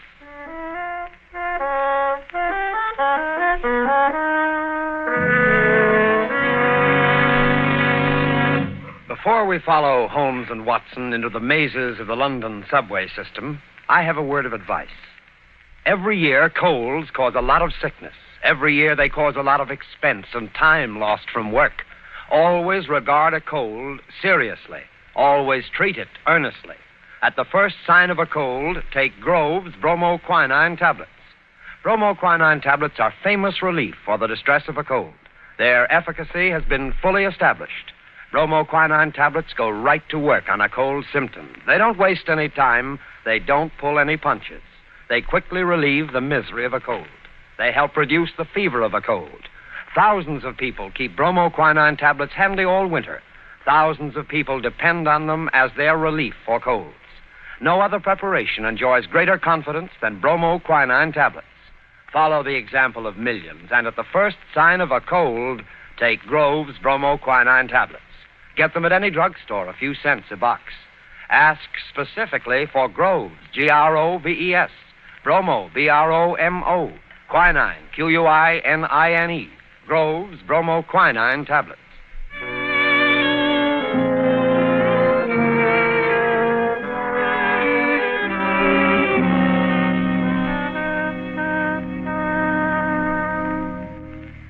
This way, sir. Step right along the tracks. But it isn't safe. Supposing a train should come shooting round that curve. Oh, that's all right, sir. There won't be another for 5 minutes anyway. Here we are, sir. This is where they found the body. Right here alongside the rails. Lying on its face it was. Spooky old place, eh, Holmes? Like the catacombs, only without the skeletons. Yeah. Anything in his hands when they found him? No, sir. Were they clenched or spread out as if he were protecting himself? No, sir. They was what you might call relaxed. What time did all this happen? Well, sir, the train he was hoisted out of, as near as we can figure, passed along here about midnight on Monday. All the carriages have been examined for signs of violence, I suppose. They didn't find nothing, not even the missing ticket. There was a passenger to Aldgate on the ordinary train. About 11:40 it was. He said he'd heard a heavy thud, like something striking the line, just before the train reached this station. But it was so foggy, he said he was blessed if he could see what it was. Holmes, what's the matter? What are you staring at? The curve, Watson. What curve of it? of the rails. What of it? What do you mean? I suppose there aren't many curves as abrupt as this. No, sir, I can't say as there is. What have curves got to do with it? Oh, an indication, Watson. Merely an indication. Unique. Perfectly unique. And yet, why not? I don't see any indications of bleeding on the line. No, sir, there wasn't any to speak of. But I understand there was a considerable wound. The bone was crashed right enough. Holmes, you hear that? It's a train. It's coming this way. Run, sir. Run for your life. Yes, yes, but where? Up ahead. There's a place where the train switches off. Run, Watson, run. It's just around the curve. We'll never make it. Yes, we will. Faster, faster. There's the switch up ahead. Come on. Here comes the train now. We'll make it. We'll make it. Justin. Watson, for the love of heaven. You're on the wrong track.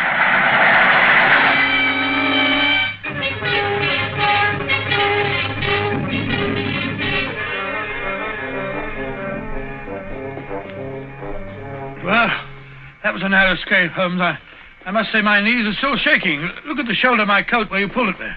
Lucky thing for you that I did. Where are we off to now in this fog? Yes, it's a nice afternoon. Suppose we pay a few calls. I think Sir James Walter claims our first attention. After that, we might drop in on Miss Westbury. Miss Westbury? Who's she? She is Cadogan West's fiancée and the last person to see him alive. Holmes, we seem to be going around in circles. We've accomplished absolutely nothing so far except to get ourselves nearly annihilated in the underground. After all, it's perfectly obvious that the young man had a quarrel with someone, in all probability the agent, to whom he sold the papers, and got himself thrown out of the railway carriage for his pay. I disagree with you, my dear Watson. His body fell from the roof of the carriage where it had been placed. Cadogan West met his death elsewhere. The roof of the train? Consider the facts, Watson. A, the curve in the tracks. The body is found at a spot where the train pitches and sways as it comes around the points. B, there was no ticket. C, there were no signs of bleeding on the line because the body had bled elsewhere. Of course. Everything fits together, but where was the body placed on the train? I think I can make a fair guess at that, my dear Watson. Here we are. This is the famous official villa of Sir James Walter. And that, if I'm not mistaken, is his brother, Colonel Valentine, just coming out of the house. What's the matter with the man? He looks positively haunted. Oh, pardon me, Colonel Valentine, but can you tell me if Sir James is at home? Sir James, sir? Sir James is dead. Good heavens, dead? He died this morning. It's terrible. Terrible. How did he die? Oh, it's this horrible scandal. My brother, sir, was very sensitive of his honor. He couldn't survive the disgrace to his department. It broke his heart. Pardon me, gentlemen, I must go. It broke his heart. Most appalling development. Eh, Holmes? I wonder if his death was natural, or if the poor fellow killed himself.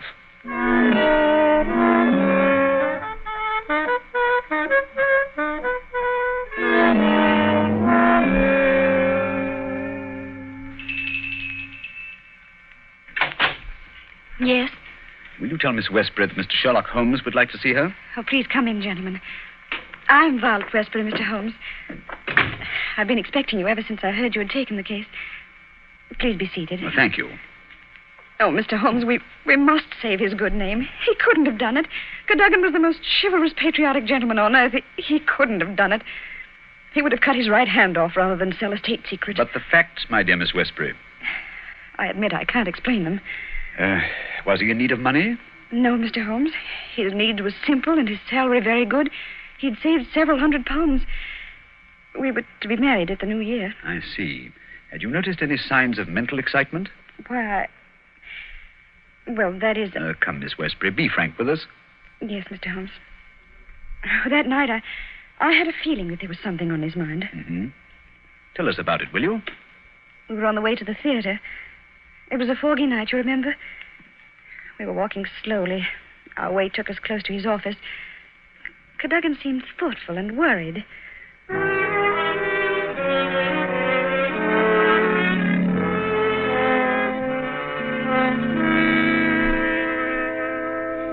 Darling, what's the matter? You haven't said a word for the last 5 minutes. Have I said or done something? Of course not, silly. It's just that I've got something on my mind. Oh, why not tell me about it? Perhaps I can help. It's no use, Vi. It's too serious for me to talk about, even to you.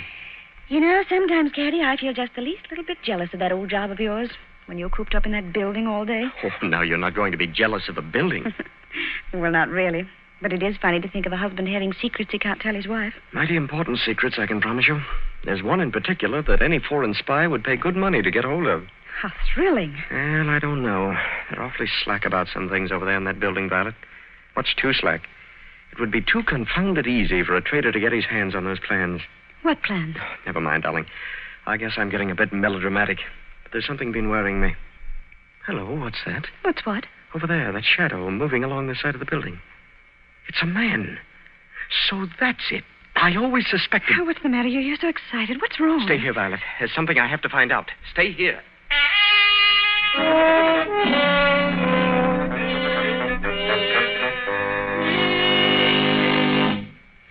I waited and waited, but he never returned. Oh, Mr. Holmes, if you could only save his honor, it meant so much to him. We shall do our best, Miss Westbury. This shadow, this man moving along the building. Did you see it, too? I think I did, Mr. Holmes. But the night was so foggy, I can't be sure. But there must have been a man. Another man. It couldn't have been Cadogan. Surely character goes for something. Let us hope so. Come along, Watson. We must return home. I'm expecting an answer to some telegrams I sent Mycroft earlier this afternoon. We've done enough for one day.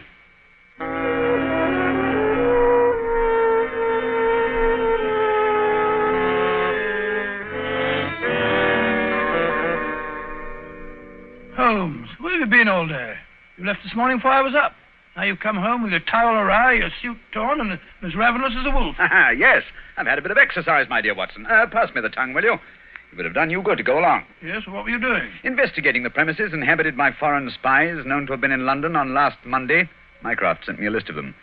Took a bit of doing, too. Climbing walls, breaking into cellars, prowling around rooftops. Well? I discovered there was only one residence which had the proper facilities for disposing of West's body after the murder. Well, whose residence was that? It belongs to a Hugo Oberstein. The address is 13 Caulfield Gardens, Kensington. The gentleman himself has departed for Europe. Gone, has he? And he took the plans with him. It's too late. Not necessarily, Watson. What can we do now? We're going to keep a rendezvous with the gentleman who stole and sold those plans. The assignation will take place at Mr. Oberstein's house this evening at 9. What the deuce are you talking about? These newspaper clippings. I found them in the drawer of Hugo Oberstein's desk. Read them. The Daily Telegraph agony column. The first one says, too complex for description, must have full report, terms agreed to, payable when goods delivered. Signed, Piero. Piero, indeed. Sounds like a Mardi Gras. Read on, Watson, read on. Second goes, matter presses, must withdraw offer unless contract completed. Piero again. And the last, dated Monday, the day the crime was committed. Monday night after 9, 2 taps, payment in hard cash. I say, do you think it was a submarine the plans that he was buying? I'm almost positive. And Piero was Oberstein himself. But we'll find out for certain this evening. I've invited the gentleman who sold the papers to meet us. How? I don't understand. Inserted this advertisement in today's Daily Telegraph. Tonight, same hour, same place, 2 taps, vitally important. Your own safety at stake. Signed, Piero, as usual. By George, if he answers that, we've got him. Unless we're too late. Come along, Watson. There's no time to lose. You can take this package for a change. I've been carrying it around all day. What's in it? Oh, just a jemmy, a dark lantern, a chisel, and a revolver. Nice equipment for a respectable citizen to be carrying about the streets of London, I must say. Yeah, you know, Watson, there are times when I suspect we aren't quite respectable.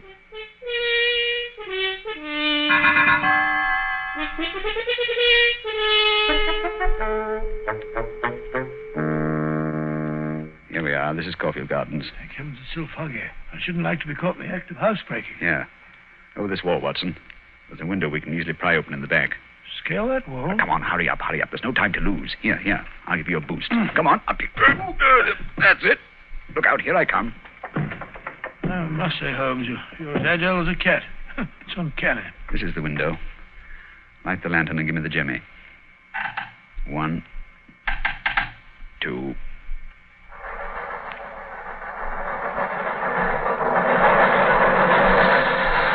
Holmes, the underground runs right past here, almost on the level of these windows. I could have reached out and touched it. Yes, quite convenient, wasn't it? It was here the body was placed on the roof of the train.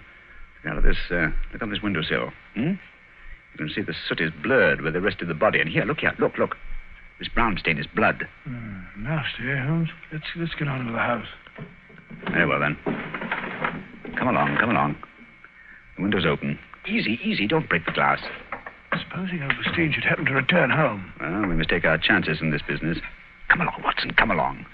Our visitor will expect to be let in by the front door.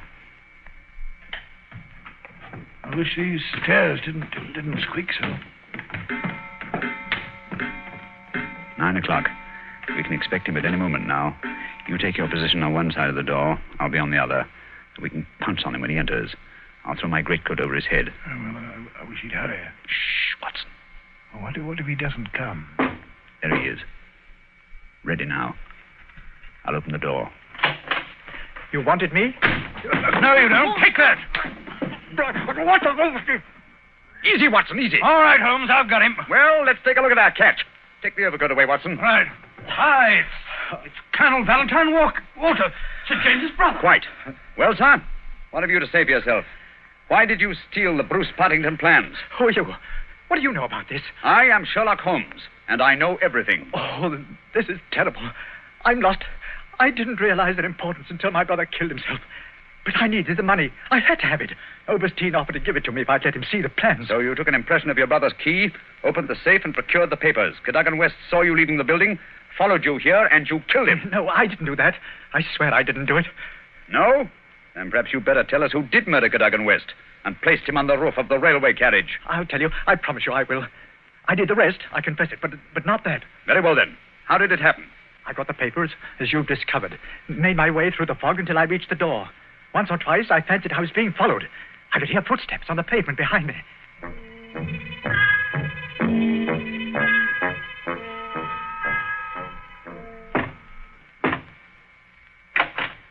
Colonel Walter? Yes? You have the papers? Yes. Let me in, quick.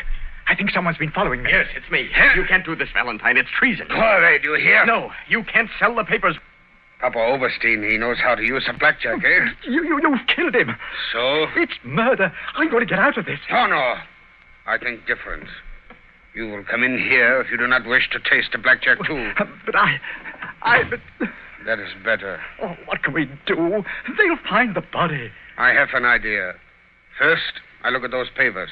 I take the ones I want, and the rest we put in the pocket of this foolish young man. And then we give him a nice ride on top of the underground train, no? He will be the guilty one. Who will ever know?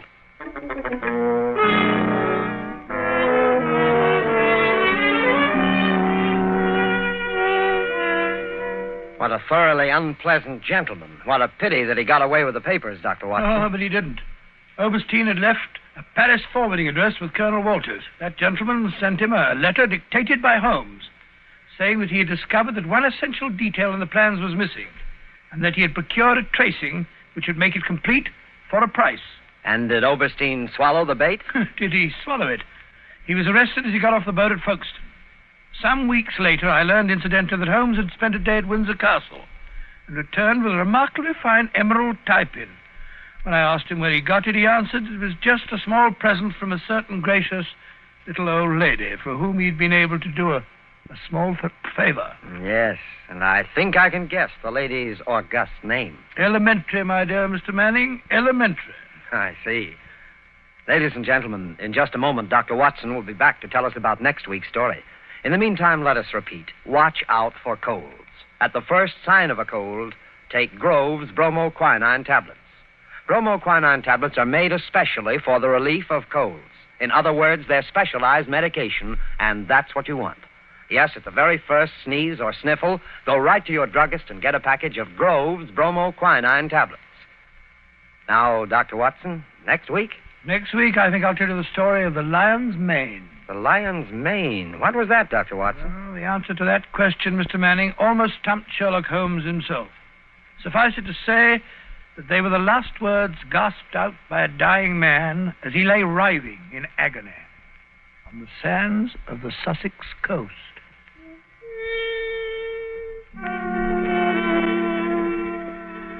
You have been listening to a Sherlock Holmes adventure, adapted from Sir Arthur Conan Doyle's story, The Bruce Partington Plans, with Basil Rathbone as Sherlock Holmes and Nigel Bruce as Dr. Watson. The dramatization was by Edith Miser. This program is presented from Hollywood every week at this same time by the makers of Grove's bromoquinine tablets. Quick relief for colds. This is Knox Manning speaking.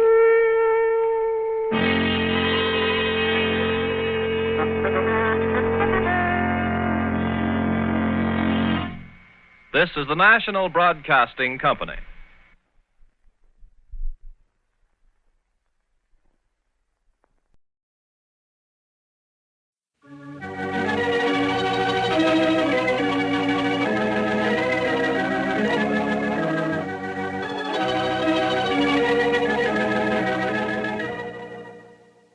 once again, it's time to walk down Baker Street with its swirling fog, its passing hansom cabs, and bustling London life. Hello, this is Ben Wright, welcoming you to 2 more new adventures of Sherlock Holmes, starring Basil Rathbone and Nigel Bruce. At the end of each broadcast, the announcer says, tonight's episode was written by Dennis Green and Anthony Boucher. Both men, although they are no longer with us, were married. Dennis Green's widow, Mary Green, lives in New York and is still active in theater and dance. And Phyllis White, Anthony Boucher's widow, lives in San Francisco and makes numerous guest appearances at mystery club gatherings and at the meetings of the Baker Street Irregulars. Well, tonight it is my pleasure to present Phyllis White, who will tell you a little about what her husband and Dennis Green did for the Sherlock Holmes radio series. Phyllis? I've been asked to give an account how it happened that my husband got involved with the Sherlock Holmes show. The way his career developed was not according to any underlying plan. Whenever he turned a corner and moved into a new field, it was brought about by chance. And this was a good example of that. He was at the time a mystery reviewer for the San Francisco Chronicle.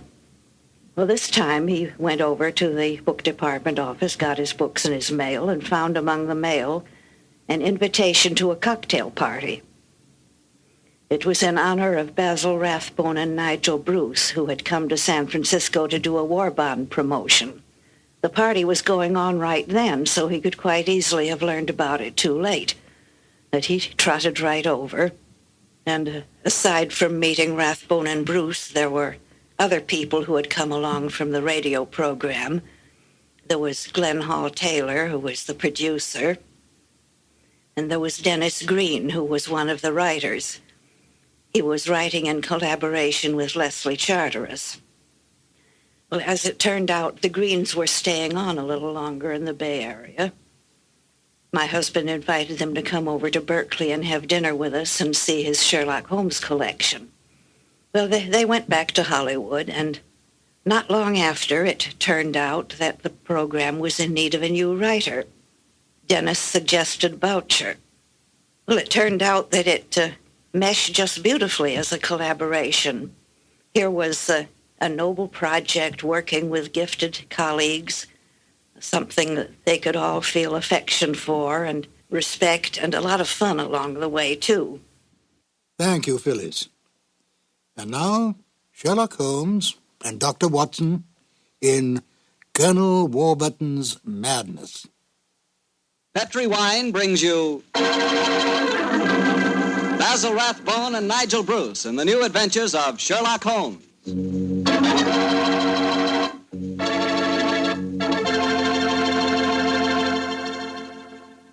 The Petri family, the family that took time to bring you good wine, invites you to listen to Dr. Watson as he tells us about another exciting adventure he shared with his old friend, that master detective, Sherlock Holmes. And you know what I wish I could share with you sometime? A bottle of Petri California sherry. Have you ever tasted Petri sherry? It's just perfect before dinner. Why, that Petri sherry can change the usual before-dinner lull into a special event, and that's a fact. Just look at the clear color of Petri sherry. It's a deep, rich amber, clear and cheerful-looking. And wait till you taste it. That's when you find out for sure just how good a wine can be. That's when you find out just what I mean when I say that the flavor of Petri sherry comes right from the heart of the grape. Try Petri sherry by itself, or with hors d'oeuvres or canopies or whatever you call those little cocktail sandwiches, and say, if you like your sherry dry, well then Petri California Pale Dry Sherry is the sherry for you. Just be sure the label says Petri, the proudest name in the history of American wines.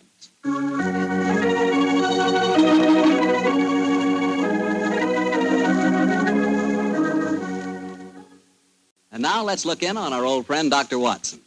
Doctor? I'm out here on the patio, Mr. Boucher. Come out and join me. Quiet, Winnie. Quiet. Down, Monty. I see the welcoming committee's here. Yes, little scoundrels. They begin to think they own this patio. Scoop them off the chair, Mr. Bartell, and settle yourself down. All right, off you go, boy. Off you go. Go on, off you go. That's it, my boy. As a matter of fact, it's rather appropriate that the puppies should be here tonight. As in the story that I'm going to tell you, a dog played a most prominent part. A dog? What kind of a dog, Doctor? No, my boy, don't get me anticipating my story. For once, I'm going to start at the beginning. Which was? On a summer morning in 1890, not long after my marriage. I'd gone back to my private practice, you know, and Sherlock Holmes was living alone in our old Baker Street rooms. You still saw him, I suppose. Indeed I did, Mr. Bartell. In fact, occasionally I even persuaded him to forego his bohemian habits so far as to visit my wife and me. But to get back to my story, I'd been exceptionally busy that summer. In consequence, was feeling rather, shall we say, nervy and run down. So much so that Mary, Mrs. Watson, persuaded me to take a fortnight's holiday. We went down to the charming little village of Taplow on the lower reaches of the River Thames. But, as so often happens, the best laid schemes of mice and men gang after glade. I guess the holiday backfired on you, Doctor, and you found yourself involved in a mystery? Maybe a mystery calling for the aid of your old friend Sherlock Holmes? Quite correct, Mr. Bartell. We'd only been down there a couple of days when the trouble began. In fact, the whole thing became so involved that I thought the best thing to do was to put the whole strange story in a letter to Sherlock Holmes. This I did. And I can imagine how he chuckled when he read my news. Dear old Watson. Seems to be a little out of his depth. My dear Holmes, I need your help. Or at least your advice. 2 days down here, and I've become involved in a most unusual problem. It began this morning when Mary and I were out for an after-breakfast stroll. The sun was shining, the birds were singing, and there seemed every indication of it being a happy and You know, Mary, I've always thought up to now that balmy was rather a silly word. I still do, John, dear. Nevertheless, it's the only possible word that describes a day like this adequately. Very well, dear, it's balmy. Personally, I'm so happy to see you relaxing that I don't care what the weather's like. You've been working much too hard. Yes, it's been a busy year. Yes, and last year Sherlock Holmes monopolized most of your time. At least I've got you to myself for once. You dear little thing, you've always been rather jealous of my association with Holmes, haven't you? Not jealous, dear, but I must confess his influence on you wasn't entirely for the good. He had a habit of keeping you out all night. Well, you should be used to that, dear. After all, it happens often enough in my practice. True, John, but on those occasions I know where you are and don't worry about you. And again, you've copied so many of Mr. Holmes' eccentricities. Keeping your tobacco in a Persian slipper, for instance. And, oh, John, look down. Look, do you see that woman walking across the field towards us? Yes, what's the matter? Do you know her? I'm not sure, but I think it's Ellen Warburton. I believe she does live somewhere near here. And who is Ellen Warburton? An old friend of mine. She's frightfully clever and advanced. She's interested in women's suffrage and all sorts of things. Oh, sounds dreadful. Imagine giving women the right to vote. Their place is in the home. It is Ellen. Ellen Warburton. Oh, how are you? Mary Watson. How very nice to see you again. I'm Mary Watson now. This is my husband. How do you do, Miss Warburton? How do you? How do you do? Mary, I'd heard that you'd married. Aren't you a medical detective or something, Mr. Watson? Not quite, dear. I hold the degree of Doctor of Medicine from the University of London, madam. But he's helped the great Sherlock Holmes on many of his cases. That's how I've heard of him, then. Do you mind if I walk with you a little way? Of course not, Ellen. Come along. Do you live near here, Miss Warburton? About 4 miles away, Doctor, at Chevy Grange. I'm a glorified housekeeper for my uncle, Colonel Warburton. Oh, dear, that sounds rather dull for you. As a matter of fact, the state of my uncle's health at the present moment makes it anything but dull for me. That's why I asked if I might walk with you for a way. Well, what's the matter with him, Ellen? He's going mad. Before my eyes. And I can do nothing to help him. Mad? Oh, come now, Miss Warburton, surely you... Doctor, I'm not an hysterical girl. In fact, I regard myself as something of a scientist. I studied physics for a number of years at Bristol University. And I tell you that my uncle is going insane. What are the symptoms? Most of the time, he's perfectly normal. But when these attacks are on him, he gets in the most frightful rages and says the strangest things. He's even complained of hearing a shrill, piping whistle that comes out of nowhere. I can't hear it, nor can anyone else. But Uncle gets into the most dreadful state. I wonder, would you have a look at him for me, Dr. Watson? Well, I don't Of hardly course, feel... John will do everything he can. Thank you so much. Then supposing you both come over... So, my dear Holmes, at 7 o'clock this evening, we found ourselves approaching Chevy Grange. It was rather a forbidding-looking place, covering a little more than an acre, I should say. As we stood waiting for admittance, I must confess that I was not entirely... Gloomy-looking place, isn't it, Mary? It is a little forbidding, John, dear. Oh, dear. What's that? Sounds like a tom-tom. Someone singing a weird chant. Seems to be coming from the direction of that barn over there. It doesn't seem quite appropriate, dear, does it? I mean, not in the heart of Buckinghamshire.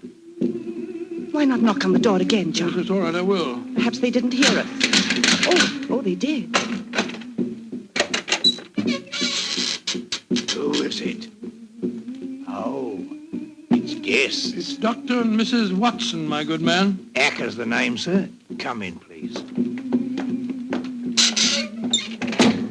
The Colonel's expecting you, sir. He's in the study. This way, sir.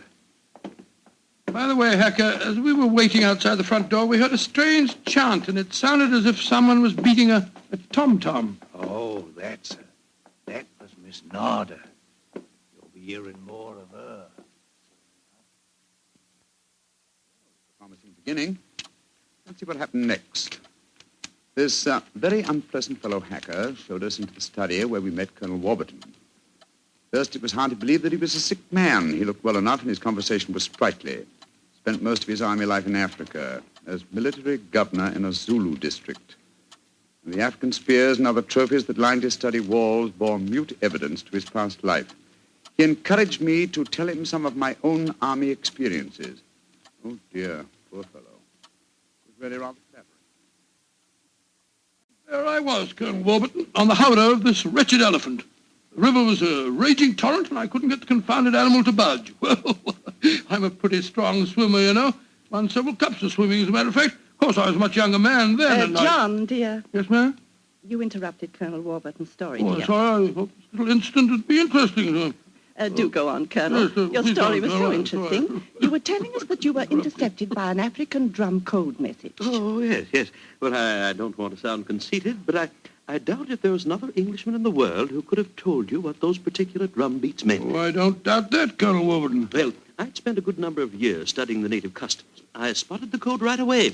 It meant that an uprising was planned to start throughout the whole province at noon the next day. Of course, there it is again. The devilish whistle. Can you hear it, Dr. Watson? Mrs. Watson? I can hear nothing, sir. Nor can I. Of course not. No one can hear it but me. Now, Colonel Warburton, don't get so excited, It's sir. black magic, that's what it is. Oh, really, sir, black you magic. must realize that the powers of jungle witchcraft are completely unknown in this country, Dr. Watson. But I know of them, and I can think of many people who might wish to employ them against me. Come in. Oh, it's you, Nada. Great Scott, she's... She's very beautiful. Nada, I want you to meet some friends of Ellen's, Dr. and Mrs. Watson. I am very pleased to meet both of you. How do you do? How do you do, Miss Nada? Nada's father was a Chagajula, one of the greatest Zulu chieftains I ever had the privilege of knowing. He did me the rare honor to swear blood brotherhood. So when the missionary sent Nada to England to complete her education, I insisted that she spend her first few months here under my wing. Listen. What is it, Colonel? That whistle again. For heaven's sake, say that you heard it this time. Please say that you did. I didn't hear a thing, sir. Well, I did, and I know where that sound came from. Now, put down that spear at once, will you, Colonel Warburton? The devils are trying to kill me. I'll kill them first. No, don't throw it, sir, don't throw it. Someone's opening the door. Uncle! It's Ellen. Great Scott, the spear missed her by an inch. Uncle, what is it? Whistle. I heard it again, Ellen. And I'm going to find where it came from. Poor Uncle. Of course, you heard no sound. Nothing, Ellen. What can we do to help him, Dr. Watson? Well, it's hard to say, Miss Warburton. I'm not sure that medical help's what she needs.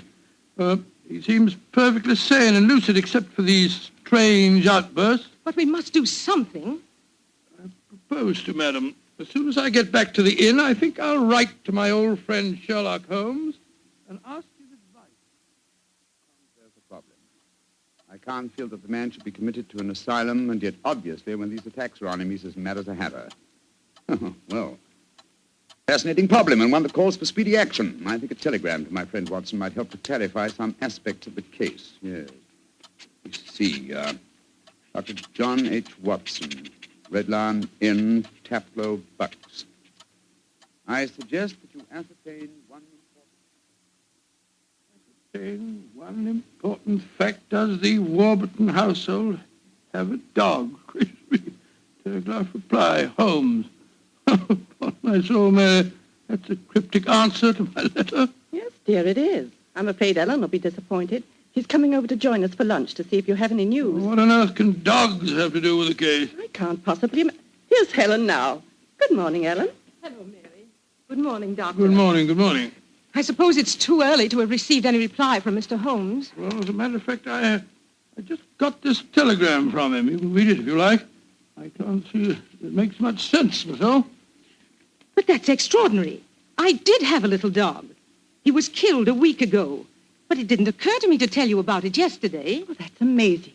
How could Mr. Holmes have known about it? It's very little that Holmes doesn't know, my dear.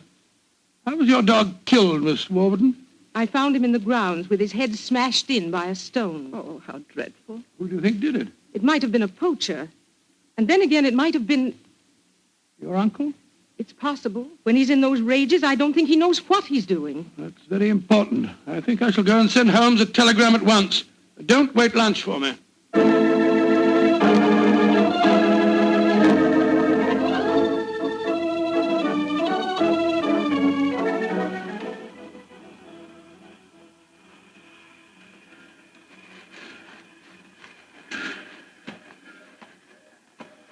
Why did we have to walk over to the station, John, dear? To see if there was an answer at the station telegraph office to the wire that I sent Holmes. Oh, but it's only 4:30, dear. It's hardly possible for him to have answered as quickly as that.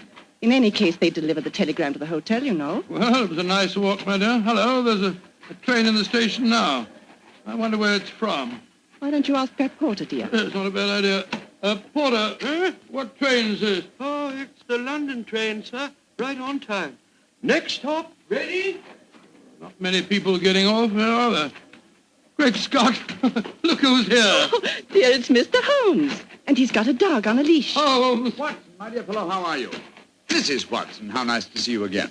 Thank you, Mr. Holmes. I'm delighted you're here, old fellow. We walked over to the station to see if you'd answered my telegram, and here you are in person. It occurred to me that I could be down here in the same time that it would take a telegram to reach you. And I decided that a day or two in the country would make a pleasant change, apart from the fact that Colonel Warburton's problem interests me enormously. Why on earth did you bring a dog? I felt that this was a case in which a dog would be of invaluable assistance. Oh, be careful, John. Yes, look out, old chap. I think it would be safer not to pat him. I picked him up on the Mile End Road for a couple of florins, and I fear he's a dog that should have remained in London.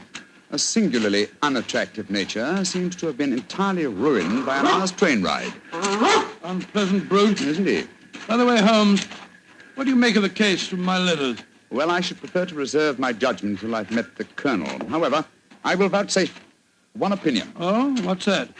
To paraphrase a proverb, don't disbelieve all you don't hear.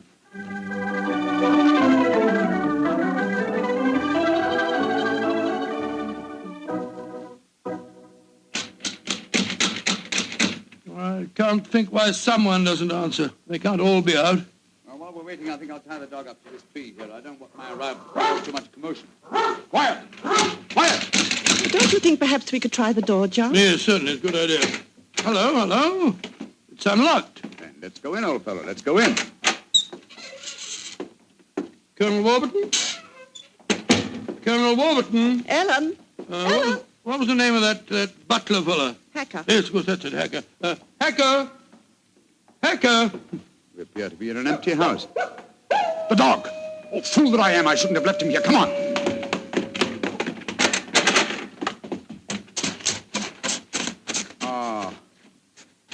We're too late. Oh, the poor dog. He's been killed. Yes, poor brute. Stabbed to death by one of the Colonel's spears. That proves it, Holmes. The man is mad. I think not, Watson. I think it proves that Colonel Warburton is a great deal more sane than some of the members of his household.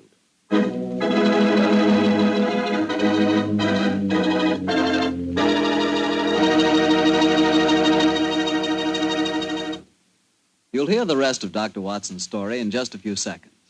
Time for me to remind you that there's one secret every smart woman knows. Simply, good wine makes good food taste better. And by good wine, naturally, I mean Petri wine. Try a Petri wine with your dinner. If you want a wonderful red wine, try Petri California Burgundy. If you want a perfect white wine, try Petri California Sauterne. In fact, try them both. You'll agree, I'm sure, that next to your good cooking, nothing can do more for a meal than a glass of good wine. A glass of Petri wine.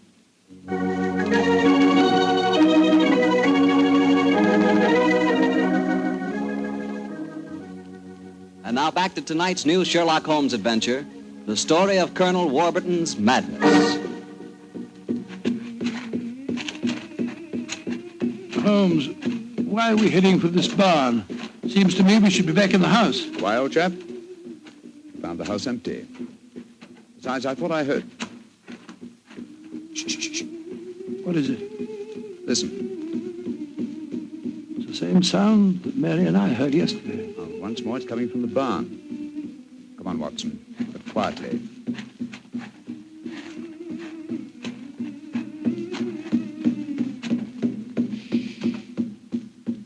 We can see through this window here. It's that Zulu girl, Nada. She's beating a drum and chanting. Who's the man with her? It's Colonel Warburton. No, it isn't. It's that servant fellow, Hacker. What in thunder is he doing here? Apparently assisting Miss Nada in some of her African mysticism. It's black magic they're dabbling with, just as the Colonel said. Let's go in and catch them red-handed. No. Stay quiet. We'll talk to them soon enough. The moment I feel it's much more urgent that we find Colonel Warburton. Come on.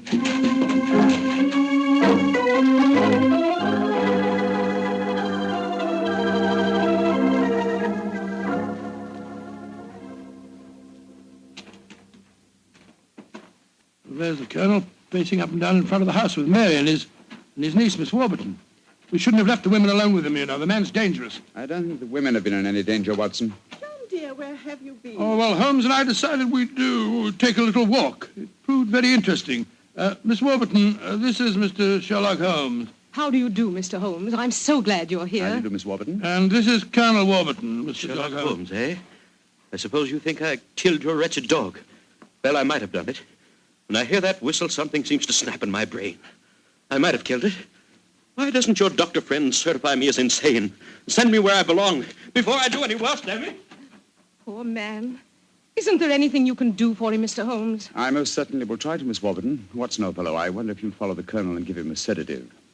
I'm afraid he has quite an ordeal before him. Of course I will, Holmes. Miss Warburton, where were you when my dog was killed? Down in the greenhouse. As soon as I heard the poor animal yelping, I ran up to the house. I see. Mr. Holmes, you are going to be able to help the Colonel, aren't you? I'm convinced of it, Mrs. Watson. That is why I brought a dog with me from London. But now that he's dead, I must obtain another one before I can proceed further with the case. Now, I wonder where on earth I can find a dog. Look. Huh? Down by the gate. There's a little girl walking with the dog. That's Sarah Entwistle, the daughter of our neighbors. Sarah, eh? Oh, excuse me, will you? Just a moment. Sarah! Sarah! Yes? Oh, Sarah. Sarah, my dear, what a pretty dog you have there. What's his name? It's a her. Her name's Boojum. What's your name? Holmes. Sherlock Holmes. Sherlock? That's a funny name. Yes, it is, isn't it? Look here, Sarah. Here's a nice, shiny half-crown for you. Why are you giving me money? Well, because I love dogs, and I want to borrow, what did you call him? Boojum. Boojum, oh, yes. I want to borrow Boojum for half an hour. Why? Well, I want to play with her, Sarah. You can play with her here. She's awfully friendly. Well, you see, I really want to take her for a nice walk. Why? She's just had one. Now, look here, Sarah. It's a beautifully shiny half-crown. Mommy's told me I mustn't take money from strangers. But I'm not a stranger. I'm a friend of Colonel Warburton. Having trouble, Mr. Holmes? Yes, I am, Mrs. Watson. You see, I want to give Sarah half a crown for borrowing Boojum for a short while, but she doesn't want to do it. Sarah, does Boojum like bones? Oh, yes. Loves them. We've got a lot of bones up at the house we'd like to give her. Have they got plenty of meat on them? Plenty. She can have a wonderful feast, and then we'll bring her back in half an hour. All right. Go on, Boojum. Now, promise you'll bring her back in half an hour. We promise. Yes, Sarah. And Sarah, what about the half-crown? Well, I'll take it home and ask Mummy if I may keep it. Good. Goodbye. Goodbye. And take care of Boojum. Oh, she's a sweet little girl. Mr. Holmes, you're not going to expose Boojum to any danger, are you? None, Mrs. Watson. Otherwise, I shouldn't have borrowed her. I'm convinced that Boojum will give us the clue to what appears to be Colonel Warburton's madness.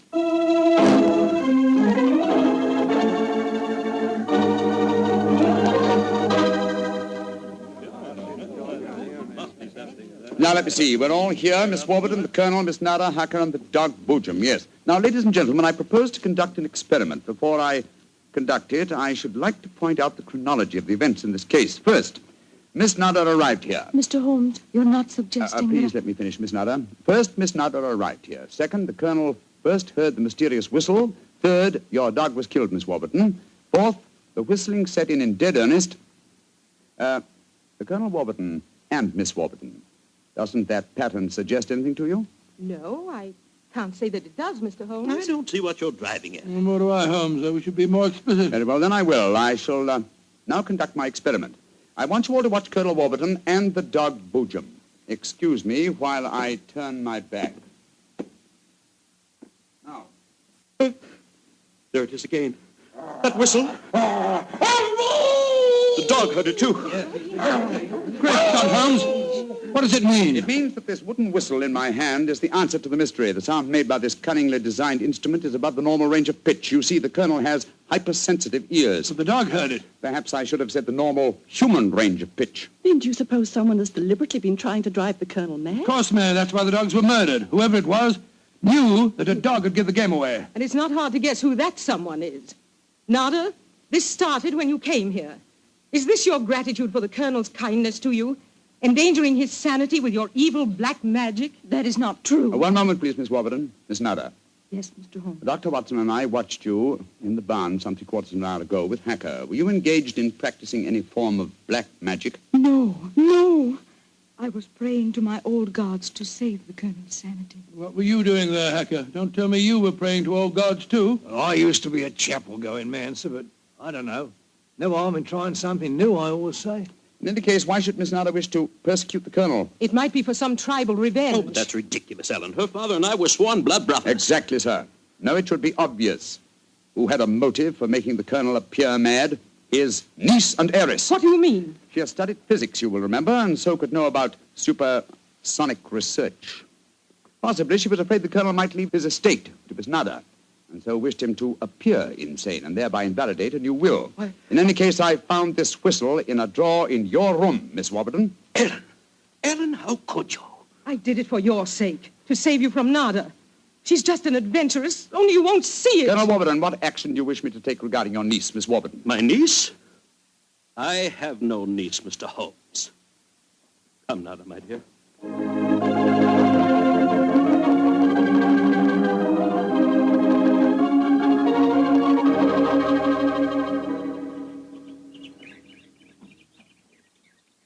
Oh, what an amazing case, Holmes. Mary, wasn't it clever the way Holmes solved it? It was very interesting, dear. I was quite enthralled. Oh, now I think I shall return to London and let you two finish your holiday in peace. Before you do that, Mr. Holmes, there's one thing we should do. What, Mary? Boojum. We promised, you know. Oh, yes, of course. I think the three of us might walk her home. But before we do that, I suggest we rummage through the kitchen. The kitchen? What on earth for? Bones, dear. Exactly. And bones with plenty of meat on them.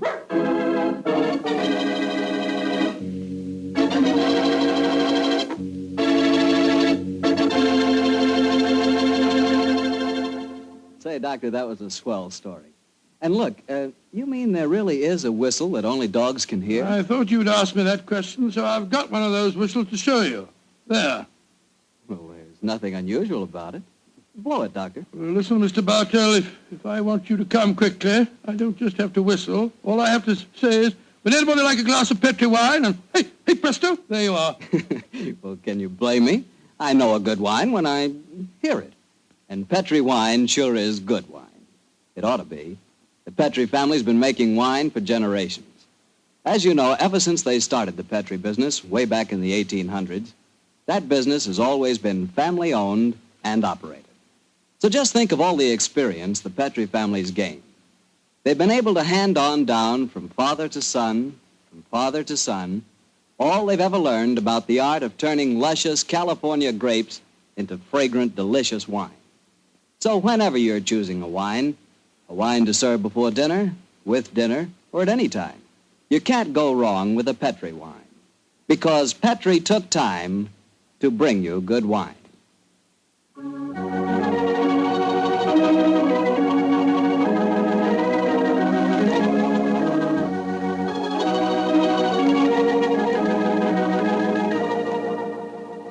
Tonight's Sherlock Holmes adventure is written by Dennis Green and Anthony Boucher and is based on an incident in the Sir Arthur Conan Doyle story, The Engineer's Thumb. Mr. Rathbone appears through the courtesy of Metro-Goldwyn-Mayer and Mr. Bruce through the courtesy of Universal Pictures, where they are now starring in the Sherlock Holmes series.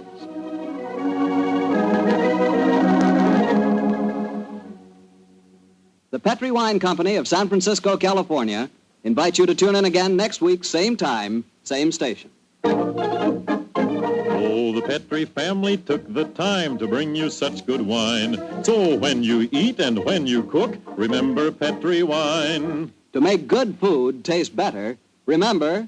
Petrie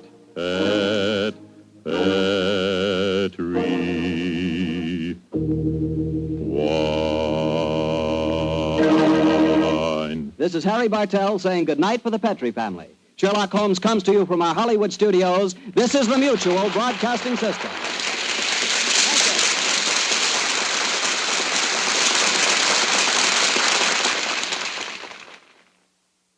I remember one instance when the culprit was not Willie. It was really Dennis's fault. He'd been naughty about putting an in-joke in the script. Holmes and Watson had to meet someone at a hotel, and he gave the hotel a name which was recognized by all the former denizens of London as that of a house of ill repute.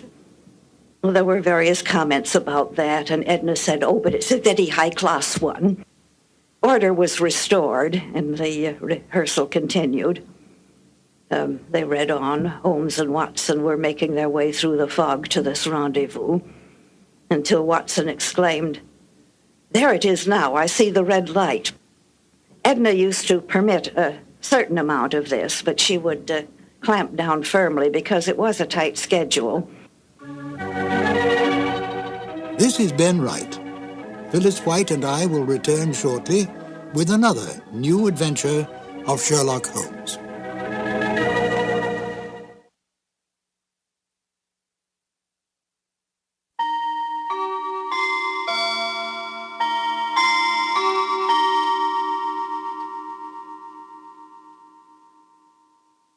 We return again to Phyllis White, who has some more delightful information about the Sherlock Holmes radio broadcasts.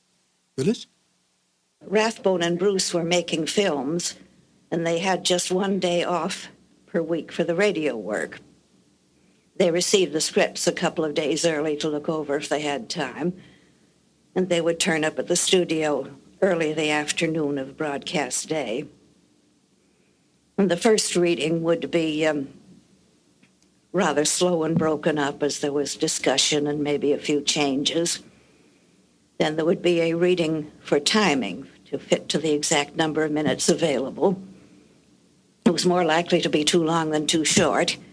And Edna would flip over a few pages and knock out a couple of words here and a couple on another page, and it would miraculously come out exact to the minute.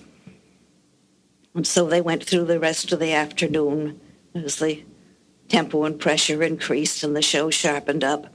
At the end of the afternoon, they went on the air for the eastern United States. Then there was a couple of hours break, and everybody would go out to dinner. Then they would come back and do it all over again for the West Coast. I feel very thankful now that these live and ephemeral shows were captured on disc and that they could now reach a new audience. Now, please join Phyllis and I as we listen to The Iron Box. This episode from the life of Sherlock Holmes will be transmitted to our men and women overseas by short wave and through the worldwide facilities of the Armed Forces Radio Service. Petri Wine brings you Basil Rathbone and Nigel Bruce in the new adventures of Sherlock Holmes.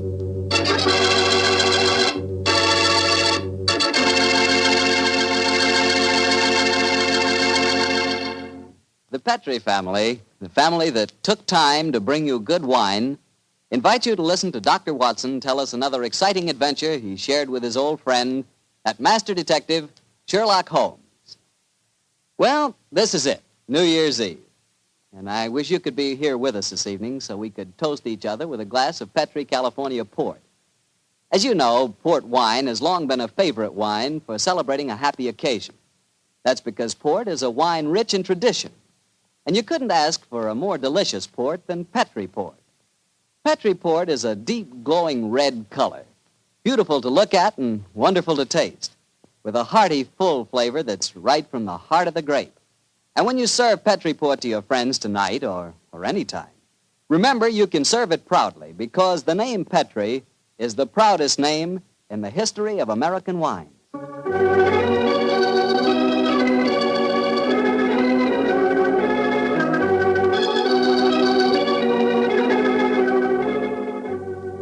And now I'm sure Dr. Watson's waiting for us, so let's drop in and see him. As evening approaches, a thick London fog moves quietly across the still waters of the Thames River, spreading along the cobblestone streets, covering the familiar landscape of the city. In Baker Street, the lodgings of 221B are empty, for Sherlock Holmes and Dr. Watson have left long ago on another case of murder.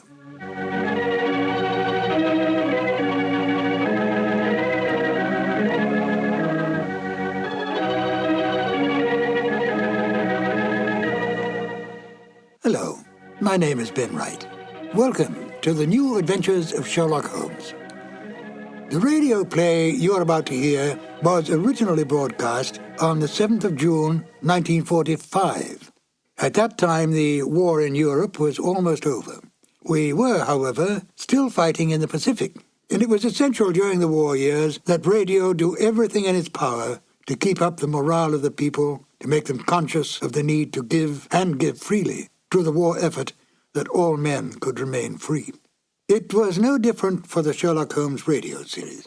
Unlike the Sherlock Holmes movies of the time, the radio series was not set during the war, but retained its original time frame of Victorian England. How then to enlist this popular series to bring across a message in wartime? Although Holmes and Watson had long retired, it was possible to involve them in, if not the Second World War, at least the First World War. For they would have been very much alive then. The Victorian era was just about gone when the First Great War broke out. In fact, the war effectively killed it. But thanks to the cleverness of Dennis Green and Anthony Boucher, Sherlock Holmes and Dr. Watson could once again come to the aid of their country. The broadcast of In Flanders Fields was made part of a war bond rally in order to raise money to continue the fight against the enemy in the Pacific. I think it's an interesting note that Dennis Green and Anthony Boucher met at an earlier and similar war bond rally a few years earlier. It was a stroke of luck, for the two became not only good friends, but wrote some of the best of the new Sherlock Holmes adventures. Oh yes, before we get to the show, do take careful note of Nigel Bruce's final statements at the end of the broadcast. Selling war bonds may be an amusing and quaint idea today, but during those rather dark days, it really was an important issue. And now, Sherlock Holmes and Dr. Watson in the radio drama In Flanders Fields. This episode from the life of Sherlock Holmes will be transmitted to our men and women overseas by short wave and through the worldwide facilities of the Armed Forces Radio Service. From the stage of the Paramount Theater in Hollywood, Petri Wine brings you Basil Rathbone and Nigel Bruce in the new adventures of Sherlock Holmes.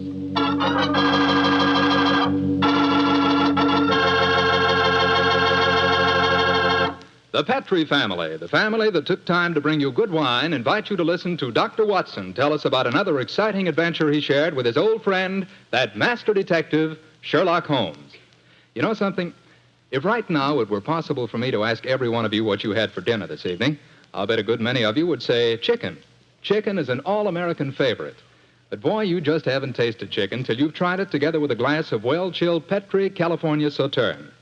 Petri Sauterne is a perfect mealtime wine, just made to go with chicken. That Petri Sauterne is a white wine, delicate in color, and what a flavor. A flavor that comes right from the heart of luscious, sun-ripened grapes. You can just taste those wonderful grapes. And I'll tell you something, that Petri Sauterne is pretty much on the terrific side when served with fish or any kind of seafood, too, and that's a fact. But say, whenever you serve that Petri Sauterne, remember you can serve it proudly, because the name Petri is the proudest name in the history of American wines.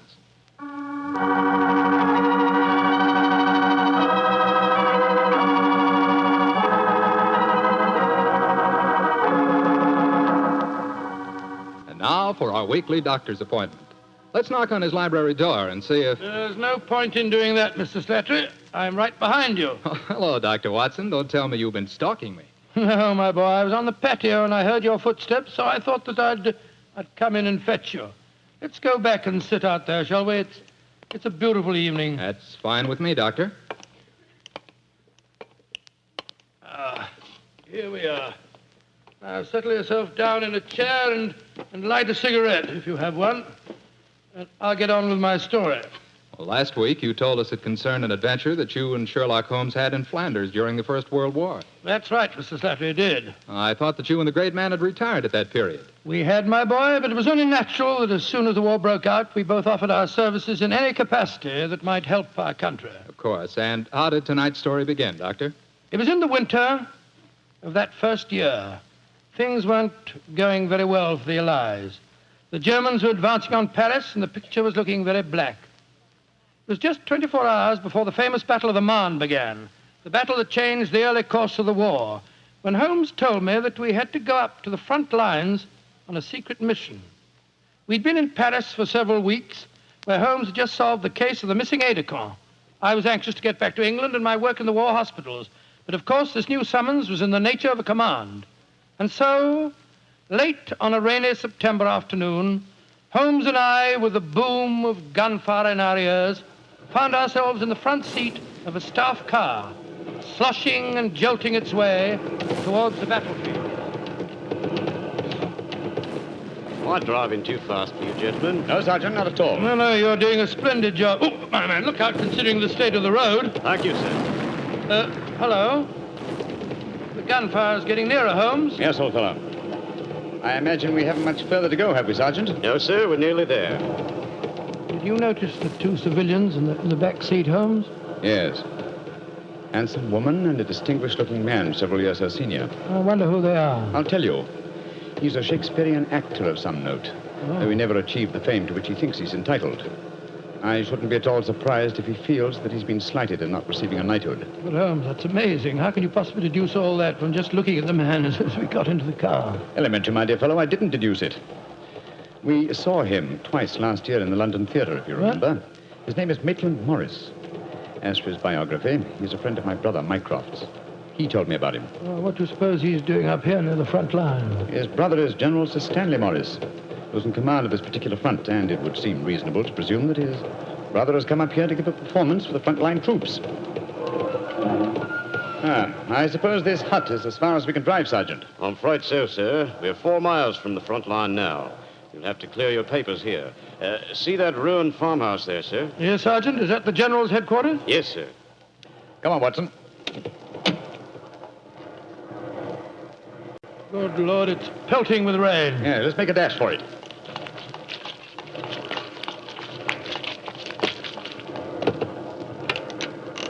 Oh, who goes there? Friend. Give the password. St. Crispin. Pass, friends, and show your papers. How did you know the password, Holmes? I was given it before we left Paris, old chap. Oh, Sherlock Holmes and Dr. Watson, isn't it? Yes, Captain. I'm Captain Maxwell, General Morris's aide-de-camp. He asked me to escort you up to his headquarters. By the way, weren't Maitland Morris and his wife in the car with you? Yes, they're just behind us. Oh, splendid. I'm afraid I'll have to ask to see your papers. Yes, of course. Here's my permit, Captain Maxwell. Thank you. I know you both, of course, but we can't afford to take any chances when they're this close to the enemy lines. Let's see. Oh, yes, that's fine, Doctor. Everything's in order. All right, yours, please, Mr. Holmes. Here you are. Thanks. Oh, who goes there? Friend. There's the rest of your party now. Oh, good. This is quite in order, Mr. Holmes. Show your papers. Oh, there you are, Captain Oh, Maxwell. hello, sir. Hello, Mrs. Morris. How are you, Captain Maxwell? Well, you've both met Mr. Sherlock Holmes and Dr. Watson, I suppose? Well, no, we haven't, even though we drove up in the same car. Natural reserve of us Britishers, I suppose. How are you, Mr. Holmes? How do you do, sir? I know your brother Mycroft very well. How are you, Doctor? I'm glad to meet you, Mr. Morris. I saw you a couple of times in the theatre last year and enjoyed your performances very much. Oh, thank you, sir. Oh, then you must know my wife, my leading lady. How do you do, gentlemen? How do you do, Mr. Morris? Can I see your papers, Mr. Morris? Just a matter of form. You understand. Yes, of course. Mrs. Morris, I presume you and your husband are going to give a performance tonight for the men going up the front line. Yes, Doctor. We're very flattered. They've asked us to do some Shakespearean scenes. Oh, yes. Although I should have thought something a little lighter would have been more appropriate. The General, he's Maitland's brother, you know, seemed to think differently. Well, my dear, show Captain Maxwell your papers. Then we can all go along and see my brother Stanley. Very well, Maitland. Mr. Morris, I shall look forward to hearing your reading of Shakespeare's St. Crispin's speech from Henry V tonight. Well, bless my soul, Holmes. How did you know I was planning to do it? Well, the setting is so perfect and the time so appropriate, I can't conceive an English actor who could resist the temptation. Oh. I noticed that your brother appreciated the fact in naming today's password. Yes, it's amazingly appropriate. You know, it's almost 500 years ago to the day that the Battle of Agincourt took place. Well, let's hope that the results of the forthcoming battle will be equally successful for England. Yes, indeed. Oh, by the way, Holmes, this will probably seem rather silly to you, but I'm an inveterate autograph collector, and I have my book here with me. I wonder if you'd mind signing. I should be very glad to, Mr. Morris. Give me a pen, will you, Watson? Here we are, Holmes.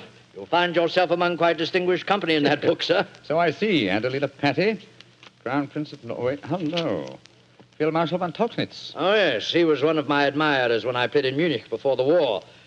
I suppose now that our countries are fighting, I should tear that page out. You know, I cannot help but feel that art and the appreciation of art are independent of national hatred. Quite so, sir. I myself still have a medal presented to me by the University of Leipzig for some trifling services. There you are, Mr. Morris. Oh, thank you very much, Mr. Holmes. A notable addition to my collection. I shall be very glad to sign your book for you, Mr. Morris, if you'd like me to. That's very kind of you, Doctor. Oh, Captain Maxwell, if our permits are all in order, don't you think we should be moving along? Just what I was going to suggest myself. I'll take you all straight over to General Morris's headquarters.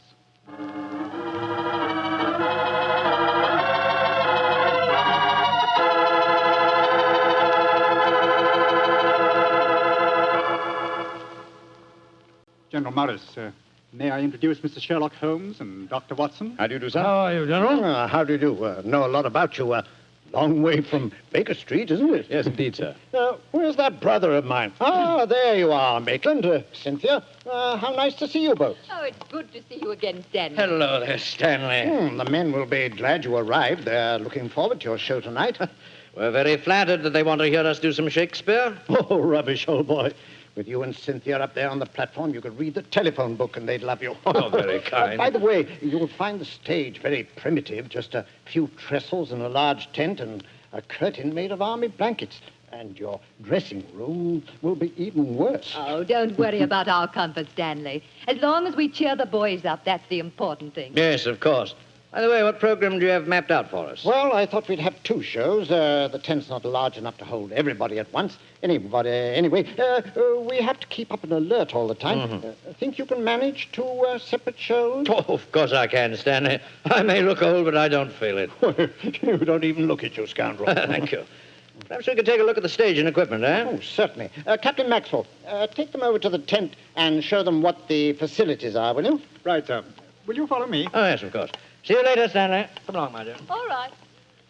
I'm glad you're here, Holmes. I'm sure I can speak quite freely in front of Dr. Watson. Oh, yes, with perfect freedom, sir. He's my colleague, and he's an old army man himself. Really? What regiment, Doctor? 5th Northumberland Fusiliers, sir. Later attached to the Berkshires in Afghanistan and wounded in the Battle of Mainwan. Really? Then I'm sure I can speak freely in front of you. Holmes, you know why you're up here so near the front line, don't you? I have a very shrewd suspicion, sir. Yeah, I thought you had. That's why I asked for you to be sent here.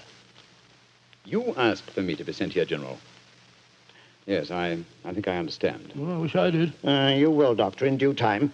In the meanwhile, gentlemen, I'll have an orderly show you to your quarters. Thank you, sir. And, Holmes, take a look around, will you, and keep your ears open. We're comparatively a little distance from the German front lines, and yet there's a very puzzling silence just now. Yes, I noticed that, sir. And half an hour ago, on our way up, there's quite a lot of shelling. Exactly.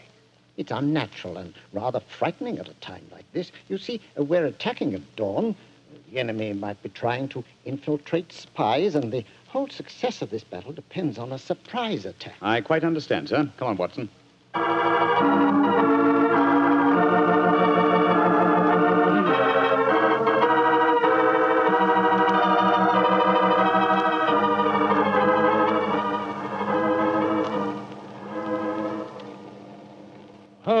Holmes, the first performance starts in a few minutes, you know. They're all there waiting.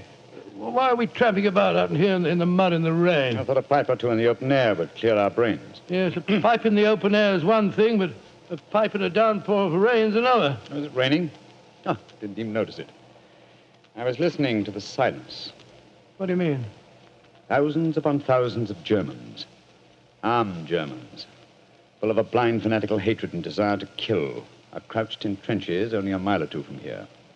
Surrounding us are an equal number of English boys, also armed, and with a will, if not the desire, to fight, because they know their cause is the cause of freedom and justice.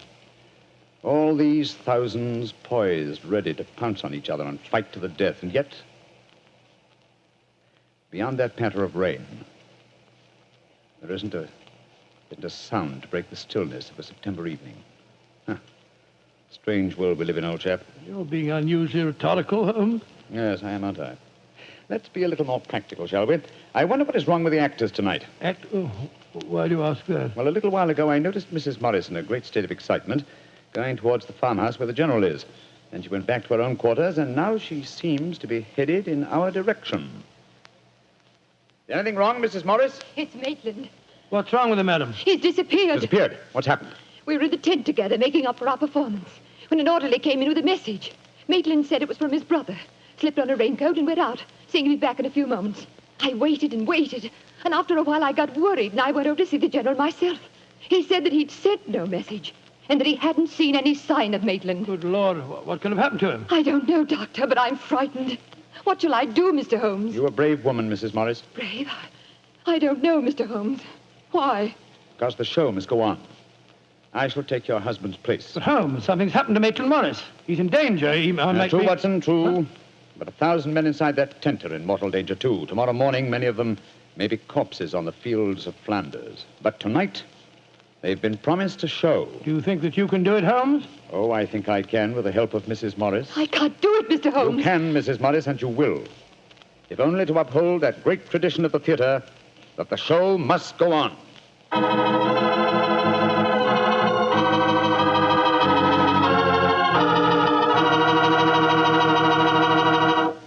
We'll hear the rest of Dr. Watson's story in just a few seconds.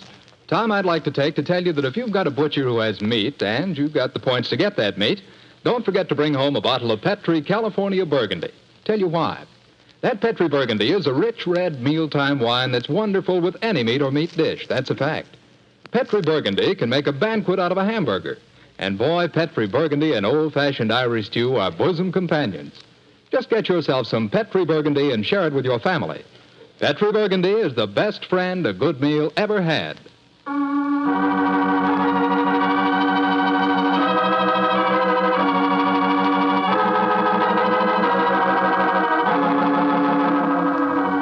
And now, back to tonight's new Sherlock Holmes adventure. It is just before the Battle of the Marne in the First World War, and Sherlock Holmes and Dr. Watson are at headquarters a few miles behind the front-line trenches. A famous Shakespearean actor who was to give a performance for the troops has mysteriously disappeared, and the great detective has taken his place at the last minute. As we rejoin our story, Sherlock Holmes, alone on the improvised stage, is delivering a Shakespearean speech before a spellbound audience. This happy breed of men, this little world, this precious stone set in a silver sea, which serves it in the office of a wall or as a moat defensive to a house against the envy of less happier lands. This blessed plot, this earth, this realm, this England.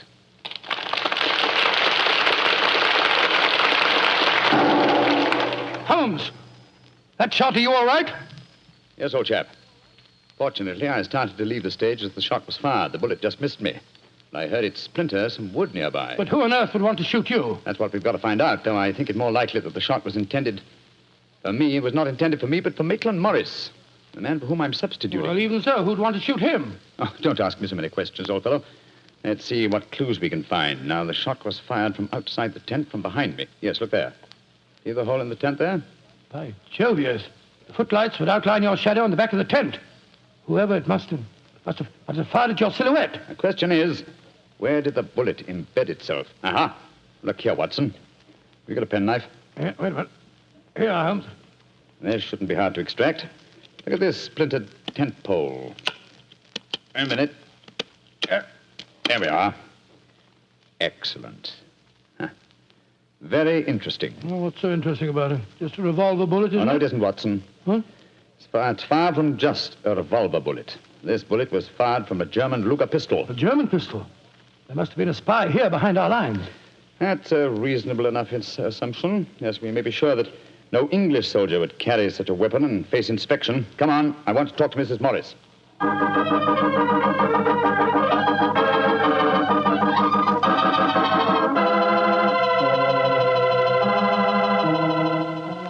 Mrs. Morris, I want you to be very frank with me. But of course, Mr. Holmes. You know why your husband's missing, don't you? No, I don't. Have you found out anything? Come, madam. Why keep up this pretense any longer? I know that your husband is a spy, or at least a great sympathizer with the German cause. The general's brother a spy? Good Lord. How dare you say that? Because it's true. The Foreign Office have been suspicious of his sympathies for some time. His own brother knew it. That's why he asked to have me sent up here to keep an eye on him during his visit. It is true. Why should I keep up the pretense any longer? You see, Maitland was a disciple of Stuart Houston Chamberlain. Oh, who was this Stuart Houston Chamberlain? An Englishman who married one of Richard Wagner's daughters and became a German citizen, and an arch-enemy of England. I tried to dissuade Maitland. I implored him to consider his British heritage, his brother's name and mine. But Maitland was a strange man. His life was one of frustration and envy. Envy of his brother, I suppose? Yes. When Stanley was knighted, it hurt Maitland terribly. He said it was typical that the English would knight a soldier and yet leave a great artist like himself unrecognized. That in Berlin, they really understood and rewarded the artist. Well, if the authorities knew that, it's amazing they allowed him to come so close to the front lines at a time like this. Oh, it was at the general's request. He wanted to plead with my husband to warn him that his secret was known. And now Maitland's gone over to the German lines. Oh, it's terrible. It's worse than that. It's disastrous. He can give them information as to the strength of our troops here. He knows the password. He might even know the hour the attack is timed to start. How did your husband expect to enter the German lines in safety, Mrs. Morris? He speaks fluent German, Mr. Holmes. I fancy the autograph book he was carrying, containing the signature of Field Marshal von Tauchnitz, was in reality his pass through the German lines. You've told the general that his brother was gone, of course. I haven't been able to. He moved up to the front line position immediately after the first performance, though I had warned him what I thought Maitland was planning to do. I think he intended to give his performance first, then cross the lines immediately afterwards. But something must have made him change his mind. Perhaps he suspected I'd warned the general. Anyhow, as you know, when I got back to our quarters, he'd gone. Did he leave any note, madam? Yes, he did. Here it is. Thank you. I have gone, my dear. Try and understand and forgive if you can. You wouldn't come with me, and so I'm taking what is left of my heart and my hopes where they belong, among the friends that understand and appreciate me. It is something stronger than love and blood and country that makes me do this. It is something dearer to me than life itself. Dearer to me than life itself. Oh, how could he? How could he? The shame of this will kill poor Stanley. Mr. Holmes, will you break the news to him? I know it's cowardly of me, but I just can't tell him myself. Don't worry, Mrs. Morris. I'll tell him. Dr. Watson and I will ask Captain Maxwell to escort us to the General's frontline headquarters. In the meantime, try and keep calm. We'll tell him.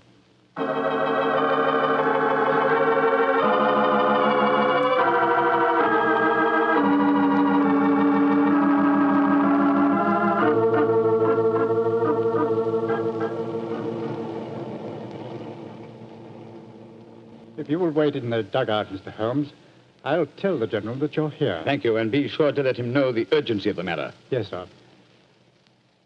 Holmes, this is a dreadful business. Yes, it is, Watson.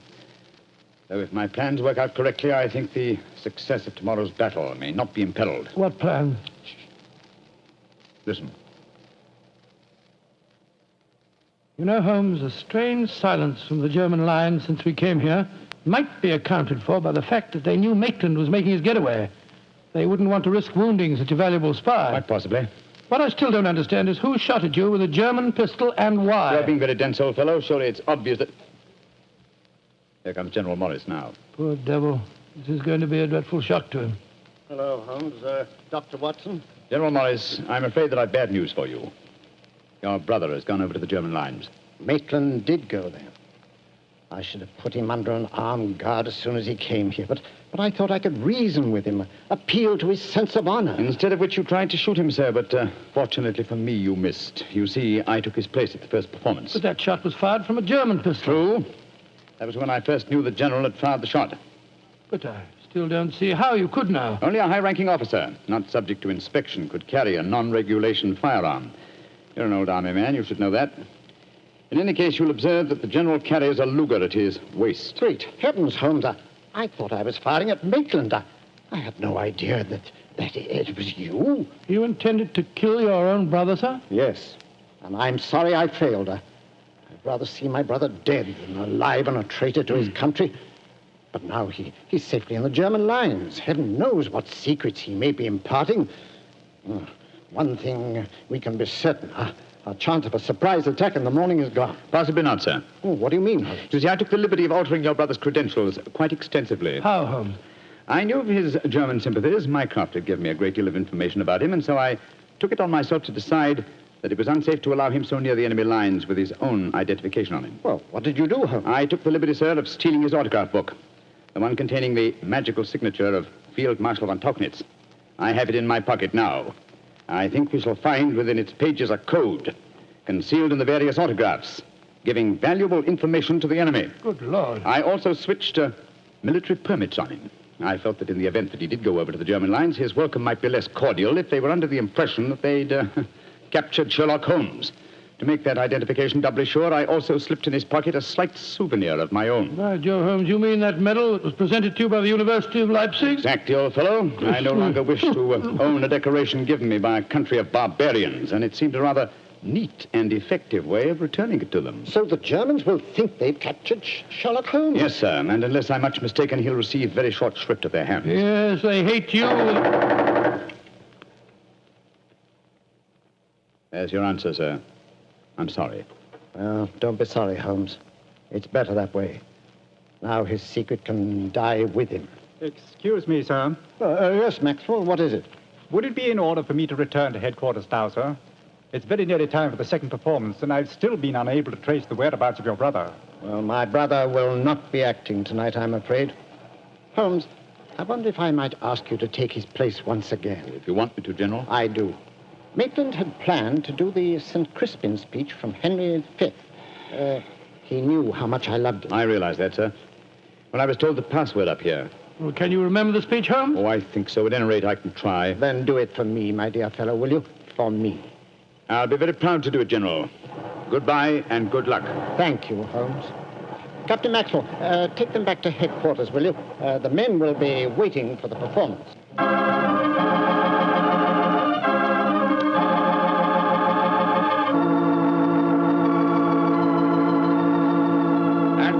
Crispian shall ne'er go by from this day to the ending of the world, but we in it shall be remembered. We few, we happy few, we band of brothers.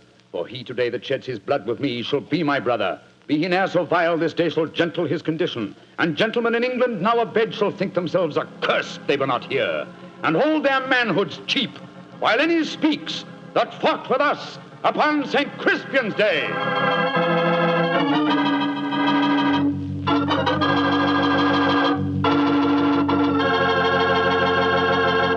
Well, Doctor, that was a bit of an exciting adventure you Oh, no, I can still remember that awful feeling I had when I heard the shot in the tent and realized someone had tried to kill Holmes. He did have a narrow escape, didn't he? Well, Holmes always said there was no such thing as a narrow escape.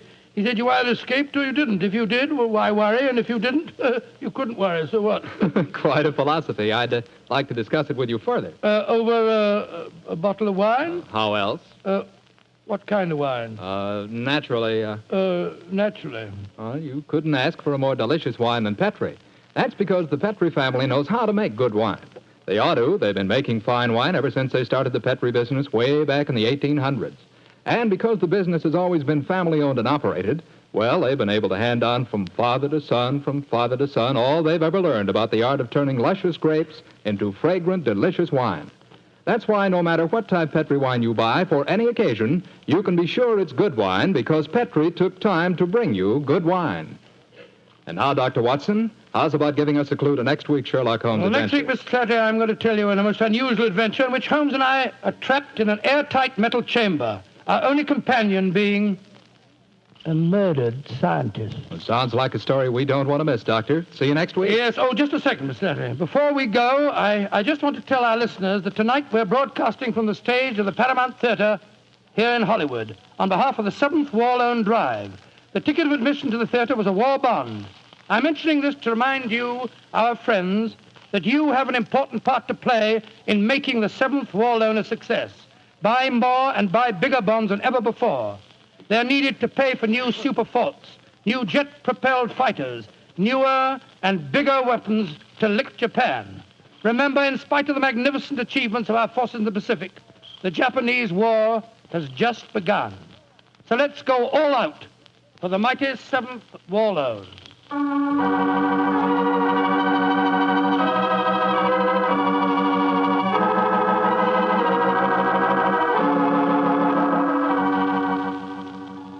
Tonight's Sherlock Holmes adventure is written by Dennis Green and Anthony Boucher and is based on an incident in the Sir Arthur Conan Doyle story, The Adventures of the Blanched Soldier. Mr. Rathbone appears through the courtesy of Metro-Goldwyn-Mayer and Mr. Bruce through the courtesy of Universal Pictures, where they are now starring in the Sherlock Holmes series.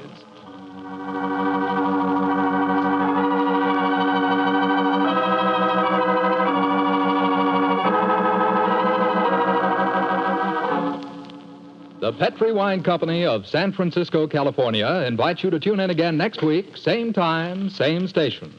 Oh, the Petri family took the time to bring you such good wine. So when you eat and when you cook, remember Petri wine. To make good food taste better, remember... Petri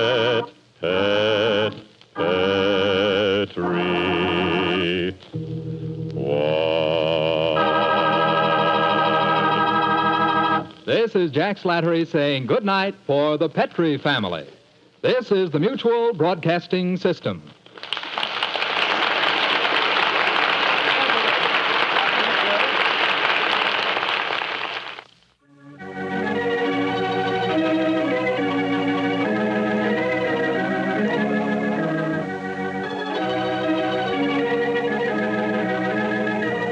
It was only a short time later that calls for the sale of war bonds would come to a complete halt. The reason? The dropping of the A-bomb on Japan. Not only did this bring the Second World War to an abrupt end, but it changed the entire life and rhythm of the world. I often feel that life might be richer if we could have grown into this atomic age at a slower pace. Still, we can go back in our imagination to an easier, slower time, a less violent time, a time of Sherlock Holmes and the good doctor. This is Ben Wright, and I'll join you again shortly with another new adventure of Sherlock Holmes.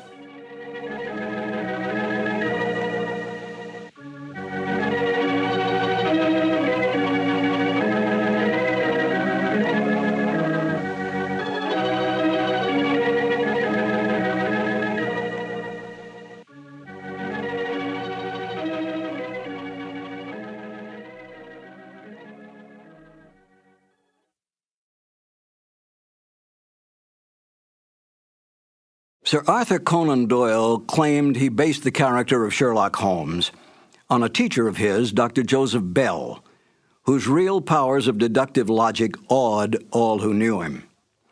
Yet Dr. Bell, in a letter to Conan Doyle, stated quite bluntly, You are yourself Sherlock Holmes, and well you know it. Conan Doyle did not dispute this statement, for in fact Sherlock Holmes had the best characteristics of his creator.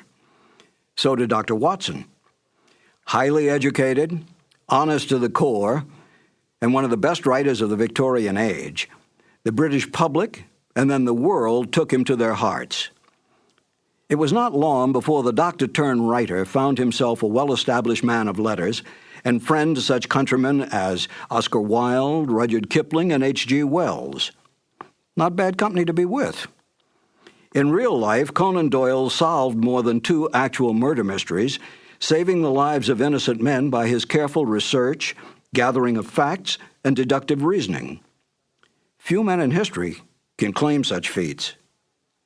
When he died in 1930, a time not so long ago, Sir Arthur Conan Doyle had this epitaph engraved on his tombstone: "Steel true, blade straight, Arthur Conan Doyle, knight, patriot, physician, and man of letters." Fitting words for such a giant of a man. And now, Basil Rathbone and Nigel Bruce in The Adventure of the 00.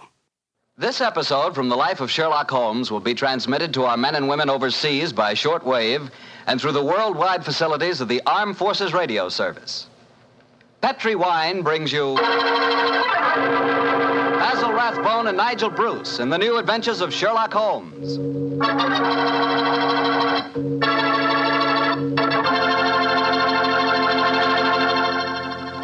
The Petri family, the family that took time to bring you good wine, invites you to spend the next half hour listening to Dr. Watson tell us another exciting adventure he shared with his old friend, that master detective, Sherlock Holmes. And say, let me tell you something I found out just the other day.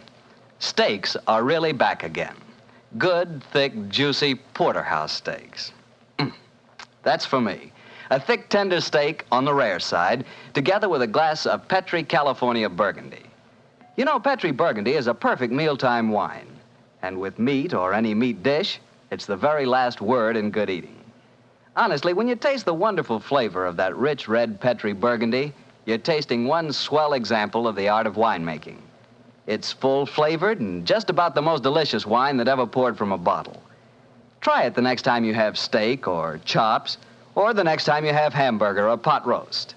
Believe me, Petri Burgundy is the best friend a good meal ever had.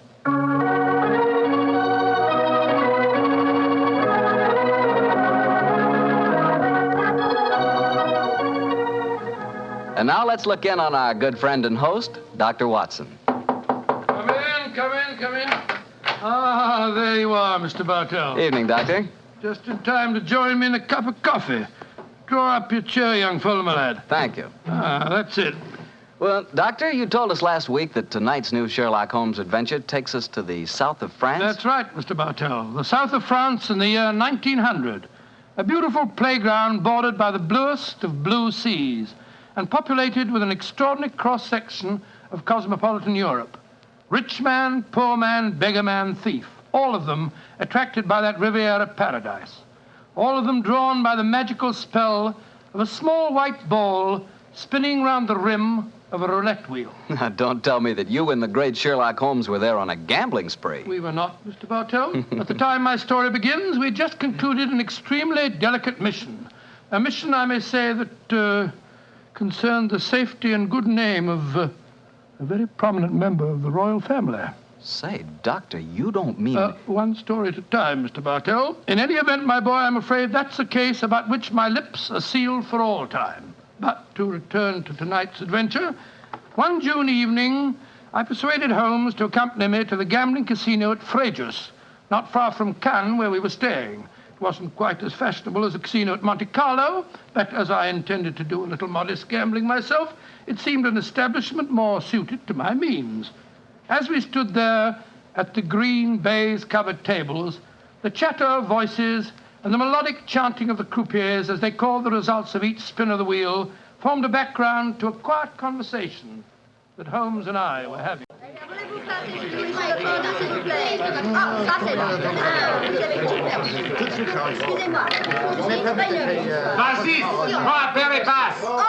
Lost again, Watson. Oh, confounded. That number 10 must come up soon. Oh, why not cut your losses, old fellow, and come for a stroll with me on the waterfront? Well, just a big wait. A couple more bets, Holmes. I have a feeling that 10 is bound to come up in a minute. Watson, I believe the blood of a gambler courses through your veins. Oh, there's no harm in taking a little flutter once in a while. Why don't you risk a few francs, Holmes? No, thanks you, my dear chap. The law of averages convinces me that my money is safer in my pocket. In any case, I'm a little dubious as to the integrity of this particular casino. Well, what makes you say that? Well, you will observe that this roulette wheel has a 00. Most continental wheels have only a single one. It would indicate that this house is extremely concerned with its percentage. Mesdames et messieurs, faites vos jeux. Oh, just 2 more turns of the wheel, Holmes, and I'll take that walk with you. Oh, you Mrs. Here spielen. Why do you not play from the other side of the table? Why must you always stand next to me? Hello. What's the trouble up there? I've placed my bet, so let's go and see. I ask you, sir, why do you play here beside me? I'm afraid I don't see any reason why I can't play wherever I swish. You've broken my luck. Ever since you come to the table, I've done nothing but lose. Please to move away. Well, move away yourself if you don't like my company. Heinrich, why do you not stop now? You've already lost more than we can afford. One more throw-in, sir. I can win it all back if only this young man will move away. Why should my husband move? He's had a bad run of luck, too. Rien ne va plus. Neuf. Rouge, impérimment. Ah, you've lost again, Watson. Heinrich, you must stop now. I must stop, inside, because I've lost everything. I hope you're satisfied, Mr. American. You've broken my luck and ruined me. I hope that you and your turn will be ruined, too. Heinrich! Heinrich, wait for me! I never heard such rubbish in my life. Were you listening to him, sir? I heard his last few remarks, Mr. Gilbert. Roger Gilbert. And this is my wife, Helen. How do you do? My name is Holmes, and this is my friend, Dr. Watson. How do you do? How do you do? Didn't you think his remarks were a little out of place, Doctor? I certainly did, Mrs. Gilbert. I don't see how he can possibly blame your husband for his run of bad luck. I didn't like the look on his face as he left the table, though. Have you any idea who he is? His name is Schneemann. He's staying at the same hotel as we are. I've never spoken to him, but I've heard him being paged there. Well, he shouldn't gamble unless he can afford to lose. Well, I'm losing, darling, and I can't afford it. Oh, but I can let you have more money. You know that. Oh, no, Helen, I may have married an heiress, but I'm not going to use her fortune to gamble with. Oh. I'll lose my own money, and then I'll quit. Mesdames et messieurs, faites vos jeux. Your last bet, Watson? Yes, Holmes. This time I know that number 10 is going to come up. It's got to.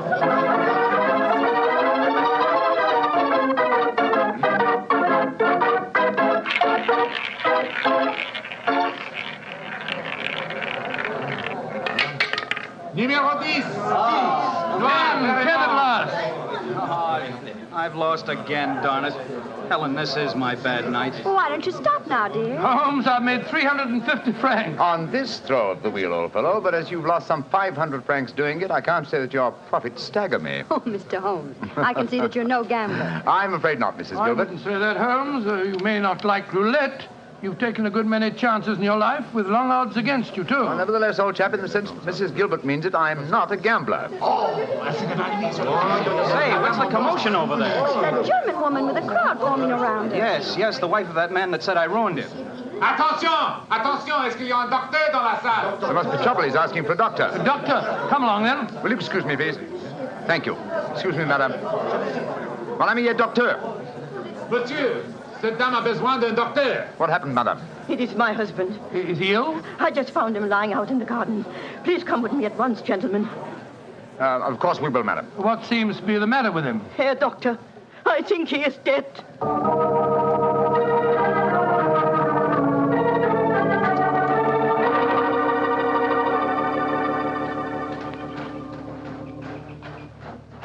He's lying by that tree, Doctor.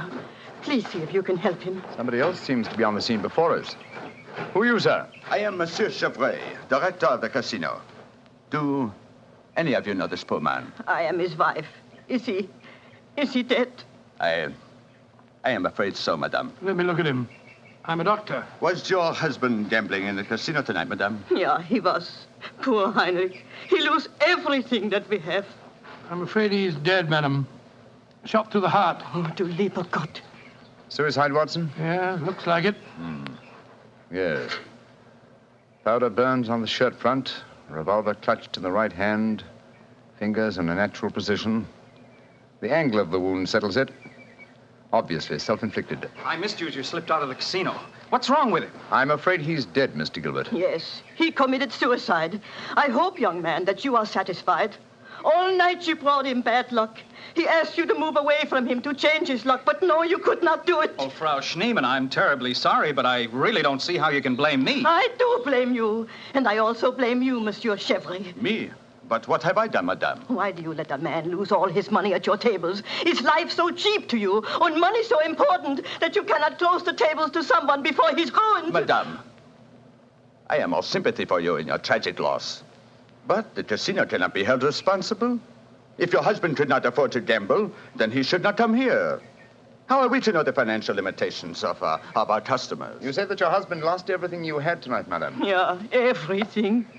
Then how do you account for this sheaf of banknotes in his breast pocket? Good Lord, must be several thousand francs, sir. Then he wasn't ruined. And his suicide, therefore, cannot be blamed on his losses at my casino, madame.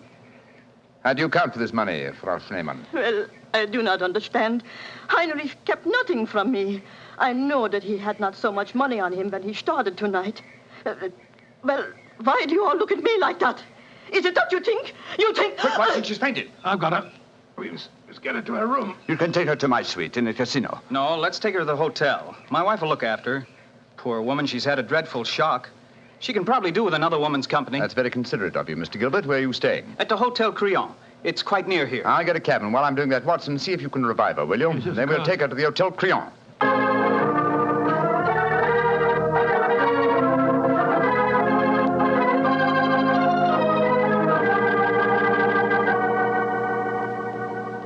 Very kind of you, Mrs. Gilbert, to let us bring the poor lady into your suite. Well, it's the least I can do, in spite of what she said about Roger bringing her husband bad luck. I'm sure she'll need your help when she wakes up, Helen. Yes, I think you'll find that she'll sleep for some hours. I gave her a strong sedative. Well, we were just about to have a drink, gentlemen. Do you care to join us? Oh, thank you, sir. Well, that'd be very nice, Mr. Gilbert.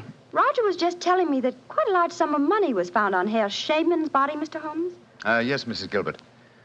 Several thousand francs. It's very puzzling, Holmes. Why should a man commit suicide with so much money on him? I think the answer is obvious. He didn't. What on earth do you mean? Well, the money was placed there after he had shot himself. The banknotes were in his breast pocket, if you remember. Hardly the usual place to carry money. Though it is the easiest pocket for someone to insert it without disturbing the body. But why on earth should someone place money on him after his suicide? To prevent the casino from getting a bad name. I've heard of it being done on several similar occasions. Gives the impression that the unfortunate victim had other motives than gambling losses to account for his suicide. Great Scott, you mean that one of the casino employees found the body lying there and slipped the money in his breast pocket before we arrived on the scene? As you know, my dear Watson, I'm not a gambling man, but I'll lay you 100 to 1. That is what happened. Well, that's a new one. Well, here are your drinks, gentlemen. Thank you. Thank you, sir. Thank you. Say, Helen, Mr. Holmes has given me a brainwave. Another one? What is it this time, Roger? Now, I've been losing very heavily tonight. Roger, I've told you, if you need money, I'll be only... But I don't. I've got a scheme for making some. I'm going to gamble again tonight after dinner. If I lose, here's what I'll do. I'll stain my shirt front with red ink, walk out in the grounds, fire a shot, and lie down as though I'm dead. I'll wait for someone to come along and stuff my pockets full of banknotes. Not a bad idea, Mr. Gilbert. I think it's a darn good one. What do you say, Mr. Holmes? It's a whimsical one at any rate. Who knows? You might even be successful. Roger, you're not really going to do it, are you? Sure. Perhaps I'll get some of my losses back that way. Well, let's drink to it, gentlemen. At least I may have hit upon an idea of making money.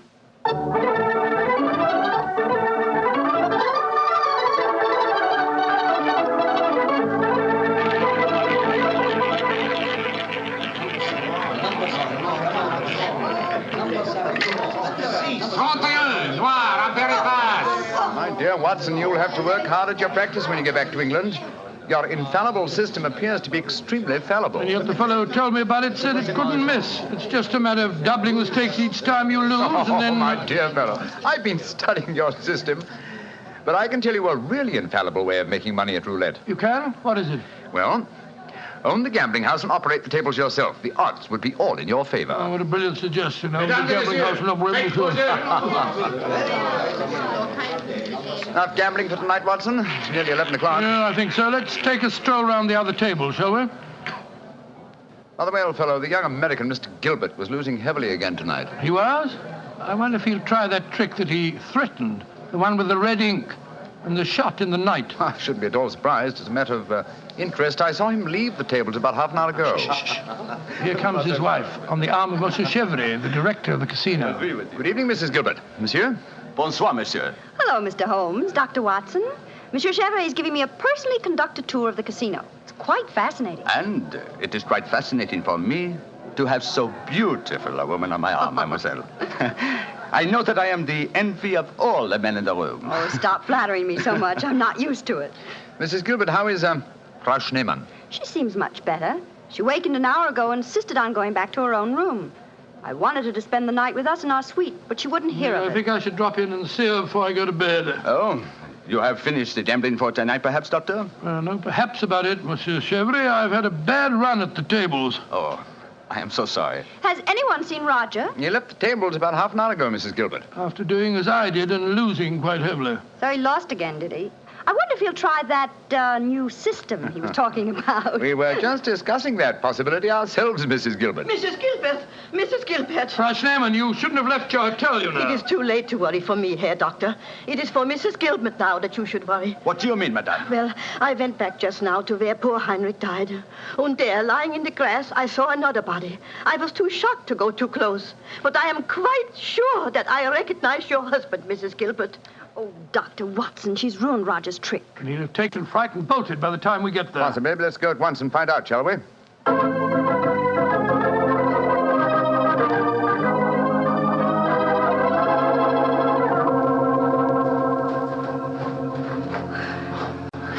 He hasn't gone. He's still lying there. It's a most convincing spectacle. That red ink really does look like blood. Yes. And blood sometimes looks like red ink. Mr. Gilbert. Roger, get up. The joke's spoiled. Roger, get up! I'm afraid that's impossible, Mrs. Gilbert. He's dead.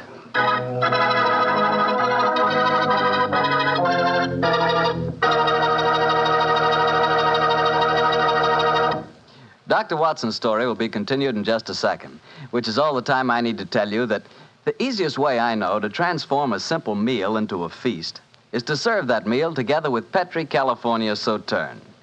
Petri Sauterne is a delicate white wine that's the perfect companion for chicken or turkey. Turkey, ah yes, turkey and Petri Sauterne. That's the heart of any Thanksgiving dinner. Look, why not make this Thanksgiving dinner the best one you ever had? Give it the air of a banquet. Serve it with Petri Sauterne. And when you buy that Sauterne or any wine for your Thanksgiving dinner, whatever you do, look for the letters P-E-T-R-I, because a Petri wine is always a good wine. Well, Doctor, so the young American's joke turned out to be another tragedy. Yes, Mr. Bartell. The poor fellow was lying there dead, with a bullet wound in the heart and a great splash of blood staining the whiteness of his shirt front. What happened next? Monsieur Chevrier, director of the casino, took the distraught widow away from the scene, while Holmes and I examined the body closely. Within a few minutes, we were joined by Inspector Ganivet of the French police. As we stood there in the moonlight, the sounds of music could be heard from the casino. It was hard to believe that two men had died in that lovely garden since the moon had risen.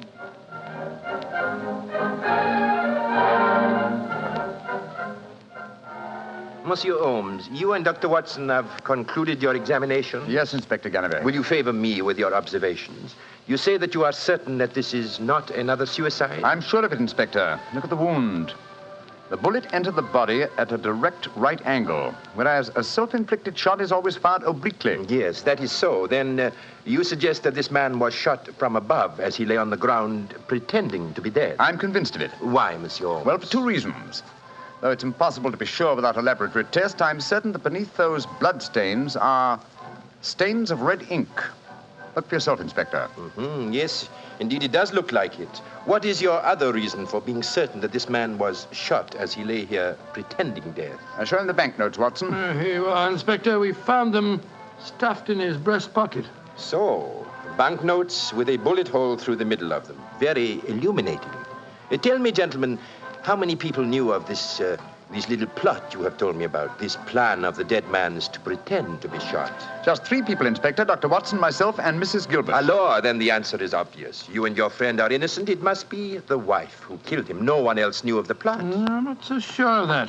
Frau Schneemann, the dead German's widow, was in the next room when Gilbert told us about his plan. She might have heard, though I could swear that she was asleep. I gave her a very strong sleeping draught. From what you have told me of her husband's suicide, she might easily have had a motive for murdering this man. Come, gentlemen. Surely it's obvious who murdered Mr. Gilbert? Who, Monsieur Holmes? Well, it's certainly one of the 2 widows. Since there seems to be some doubt in your minds, I suggest we return to the casino. I can promise you the answer to your question within a very few minutes.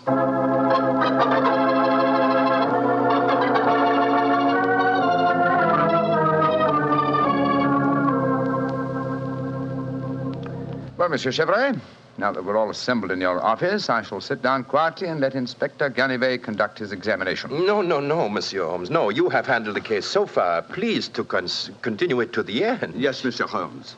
I should appreciate it. On behalf of the casino. Very well, gentlemen. It won't take me long. Frau Schneemann. Ja, Herr Holmes. What time did you leave your hotel tonight? Well, I do not know what time it was. Well, what made you leave it? I could not sleep. I knew that they had taken poor Heinrich's body away, but I felt that I must walk back there. It was the last place I saw him alive. How close did you come to Mr. Gilbert's body when you saw it lying there? Oh, close enough to see who it was. Then I ran into the casino to tell his wife. I knew what had happened. How did you know? You say you didn't come close to the body. I could tell by every line of the body as it lay there. I could tell because I knew that poor Heinrich's death would not be avenged. Thank you, Frau Schneemann. That will be all. You may go. Monsieur Holmes, she has no alibi. Surely you should stop her. Inspector Ganivet, if I'm to conduct this investigation, I must do it in my own way. Pardon, Monsieur Holmes. Please continue. You may go, Frau Schneemann. Mrs. Gilbert? Yes, Mr. Holmes. Where were you prior to our meeting in the casino tonight, just before we discovered your husband's body? After I left the hotel, I walked over here along the seafront. Can anyone verify that statement? I suppose not. I didn't meet anyone that I knew. And what did you do when you arrived at the casino? I played a little chemin de fer. A few moments later, Monsieur Chevrolet came over to the table and asked if he might escort me over the club. 10 minutes after that, we walked into you and Dr. Watson. That is quite true, Monsieur Holmes. I can swear to it. Thank you, Mrs. Gilbert. I'm sorry to distress you with these questions. You may go. I'll wait outside, Mr. Holmes. I must know what happened. Wait for me there, madame. I shall join you in a few minutes and escort you home. Well, another suspect with a poor alibi, eh, Ganivet? I must say, Monsieur Holmes, your methods puzzle me. It seems to me that both those women should be watched. Yes, I agree with the Inspector, Holmes. Please don't worry, Inspector. I've asked 2 of your plainclothes men to keep an eye on the ladies. And now, Monsieur Chevrolet, I'd like to ask you a few questions. Ask me any questions you wish, Monsieur Holmes. Thank you. You will agree that it is the custom of the casino to put money on the bodies of suicides after their death, to give the impression that gambling losses were not responsible for the tragedy. Well, I do not think... Oh, come now, Chevrolet. I know that is a fact as well as you do. Exactly. Now, on those rather gruesome occasions, whose responsibility is it to secrete the money? Yours? Or do you entrust the matter to an underling? I do it myself. I see. Did you place the money on Herr Schneemann tonight? Yes, monsieur, I did. And did you also perform the same service on the body of Mr. Gilbert? No. I knew nothing of that death until the German lady Frau Schneemann came running into the casino. Excuse me interrupting, Monsieur Holmes. Of course, Inspector. What is it? I think that you are wasting time. It is obvious that Madame Gilbert committed the crime. She knew of her husband's plot, she had no alibi, and she had the motive. For is not marriage itself the greatest of all motives for murder? Oh, my dear Inspector. How very cynical. Madame Gilbert did not kill her husband. I know it. And what is your opinion, Watson? Well, it's that German woman. She had no alibi either.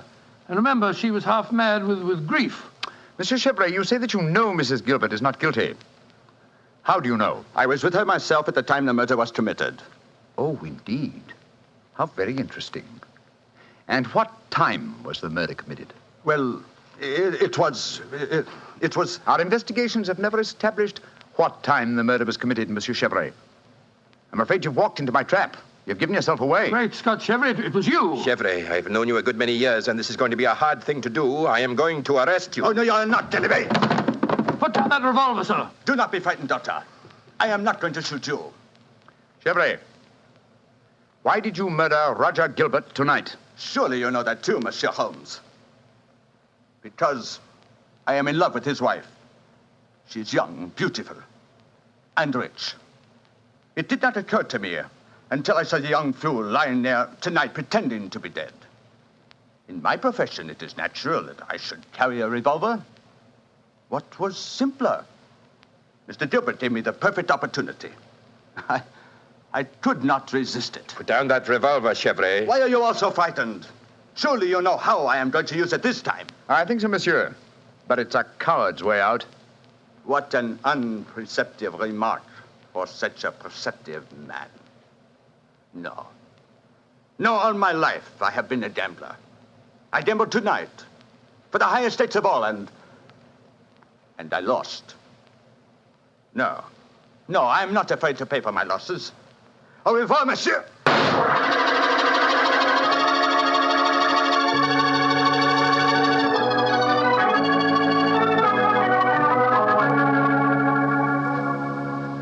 What an extraordinary case, Holmes.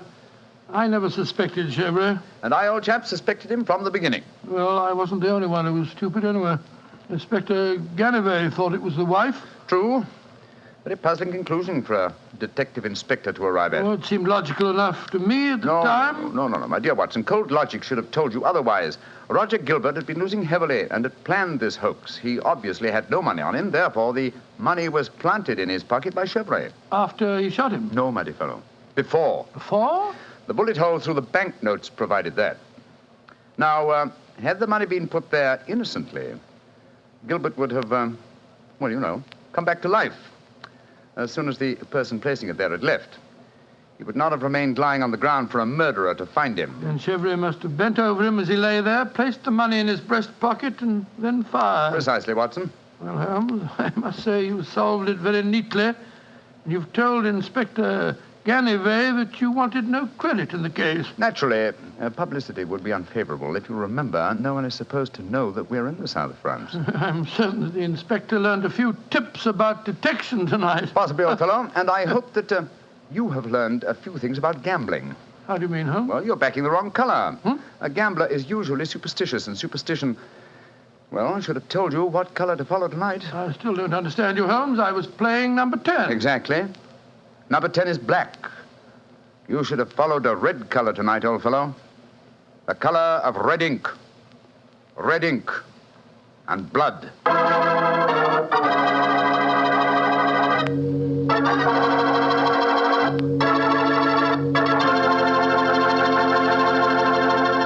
Say, Doctor, that was a swell story. I didn't know you liked to play roulette. Well, I figured out a system for roulette. It's like yours. Every time you lose, you double your money and keep doubling until you win. Oh, it's a great system, Mr. Bartell. There's only one thing wrong with it. What's that? You lose, you go broke before you win. Look, take my advice.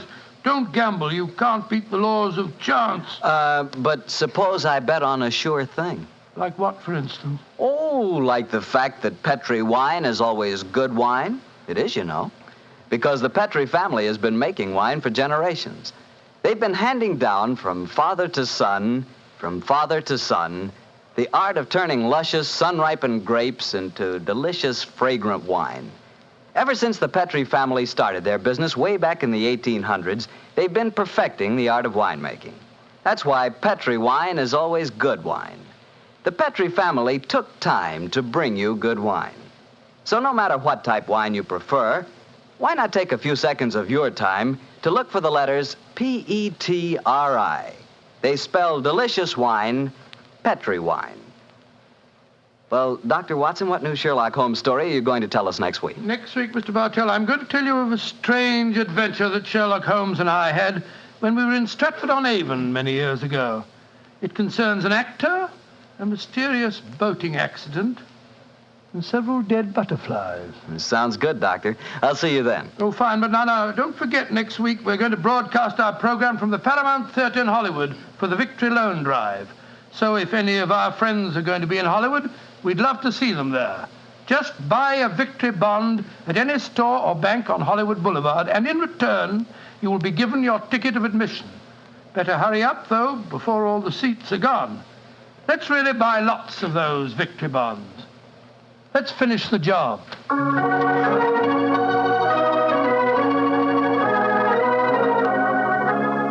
Tonight's Sherlock Holmes adventure is written by Dennis Green and Anthony Boucher and was suggested by an incident in the Sir Arthur Conan Doyle story, A Study in Scarlet.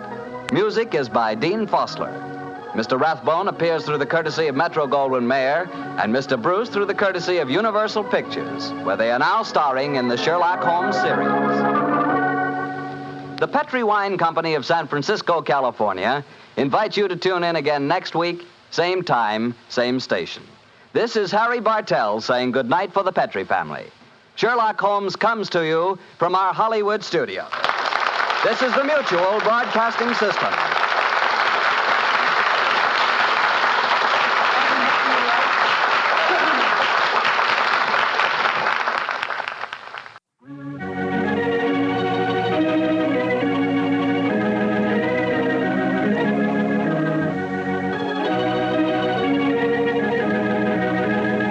The two episodes you've just heard, the original The Adventure of Thor Bridge and The Double Zero, are part of the New Adventures of Sherlock Holmes starring Basil Rathbone and Nigel Bruce, and are a 1989 copyrighted production of 221A Baker Street Associates. The Sherlock Holmes stories and the characters of Sherlock Holmes and Dr. John H. Watson were created by Sir Arthur Conan Doyle and are used with the kind permission of Dame Jean Conan Doyle. This is Harry Bartell. Won't you join me again on another cassette when I present Murder in Wax and The Man with the Twisted Lip? Thank you for listening.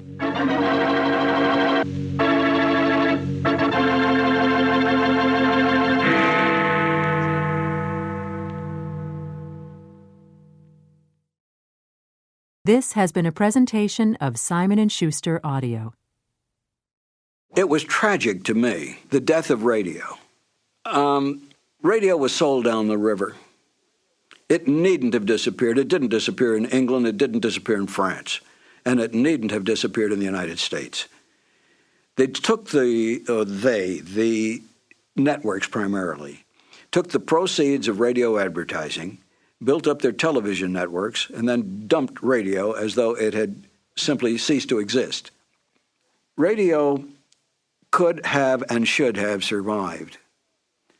And the fact that there's as much interest in it as there is now, I think is proof of that. I did a show once on Armed Forces Radio Service with John Anderson. We did a 13-week series on Lewis and Clark.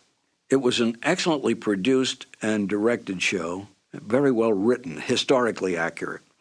And I've played those records for my children and other children at times, and they're fascinated. The idea that they create the scenery, they create the action.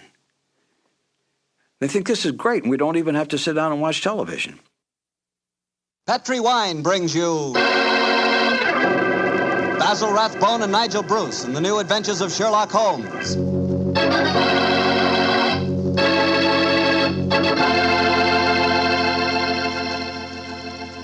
The Petri family, the family that took time to bring you good wine, invites you to listen to Dr. Watson tell us another exciting adventure he shared with his old friend, that master detective, Sherlock Holmes. You know, the lives of Holmes and Watson were not always filled with action. They spent many a quiet evening at home in Baker Street, discussing the problems of the world over a glass of port. You know, it seems that no wine is more expressive of friendship and hospitality than port. And I'm sure there's no port wine more enjoyable than Petri California port. Try a good glass of Petri port after dinner some evening, or any time you get together with your friends. You'll love the rich, ruby red color of that Petri port.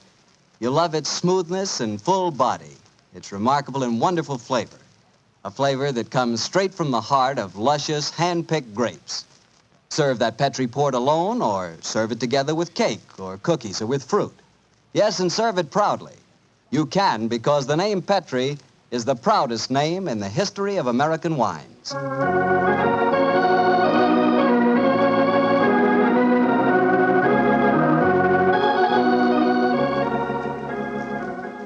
And now I'm sure our old friend Dr. Watson's expecting us. Let's tap on his study door. Come in. Good evening, Doctor. Good evening, Mr. Bartell. Come over here by the fire. I was just having a cup of coffee. Would you care to join me? Thanks, that'd be nice. It'll prevent you falling asleep during my story tonight. There's no chance of that, Doctor. From the hints you gave us last week, it sounded like quite a story. It began in a circus in Paris, you told us? Yes, my boy, the circus. A colorful world of sawdust and spangles. A world, Mr. Bartell, that I may tell you confidentially, always held an irresistible fascination for me when I was a youngster.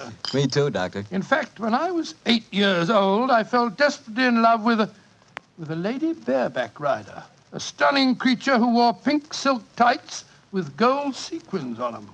Unfortunately, my mother caught me writing her proposal of marriage, and I'm afraid that, that's another story, and one that you probably wouldn't find very interesting. I'm sure I would, Doctor, but I think it would be safer to stick to your Sherlock Holmes story. Yes, you're probably right, my boy. Well, it was a winter in the 1890s, and Holmes and I were in Paris. On our second day there, Holmes suggested we attend that night's performance of the Cirque Royale. Needless to remark, I was delighted, Mr. Bartell.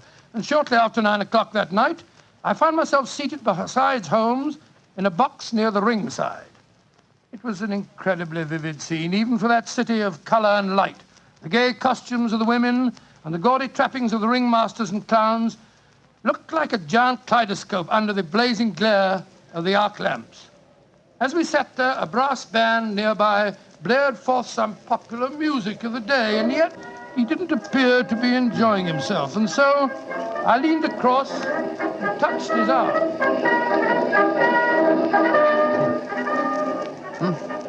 What is it, Watson? Well, you're very quiet, Holmes. Aren't you having a good time? A good time, I suppose, old chap. I was just wondering where Mr. Edwards is. Mr. Edwards? Who's he? An extremely distinguished client who was to meet us in this box at 9 o'clock. Client. Oh, this little excursion was on business. After all, yes, I might have known it. No worry, old fellow. In your case, I think you'll be able to combine quite a little pleasure with the business. Well, can't you be a little more explicit, Holmes? Shh. Here comes the ringmaster. Mesdames et messieurs, j'ai l'honneur de vous présenter ce soir la grande vedette du cirque, Mademoiselle Gisèle Girondet, équestrienne incomparable.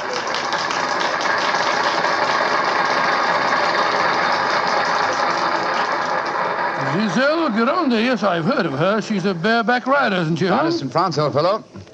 She also has quite a reputation as a femme fatale. 3 duels have been fought over her.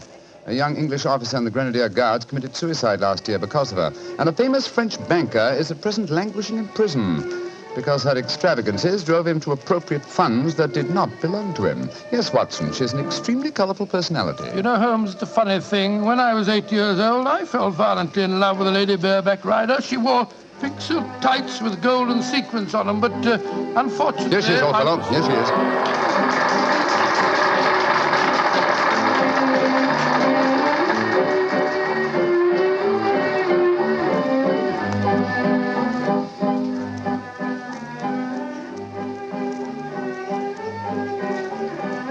Holmes, she's exquisite. Look at the way she's jumping from the back of one horse to the other.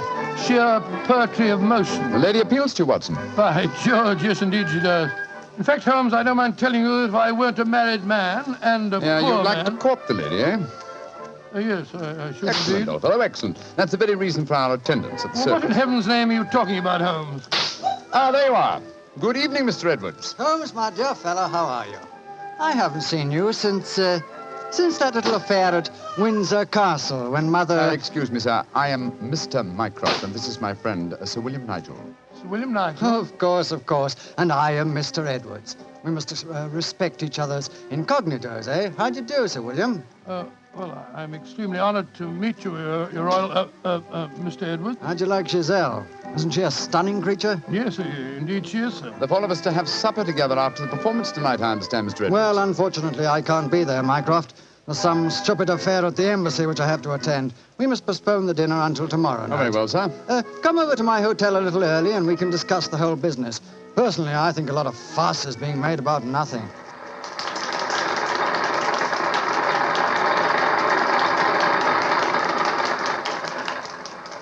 Now, if you'll excuse me, gentlemen, I must go back and see Giselle for a moment and tell her that I can't keep our appointment for tonight. I'll see you tomorrow, Mycroft. Good night, Sir William. Good night. Good night, Good night, sir. Et maintenant, pour votre plaisir, les frères Salini, les jongleurs internationaux.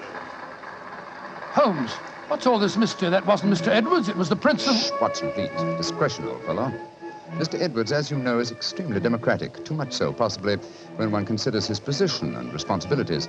He's become quite seriously involved with Mademoiselle Giselle, the lady bareback rider who has just left the ring. Oh, so that's it. The Foreign Office, quite naturally, I suppose, is deeply concerned over the matter, and I've been entrusted with the delicate mission of protecting Mr. Edwards. Oh, does Giselle Gironde know that his true identity, do you suppose? That's the first thing that we have to find out. It's possible that she is simply captivated by having a rich Englishman at her feet. If, on the other hand, she knows who Mr. Edwards is, then we may be in for a great deal of trouble. Yes, but how are you going to find that out? By tempting her with a richer Englishman. And one with a title. That, my dear fellow, is why you are Sir William Nigel. You mean that... your job, old fellow, is to do your utmost to steal Giselle Gironde from Mr. Edwards. But, I don't even know the girl. We shall remedy that defect in a few minutes. As soon as the performance is over, my dear chap, I shall take you to her dressing room and arrange an introduction.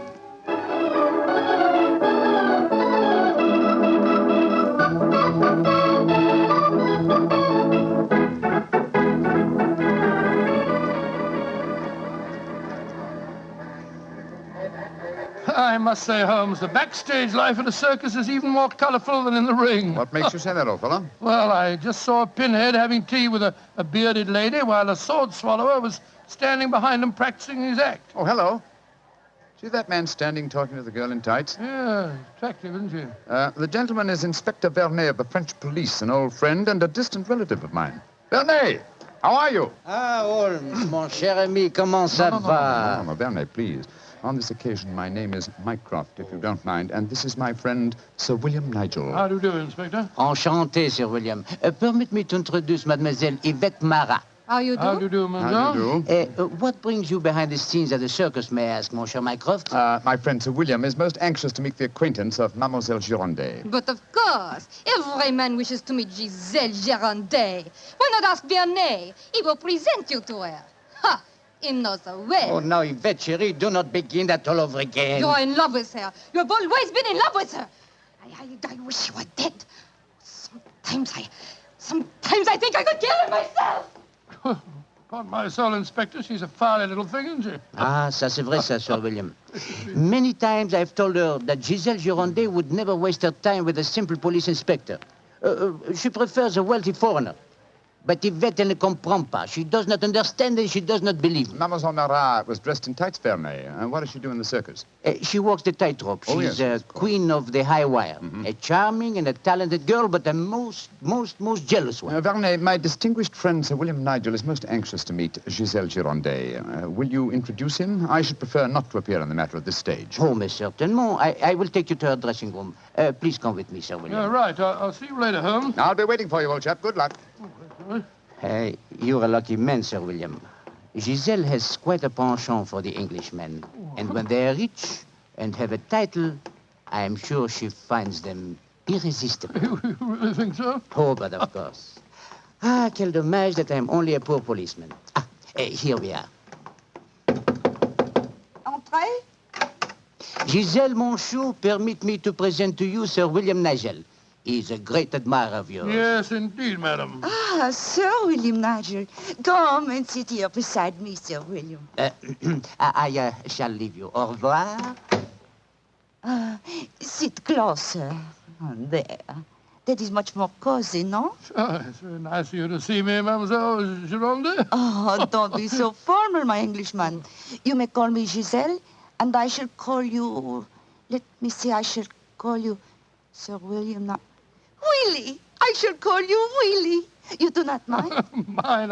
I'm very delightful. Quite delightful, my dear. I was hoping perhaps that you'd care to have a little supper with me tonight, Giselle. So what about some oysters, a cold pheasant, and a bottle or two of Pomeranian Green 072? And you get to taste rather well, don't you think? Oh, Willie, I can see you are a perfect host. I don't know about One that. moment, I get my cloak. Well, you know, Giselle, it's a funny thing. What is a funny thing, Willie? When I was 8 years old, I fell violently in love with a lady bareback rider at a circus. History seems to be repeating itself. Here. Alfio Alfieri, do you no longer knock when you come to my door? Who is this man? My name is Nigel, Sir William Nigel, my good man, and who may you be? I am Alfio Alfieri. I am Alfio Alfieri. And what is he? Huh. A trainer of wild animals. An imbecile. Va-t'en! You must not speak to Alfio in that way. You belong to me.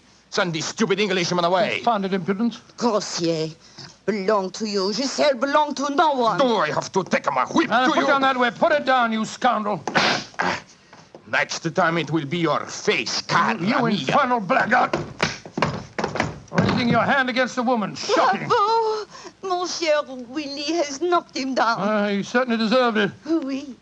And you in turn deserve something, Willie. Oh, what was that? Come close, Willie, and I give it to you. A little kiss. Oh, kiss? Thanks awfully. Oh,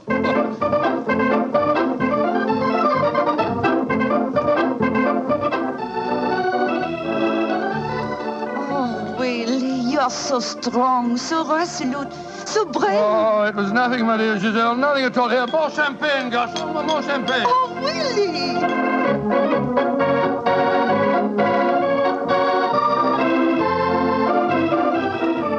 Giselle, Oui, Monsieur Edwards? have a box for the opera tomorrow night.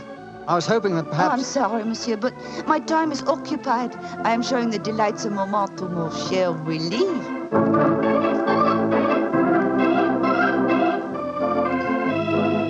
Mademoiselle aime mieux le collier de perles à 5 rangs ou celui à 3 rangs? He says, which do I prefer, the 5-string color pearls or the 3-string color pearls? What does my Willie think? So that you can't hang too many pearls on a pretty neck like yours. I'll take the 5-string collar, my good fellow. You're doing splendidly, Watson, splendidly. Yes, but Holmes, I felt such a blasted fool handing that jeweler fellow a check signed by Sir William Nigel. You quite sure that it'll be honored? Don't worry, old fellow. Remember who our client is. Money is the least important concern in this matter. On with the masquerade, old fellow. On with the masquerade.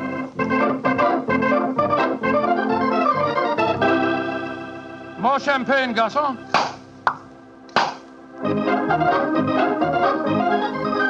Willie, you are such a headstrong boy. More champagne.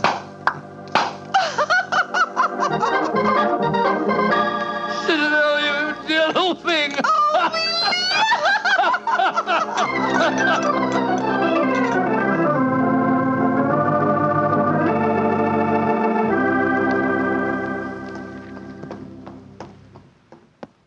Good evening, Vernet. Has Mademoiselle Girondet come in for the evening performance yet? Yes, Monsieur Holmes. I escorted her to her dressing room half an hour ago. Monsieur Edwards is in there with her now.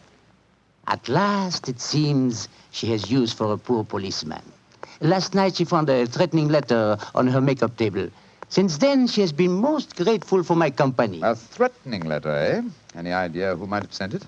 Oh, yes, of course. I'm afraid I have, Monsieur Holmes. I told her to pay no attention. By the perfume of the notepaper, I recognize the sender.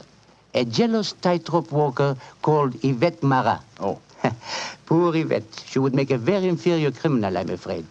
Still, Giselle asked me to stay outside her dressing room till the performance starts. You wish to see her? Yes. Oh, good evening, Mr. Edwards. Evening, Mycroft. Evening, Inspector Vernet. Comment ça va, Monsieur Edwards? Look here, Mycroft, I think this little game's gone far enough. Giselle has just refused another invitation of mine. Now, I know who Sir William Nigel is, and I swear I'll tell her. Don't you think, sir, that the lady is hardly worth bothering about? Surely this whole incident with Sir William proves that she's a scheming little adventuress. A fictitious title and an apparently bottomless purse have shown her up in her true colors. I could have told you the same thing without such an experiment, my friend. Well, I suppose you're right, Mycroft. I've been a fool. An idiot who lets a pretty ankle turn his head. A conceited dolt. Let us just say, monsieur, that you have been a man. Good evening, sir. Oh, good hello, evening. Watson. Good evening. Just going back to see Giselle for a moment, I brought us these flowers for her. I'll be back in a jiffy. Just a minute, Watson. I hate to dampen your ardor, old chap, but the masquerade is ended. Ended? What do you mean it's It is no ended? longer necessary for you to impersonate Sir William Nigel or to pay court to Giselle. Oh, really? Oh, really? Really? Well, that's a great relief, sir, great relief. I've hated the whole business. Oh, yes, I'm sure you have. We appreciate the sacrifices that you've made, don't we, Sir Edward? Yes, indeed. Well, I must go back and see her once more, though. We had a rendezvous for tonight, and I must cancel it. A gentlemanly thing to do, you know. I won't be a minute.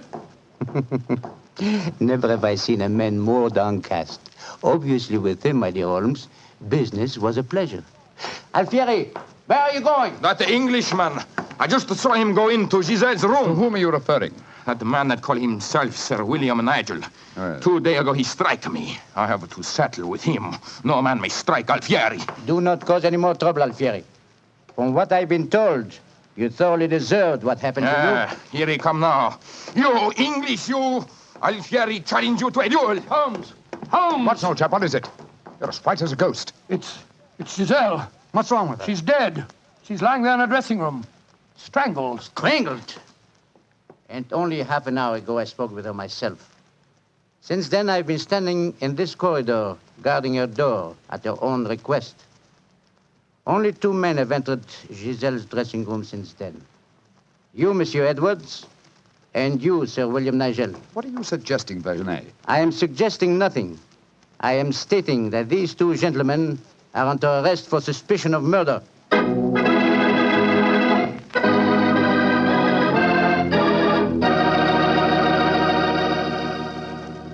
Dr. Watson's unusual story will continue in just a few seconds. Time I'd like to take to remind you that one wine that seems to be the outstanding favorite among the ladies is Petri California Muscatel. That's probably because, like a beautiful woman, Petri Muscatel is subtle and intriguing. Petri Muscatel is the color of burnished gold, and its flavor, well, it's the flavor of big, plump Muscat grapes, picked by hand carefully and tenderly when they're just full of wonderful, delicious juice. If you want to show that you really know the wine that women prefer, serve Petri Muscatel. Serve it after dinner or later in the evening. It's wonderful. And why shouldn't it be? It's a Petri wine. Well, Dr. Watson, so you and the mysterious Mr. Edwards got yourselves arrested on suspicion of murder, huh? Yes, Mr. Bartell. Holmes did everything in his power to persuade Inspector Vernet to release us, but it was useless. And so, while Mr. Edwards and myself were languishing in detention cells at the local Sûreté, Holmes and the French inspector were examining the dressing room of the dead woman. I'm sure, Inspector Vernet, that being as keen a detective as you are, you must suspect the true identity of Mr. Edwards. Of course, Monsieur Holmes. But that is the danger of incognitos. If he chooses to assume the identity of plain Monsieur Edwards, then he must run the risks of plain Monsieur And Edwards. you're convinced that either he or my friend strangled Mademoiselle Girondet? It is obvious. Then I'll have to prove to you that they didn't. Let me examine the body again, will you? If she had been strangled by either of my friends, why would her body be lying here under the window? It's as far away from the door by which they left this room as possible. That proves nothing. No, but it's odd. Giselle was a strong girl. There might easily have been a struggle. Perhaps she tried to get away through the window. And yet there are no marks of violence on her throat. Just this piece of very fine cord that did its deadly work so cleanly. Cut with a knife. Please do not remove the cord, Monsieur Holmes. The body has not yet been photographed. Dear me, Vernet, you're making it very hard for me, aren't you? You notice, of course, that the window is open. Yes, but we have examined the snow outside. There were no footprints within 3 yards of the window. The murderer must have entered by the door that I was watching. Yes, it would be hard, even for a professional acrobat to jump in. An acrobat? Vernet, your young friend, Mademoiselle Yvette Marat, is a tightrope walker. Yvette, but... Yes, she certainly had a motive. She'd even sent a threatening letter. I heard her express hatred and jealousy for this dead woman. It's conceivable that she could enter a room by a window without leaving footprints in the snow. Where was she at the time of the murder? I do not know. I was waiting for her in the corridor. Then I suggest that we investigate her alibi at once. And after that, Inspector, I must pay a visit to the Sûreté. I don't want my friends to think that I've deserted them.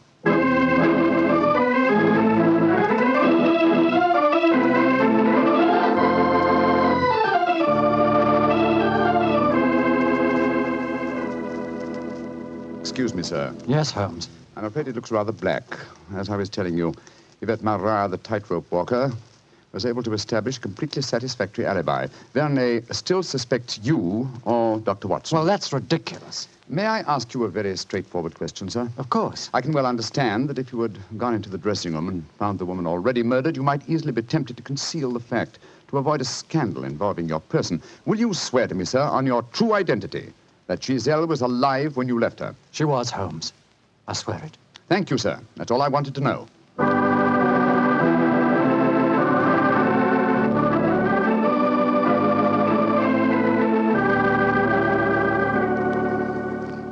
Holmes, I'm glad to see you. You know, I've been thinking. All this depends on Verney's evidence. But supposing he was the murderer? He told us that Giselle had turned him down, you know. I'd thought of that, but Mr. Edwards swears that Giselle was alive when he left the room. And yet that means that Mr. Edwards... Oh, no, it's unthinkable. Holmes, you're not suggesting... Holmes, if I thought that were possible, I'd confess to the murder myself. My life wouldn't matter if it had saved a scandal like that. Great Scott, it'd shatter the empire. Dear old Watson, you shall not sacrifice yourself. You're as valuable a British institution as the Lion himself. No, my dear fellow. We shall never sacrifice you, not while my mind is still capable of... My mind? That's it. Thank you, Watson. You've given me the answer. Holmes, what are you burbling about Be patient, now? old fellow. In half an hour, you'll be out of this cell, and the real murderer will be in it.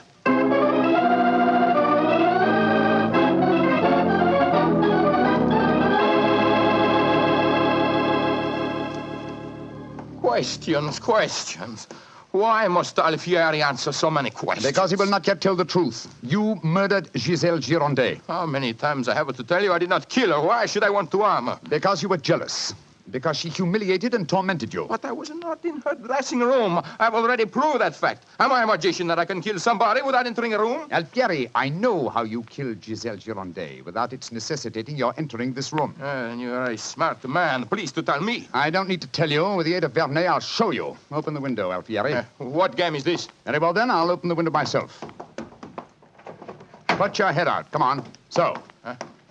Who do you see? Inspector Verney, standing 3 yards away, where you stood, and he's got your long training whip. No! Don't move! Stand there. The inspector hasn't your skill with a whip, but he wants to try a little experiment. No, leave him alone! All right, Verney. I'm holding him.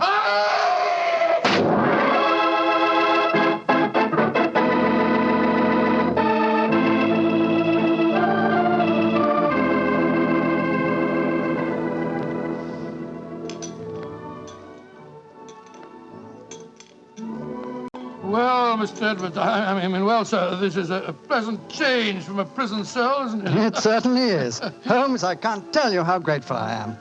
I still don't quite understand how you did it. Watson, in rather a roundabout way, was responsible for giving me the clue. Oh, how was that, Holmes? Well, on more than one occasion, old chap, I've had cause to deplore your rather florid style of writing. Tonight, I was very thankful for it.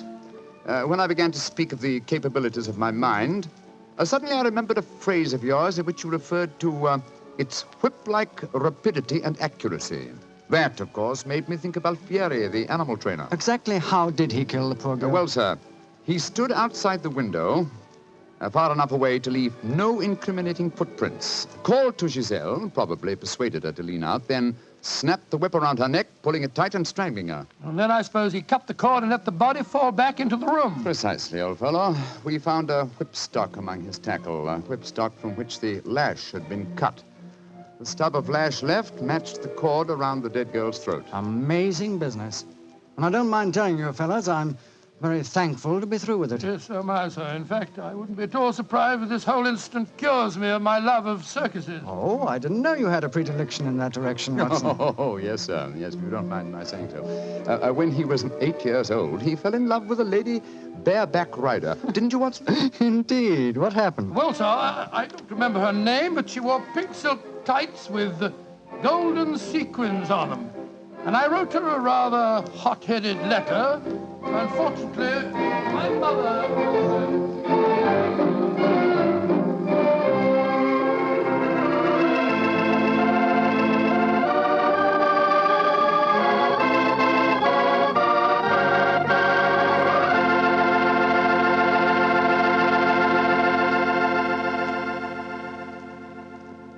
Well, Doctor, that was one of the most unusual stories you've ever told. And I might say you played a very prominent part in that case yourself. Oh, I suppose I did at that, Mr. Bartell. Giselle was a beautiful girl. Beautiful. Boy, I sure love that nickname she gave you. Wheelie. Yes, I thought it was rather nice myself. Well, that is, I mean, I... Don't get embarrassed over a nickname, Doctor. You should hear the nickname I had. Well, when I went to school, all the girls called me Bottles. Bottles? Oh, I see, from Bartell. Bartell? Oh, goodness me. Some nickname, like a prophecy. What do you mean? Well, they called me Bottles, and now that's what I like to talk about most. Bottles. Bottles of Petri wine. Oh, I should have known. And I'd like to talk about Petri wine because, as far as I'm concerned, it's the swellest wine that ever poured from a bottle. That's because the Petri family really knows how to make good wine. Well, they ought to. They've been making good wine ever since they started the Petri business way back in the 1800s. And since the Petri family has always personally owned and operated their business, they've been able to keep that fine art of winemaking right in the family, handing it on down from father to son, from generation to generation. So it's no wonder, whenever you want a good wine, you want a Petri wine, because Petri took time to bring you good wine. Well, Dr. Watson, what new Sherlock Holmes story are you going to tell us about next Well, week? now, next week, Mr. Bartell, I'm going to tell you of a strange adventure that Holmes and I had in the swampy fenlands of Norfolk. It concerns a gypsy encampment, a child that vanished, and a horrible death in the murky depths of a fearsome quagmire.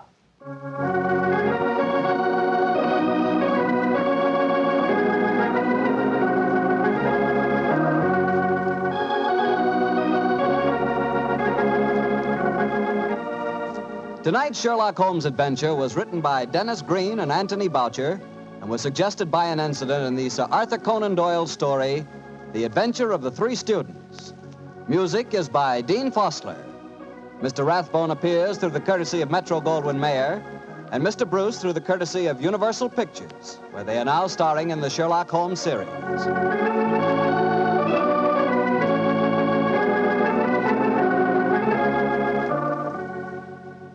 The Petri Wine Company of San Francisco, California, invites you to tune in again next week, same time, same station.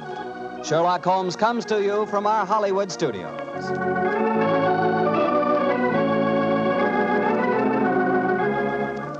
This is Harry Bartell saying goodnight for the Petri family. For a solid hour of exciting mystery dramas, listen every Monday on most of these same stations at 8 o'clock to Michael Shayne, followed immediately by Sherlock Holmes. This is the Mutual Broadcasting System.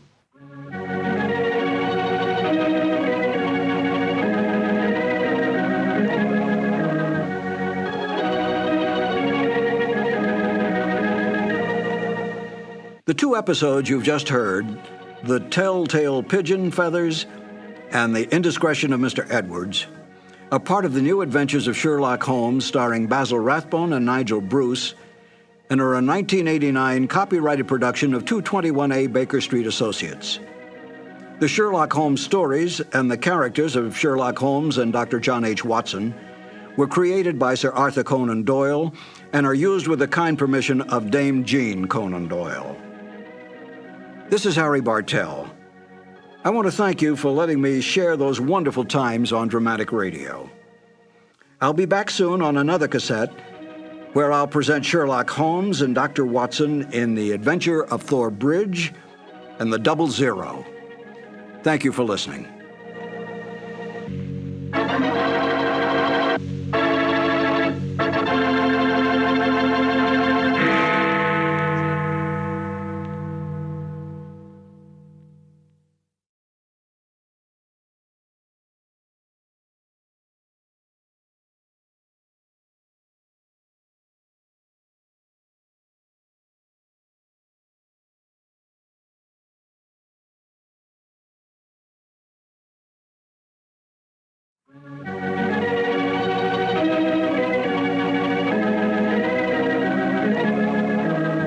In 1945, I considered myself a very lucky man because I was the announcer on the new adventures of Sherlock Holmes.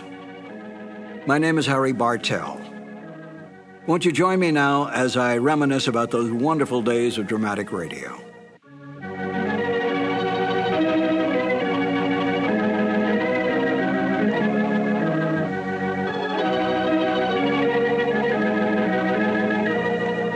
Glenn Hall Taylor was the producer of the show. He was the Young and Rubicam representative, Young and Rubicam being the advertising agency for Petri Wines.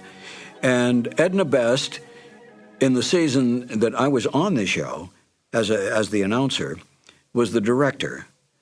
So that Glenn Hall would provide commercial material and so forth for Edna's use, and then Edna directed the show in the booth. She was the one who made all the line changes, all the timing changes, all the cuts, and so forth. I know that Glenn Hall, I think, directed it 1 year. I got the Sherlock Holmes show by accident. I came over to CBS Studios on Sunset Boulevard one day to rehearse for another show, and the lobby was loaded with announcers. Practically every announcer in Hollywood was there. I couldn't figure out what was going on, and as the secretary came out with her list and said, George or Sam or whoever, I said, what's going on here? And she said, they're auditioning for a new show. And I said, who's holding the audition? They said, Edna Best. Edna Best was a lovely, lovely lady. I had worked with her on other shows. And I said, if she has a moment, let me sneak into the studio, if you don't mind, just to say hello, and I'll come right back out. She said, I'll ask. So she came out a little later and said, you can go in for just a second. I went in, stepped in front of the microphone, which was set up in the studio, and said, Edna, I came in to say hello. Hello, bye-bye. And I started to leave. And she said, aren't you going to read?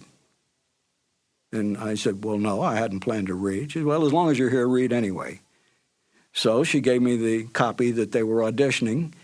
And I said, thank you very much. It's been a pleasure to see you again. And I left, never dreaming that I would ever get it. Because there were big name announcers, the Ken Carpenters, the Ken Niles, the Wendell Niles, a whole bunch of them. And sure enough, I got a call, and that's how I wound up on the show, because I happened to be in CBS at that time. Petri Wine brings you Basil Rathbone and Nigel Bruce in the new adventures of Sherlock Holmes.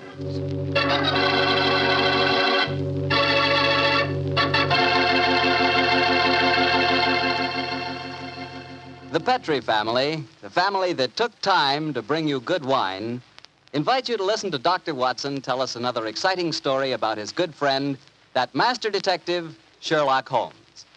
And I'd like to tell you something that maybe you already know.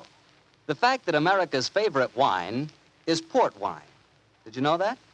Well, if you didn't, you'll know why port is the way out front favorite if you'll just sample some Petri California port. You just look at that Petri port and you know it's good. That wonderful, deep, rich red color. And Petri port is so clear. Well, just hold it to the light and you can sort of see right through the glass. But what you really want to know about a wine is how does it taste? And I'll tell you something, I've never yet been able to find the adjective that'll do Petri port justice. It's wonderful, honest. You just got to taste it for yourself and find out for yourself. You love that Petri port in the evening after dinner when you're sitting around listening to the radio. And it's perfect to serve your friends when they come over. Oh, and you can show that Petri label, too. In fact, you can show it proudly. Because the name Petri is the proudest name in the history of American wines.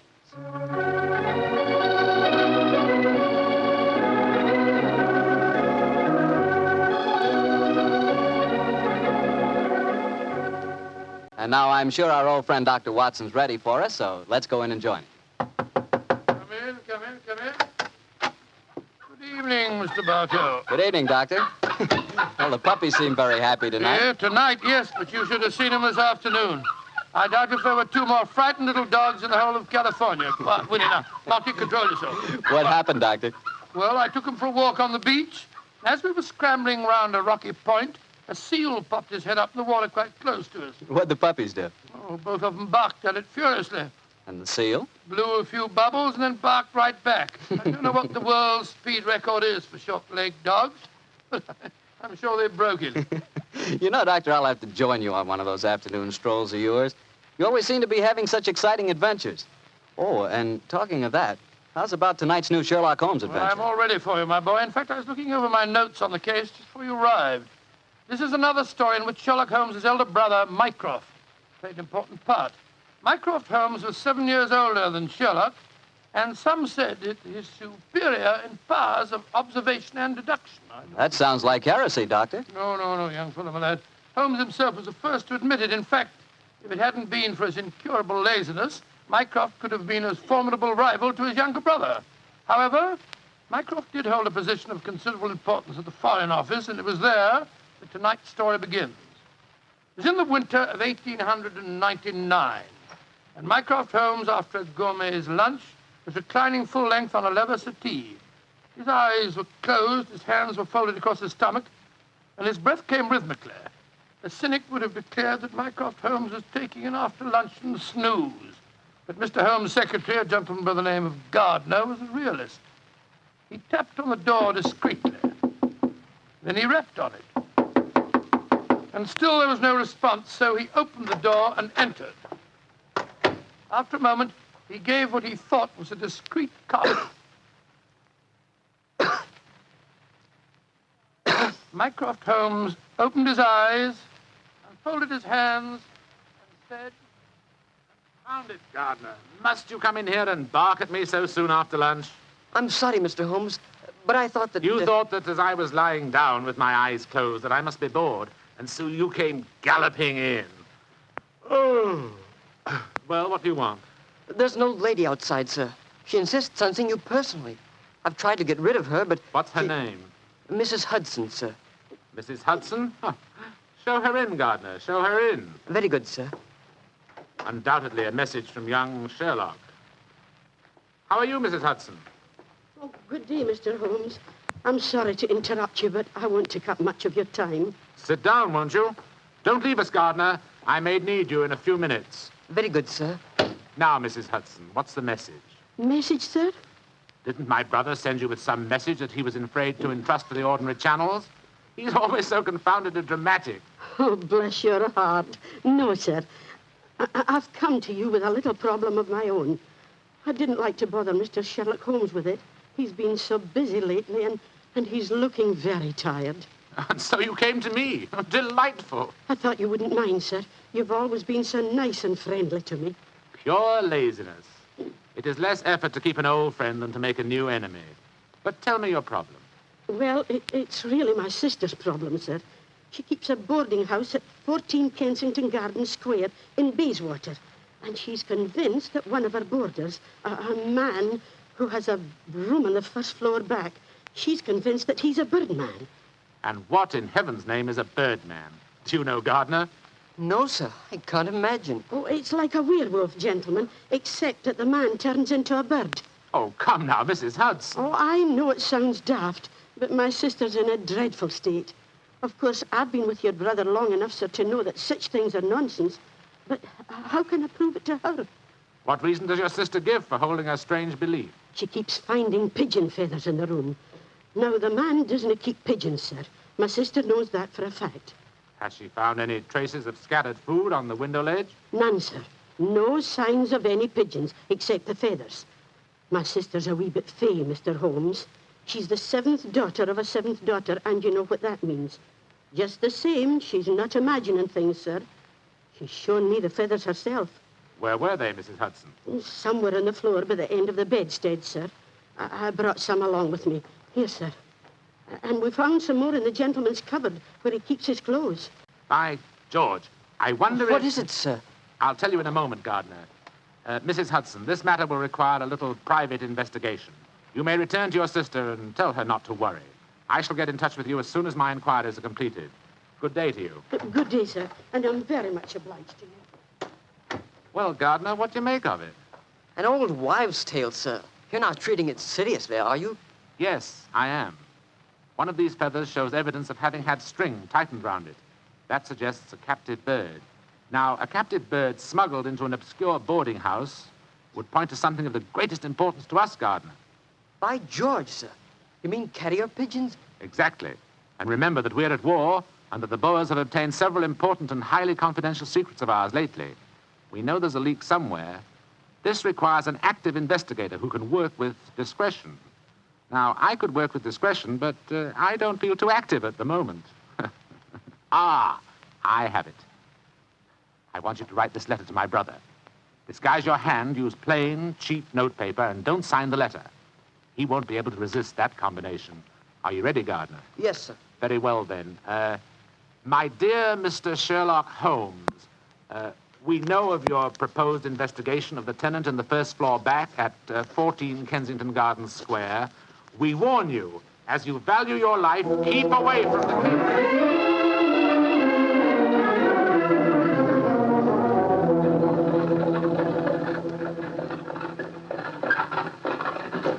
We warn you, as you value your life, to keep away from the case. And that, my dear Watson, is why we are driving towards 14 Kensington Gardens Square, disguised as building inspectors of the London County Council. Well, I must say it's a very challenging letter, Holmes. Unsigned, Yes. I notice. Written on cheap notepaper and in a disguised hand. No clue there, I'm afraid. Well, we're entering the square, Holmes. Let's stop the cab here. You can drop us here, cabby. Right you are, Governor.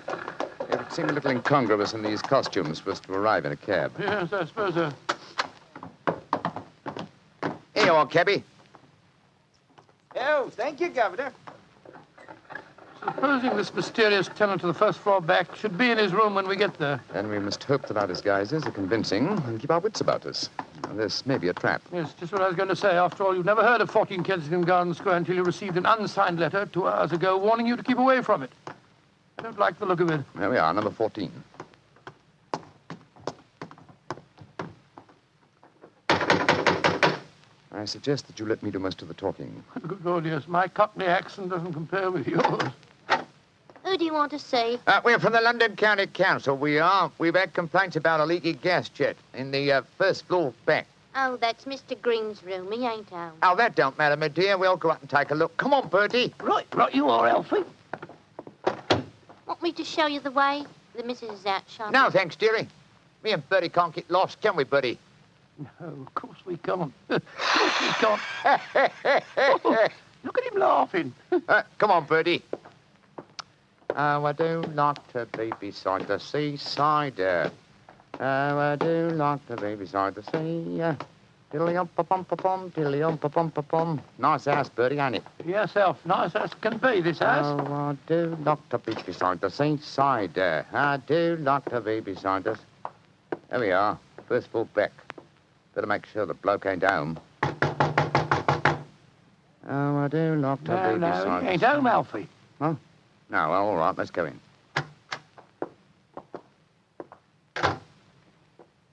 Oh. So this is the mysterious room, eh? Well, it looks perfectly ordinary, doesn't it? Yes, a depressing example of the squalor of boarding house life. Hello. What's this on the bedspread? Feathers. Must have come out of the pillow. No. These are pigeon's feathers, old chap. And look here, Watson. Attached to the bed rail. Yeah, it's only a piece of string. String, yes, but with a small metal ring on the end. A ring such as is used to place around a homing pigeon's leg. But why should someone keep carrier pigeons in an obscure boarding house like this? Yes, why indeed, why indeed? The answer could be that the tenant of this room is engaged in some sinister activity that requires the use of carrier pigeons in sending messages. Yes, there's no evidence of the birds being kept here. That's true, old fellow, that's true. Possibly the owner of this room is given a pigeon by one of his superiors, brings it here, affixes his message, and releases the bird. But why couldn't he just take the message to where they keep the birds? Well, in that way, he would run the risk of being picked up with dangerous and incriminating messages on him. What kind of skullduggery involves the use of carrier pigeons, you suppose? We're at war with the Boers in South Africa, Watson. What could be more logical than that a spy in their pay should be using this method to smuggle important information out of the country? By Jove, yes, Holmes. I wouldn't mind betting that... Shh! Somebody coming. Look out. Who are you? What the devil do you think you're doing in my room? Well, my name's Bertram, and I come here to look at your gas pipes. Don't lie to me. Who are you? It's like I say, Governor, my name's Bertram, and I come from the London County Council. Very well, then. If you won't tell me the truth, perhaps this revolver will make you change your mind. Look here, Governor, look here, Governor. Grab his revolver, Watson. Yes, right. Holmes, where were you? I slipped behind the doors. This gentleman opened it. Yeah, me, sir. Your overcoat coat seems extraordinarily well filled with chest, doesn't it? Why not slip it off? Yeah. It's a bit warm in here. Let me alone. Joe, you were right, Holmes. He had a pigeon under his coat. Yes. See if you can catch the bird, will you, old chap? All right, here. Come on, Pidgey. Pidgey, come on, little fella. Come along, Pidgey. There he comes. That's it. Look at the little fella. Snuggled up on my arm. Friendly little fellow, isn't he? Yes, Look out, Watson. The gentleman's revolver. He's going after and when I get it, I'll... A beautiful uppercut, Holmes. I'm afraid he'll be unable to talk to us for some time. How fortunate he told us where the message was hidden before we indulged in this little set, What do you mean? He didn't say anything about a message? No, not verbally, but I was watching his reflection in the mirror as he entered the room. His eyes first glanced at this top drawer on the dresser here to see if we'd touched it. It was obviously the most important spot in the room. Let's see. Ah, here we are. A message already rolled up and in its container. Oh? What does it say, Holmes? It's in code, which is not surprising, but I don't think it'll be very difficult to decipher. Yes, and when you've done that? Then, my dear fellow, I shall compose a code message of my own and persuade this pigeon to lead us to its master.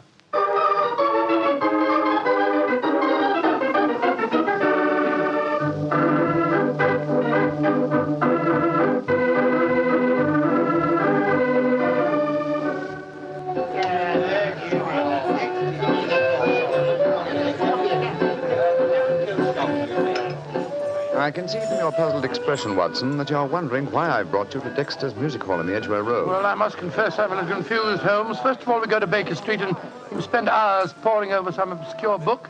Then you write out a message, attach it to a pigeon, and let it loose.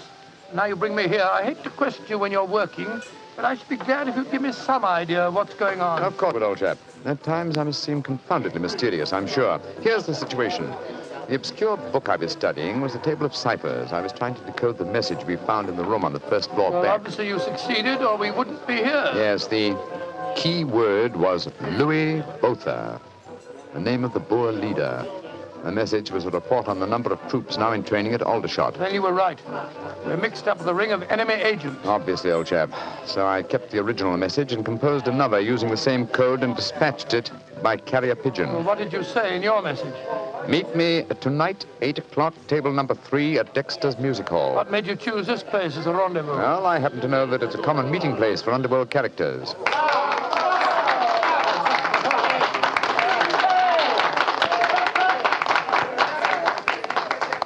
And which is table number 3? The one over there in the corner. I reserved it. Then why don't we go and sit down there instead of standing it here at the back of it? I thought we'd give our visitor the opportunity of showing his hand first. He won't be expecting Sherlock Holmes and Dr. Watson, I fancy.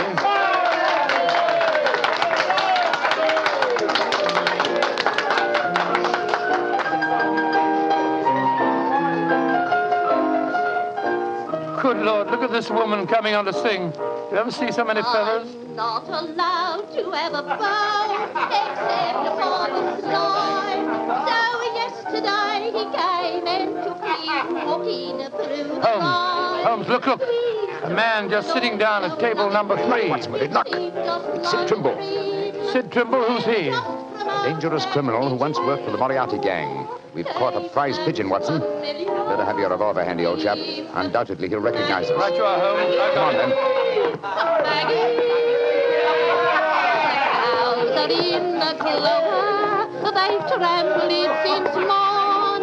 Go and you drive them, Maggie, to the old. I'm so glad you're able to keep your appointment, sir. Sherlock Holmes. This is a trap. Now, don't try any tricks. I've got a revolver here, Sid. How'd you like this table in your face? Watson, you didn't shoot him, did you? No, he knocked my hand. The revolver went off. The shot went well. I swear it did. Yes, of course. Look at the wound. There are no powder burns. The shot was fired from some distance. Holmes, he's dead. Out of the way! Out of the way, please. Now then, what's going on here? Constable, this man has been killed. Yes, and it's easy to see who did it. Well, I didn't do it, Constable, if that's what you're thinking. No? Then why are you standing here with a smoking revolver in your hand? Come on, you're under arrest. But you can't arrest me. I'm Dr. Watson, and this is Mr. Sherlock Holmes. I don't care if you're the King of Siam and the Bishop of London himself. You're under arrest, and I'm taking you both to Scotland Yard.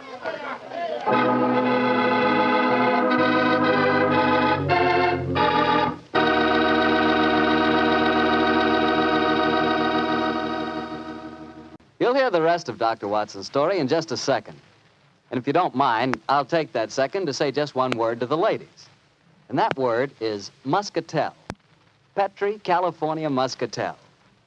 I want you women to know about it because Petri Muscatel is one wine that practically every woman likes. Maybe because it's such a beautiful color, like pale gold. But I guess really because Petri Muscatel brings you the wonderful flavor of luscious, sun-ripened Muscat grapes. And that's a flavor. Try Petri Muscatel after dinner or any time as a change from Petri Port. Have a bottle of each on hand.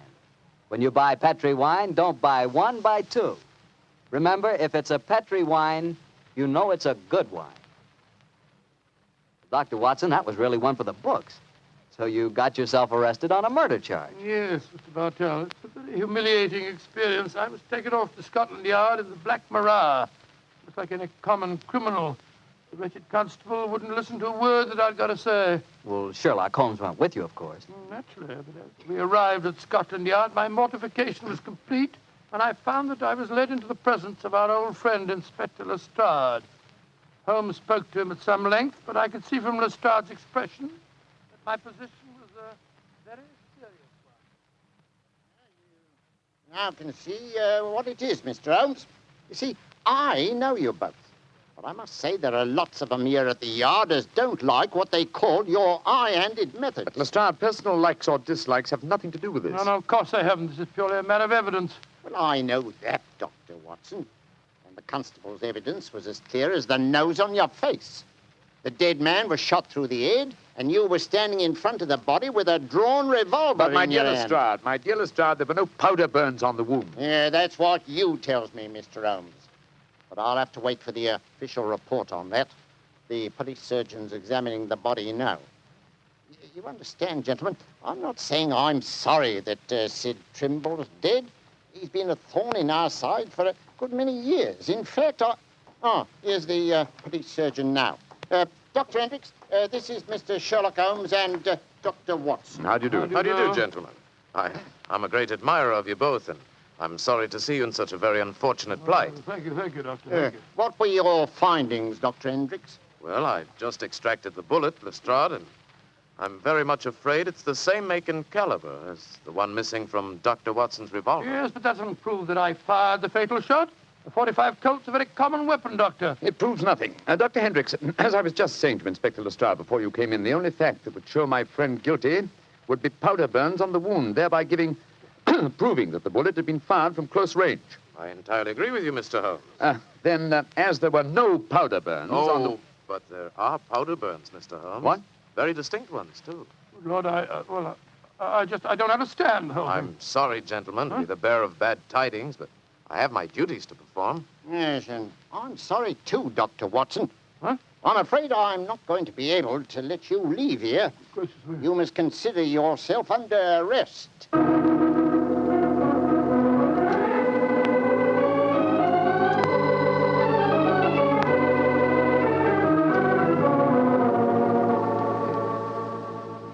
Holmes, I never felt more despondent in my life. Oh, cheer up, old chap. Well, how can I? Locked up in a prisoner's cell. Looks as if I might end up at the gallows. Don't worry, Watson. You'll be out of here before the night is over, I promise you that. I wish I felt as confident as you do. How do you propose to do it? Oh, with the aid of a little hard thinking. Thinking? That won't unlock any cell doors, thinking. But it will, old fellow. It's obvious someone's deliberately trying to incriminate us. Try and reconstruct the killing logically. Sid Trimble was a member of an espionage ring. I sent him a false message. After he'd left to keep the appointment, one of his colleagues trailed him to the music hall and killed him before he could betray anything to us. Yes, that's undoubtedly the way it happened. The powder burns, Holmes. How do you account for them? There were none just after the shot was fired. We know that. And yet Dr. Hendricks assures us that there are very distinct powder burns now. May we come in, gentlemen? Yes, of course you can, Dr. Hendricks. Oh, hello, Lestrade. Yes, I thought we'd come and chat with you, Doctor. Well, that's very nice of you, gentlemen. Yeah, not a bit of it, Doctor. You know, it hurts me to see you in here, and that's a fact. And I can't bear to see a fellow medico in such plight without coming in to see what I can do to help Watson. Yeah, you're very quiet, Mr. Holmes. Am I, Lestrade? I was thinking, you see, Watson, old chap. I have it. You have what? The answer. You'll sleep in Baker Street tonight after all. Mr. Holmes, what are you talking about? The murder of Sid Trimble. The incriminating powder burns were obviously faked. Watson and I know that, whether you and Dr. Hendricks believe it or not. The question is, how were they faked? I think I have the answer. Dr. Hendricks. Yes, Mr. Holmes? If a blank cartridge were fired at the wound after death, it would produce powder burns, wouldn't it? Undoubtedly. Yeah, but who could have done that, Mr. Holmes? Ah, that's the point, Lestrade. Who had the opportunity? the constable who brought the body here. True, old chap. Huh? Also, you, Dr. Hendricks. That's perfectly true. Yeah. Well, I had the opportunity too, Mr. Holmes. I spent half an hour in the morgue alone with the body when it first come in. Well, you've narrowed it down to 3 suspects, Holmes.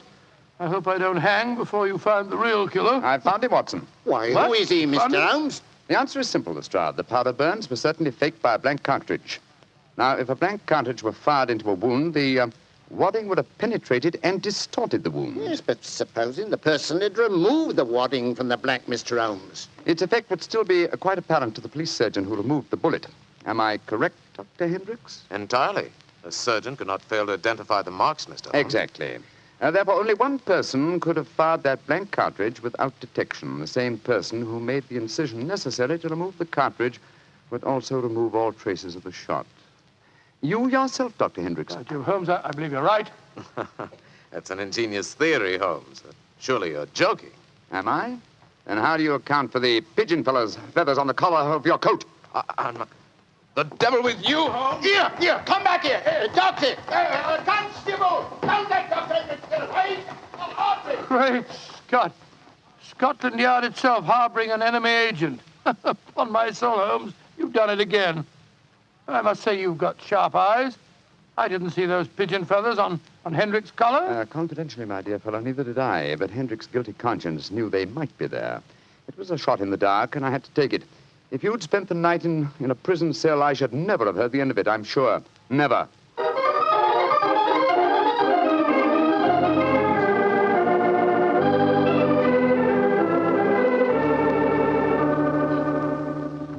I want to see Mr. Mycroft Holmes, please.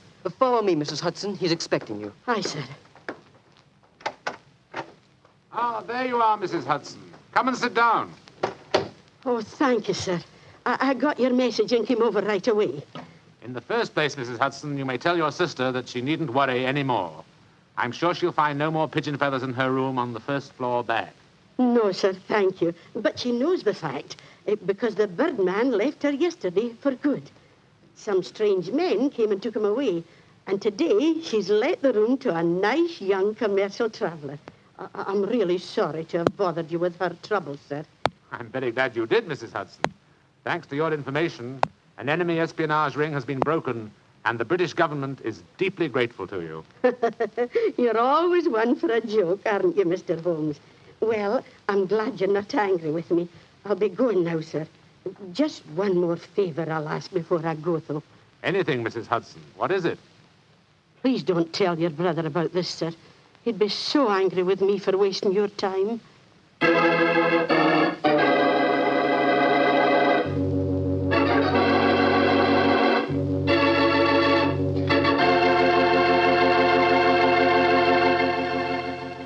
Well, Doctor, that was really a swell story tonight. Although it was a bit unexpected for you to have been arrested. Yes, indeed. Mr. Bartell, when you're a detective like Holmes or a doctor like myself, well, you've got to be prepared to meet the unexpected every once in a while. I suppose so. Of course, you wouldn't know about things like that, being a wine expert yourself. Oh, now, wait a minute, Doctor. From the way you talk, you'd think I spent every waking moment in a nice, cool wine cellar, tasting wine from morning till night. Well, don't you? Oh, now, Doctor, I'm no more a wine expert than you are. All I know about wine is that it either tastes good or it doesn't. And I know that Petri wine does taste good. And that's because the Petri family took time to make good wine. Generations of time. Why, the Petri family's been making wine ever since they started the Petri business way back in the 1800s. And since the business has always been family-owned and operated, they've been able to hand on down from father to son,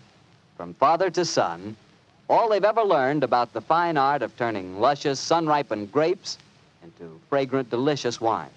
And they've learned plenty. So no matter what type wine you want, for any occasion, you can't go wrong with a Petri wine because Petri took time to bring you good wine. Well, Dr. Watson, what story do you have lined up for us next week? Well, now, next week, Mr. Bartell, I'm going to tell you a weird adventure that Sherlock Holmes and I had in the East End of London. It concerns a most unusual stage play, a badly frightened actor, and a blood-stained razor. I call it the strange case of the demon barber.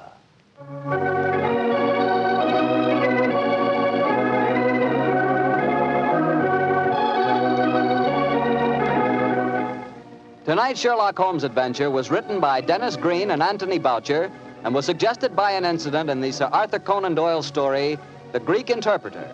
Music is by Dean Fossler.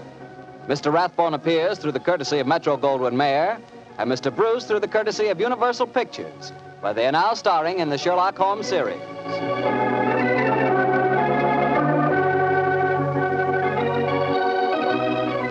The Petri Wine Company of San Francisco, California, invites you to tune in again next week, same time, same station. Sherlock Holmes comes to you from our Hollywood studios.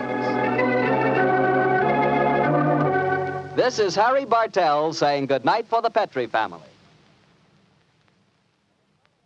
For a solid hour of exciting mystery dramas, listen every Monday on most of these same stations at 8 o'clock to Michael Shayne, followed immediately by Sherlock Holmes. This is the Mutual Broadcasting System. This is Harry Bartell. I'll be right back with another new adventure of Sherlock Holmes.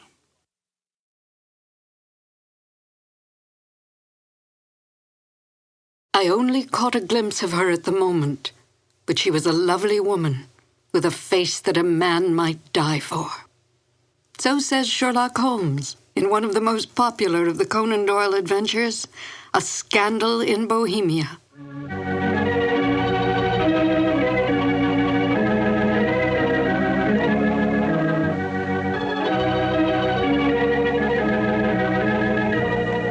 Hello, and welcome to 2 more new adventures of Sherlock Holmes.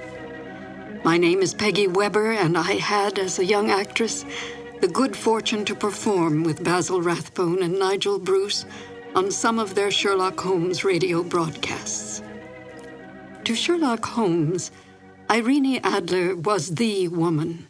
A great deal has been made of this over the years in many a pastiche, and even in some recent feature films, implying that Holmes was in love with Miss Adler.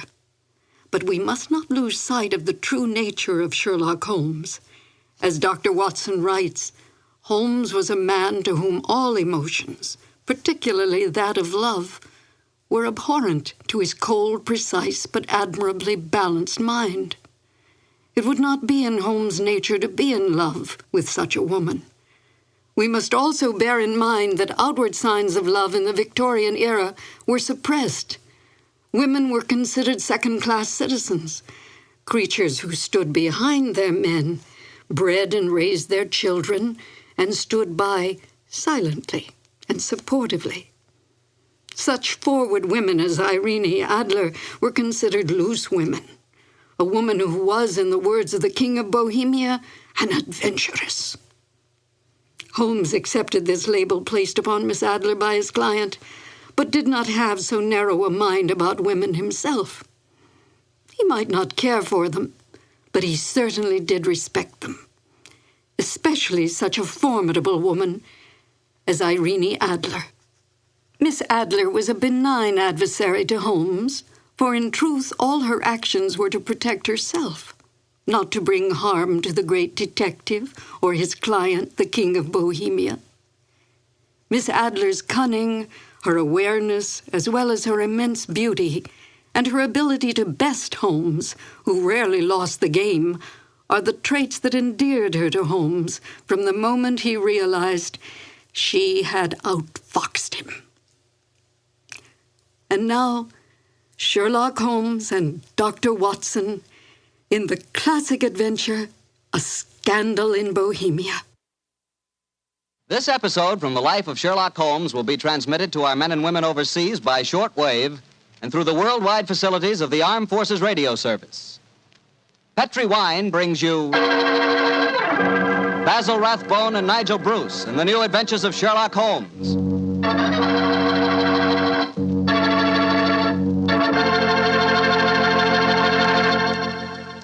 The Petri family, the family that took time to bring you good wine, invites you to listen to Dr. Watson tell us another exciting adventure he shared with his old friend, that master detective, Sherlock Holmes. And you know something? I had an adventure tonight I wish you could have shared with me. I had a steak about, an inch and a half thick, tender, juicy, and with it I had a glass of Petri California Burgundy. Now there's a combination, steak and Petri Burgundy. That Petri Burgundy's a perfect mealtime wine. It's a rich red wine that's hearty and full of flavor. Flavor that comes right from the heart of the grape. And don't think that Petri Burgundy is only good with steak. It'll make a hamburger sandwich taste like a feast, too. Try Petri Burgundy with any meat or meat dish. It's just wonderful.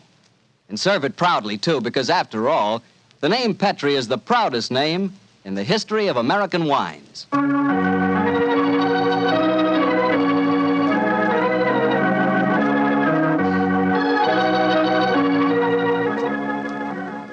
And now I know Dr. Watson's waiting for us, so let's go in and join him. Come in, come in, come in, come in. Good evening, Dr. Watson. Good evening, Mr. Bartell. You're quite muffled up tonight, I see. Overcoat, scarf, and gloves. Slip 'em off and come and join me by the fire. Thanks, Doctor. It's quite a nip in the air tonight. Yes, there is indeed. Well, Doctor, you told us last week that tonight's story centered around the activities of a brilliant and beautiful woman. Yes, my boy. Her name was Irene Adler. But I never knew Holmes refer to her by any other name than the woman. She sounds mighty intriguing. How did you happen to meet up with her? Well, I'll tell you the story from the beginning.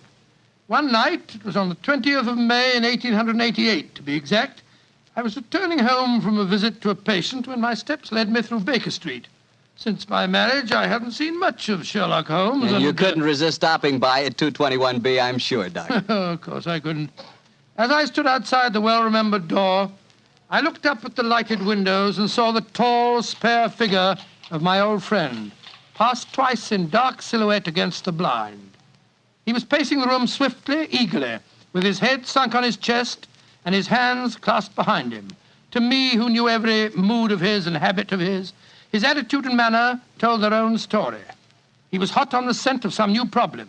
I rang the bell, and a few moments later, found myself standing before him. You look in splendid shape. Yes, Holmes, I'm feeling very well, thanks. And in practice again, I see. You didn't tell me that you'd gone back into harness. Oh, and how did you know? Elementary, my dear chap. If a gentleman walks into my rooms smelling of iodoform with a black mark of nitrate of silver on his right forefinger and a bulge on the left side of his hat to show where he's secreted his stethoscope, I should be dull indeed if I didn't pronounce him to be an active member of the medical profession. Just the same as ever, Holmes. By the way, I'm not interrupting you. Well, you are, old fellow, but it's a most welcome interruption. You're working on a new case? It looks like it. This letter arrived by the last post today. It's undated and has neither signature nor address. Read it. Let's have a look. There will call upon you tonight at 7:45 a gentleman who desires to consult you upon a matter of the very deepest moment. Your recent services to one of the royal houses of Europe have shown that you are one who may safely be trusted. This account of you we have from all quarters received. Be in your chamber, then, at that hour, and do not take it amiss if your visitor wears a mask. Great Scott, it's all very mysterious. What do you imagine it means? Look carefully at the note, old fellow. What do you deduce from it? Well, now, let me think. Well, the man who wrote it was presumably well-to-do. Such paper couldn't be bought under half a crown a packet. And it's peculiarly strong and stiff. Peculiar. That's the very word. It's not an English paper at all. Hold it up to the light. Don't you notice anything? Yes. There's a large E with a small G and a large G with a small T. That's right. Woven into the texture of the paper. What does that suggest to you? The name of the maker, no doubt, or perhaps his monogram. Not at all, my dear fellow. The G with the small T stands for Gesellschaft, which is the German for company. And the EG? That stands for Igria. It's a German-speaking country in Bohemia, not far from Carlsbad. Oh, so the paper was made in Bohemia? Undoubtedly, my dear fellow. And the man who wrote the note is a German. How do you know that? Observe the curious construction of the sentence. This account of you we have from all quarters received. A Frenchman or a Russian could not have written that.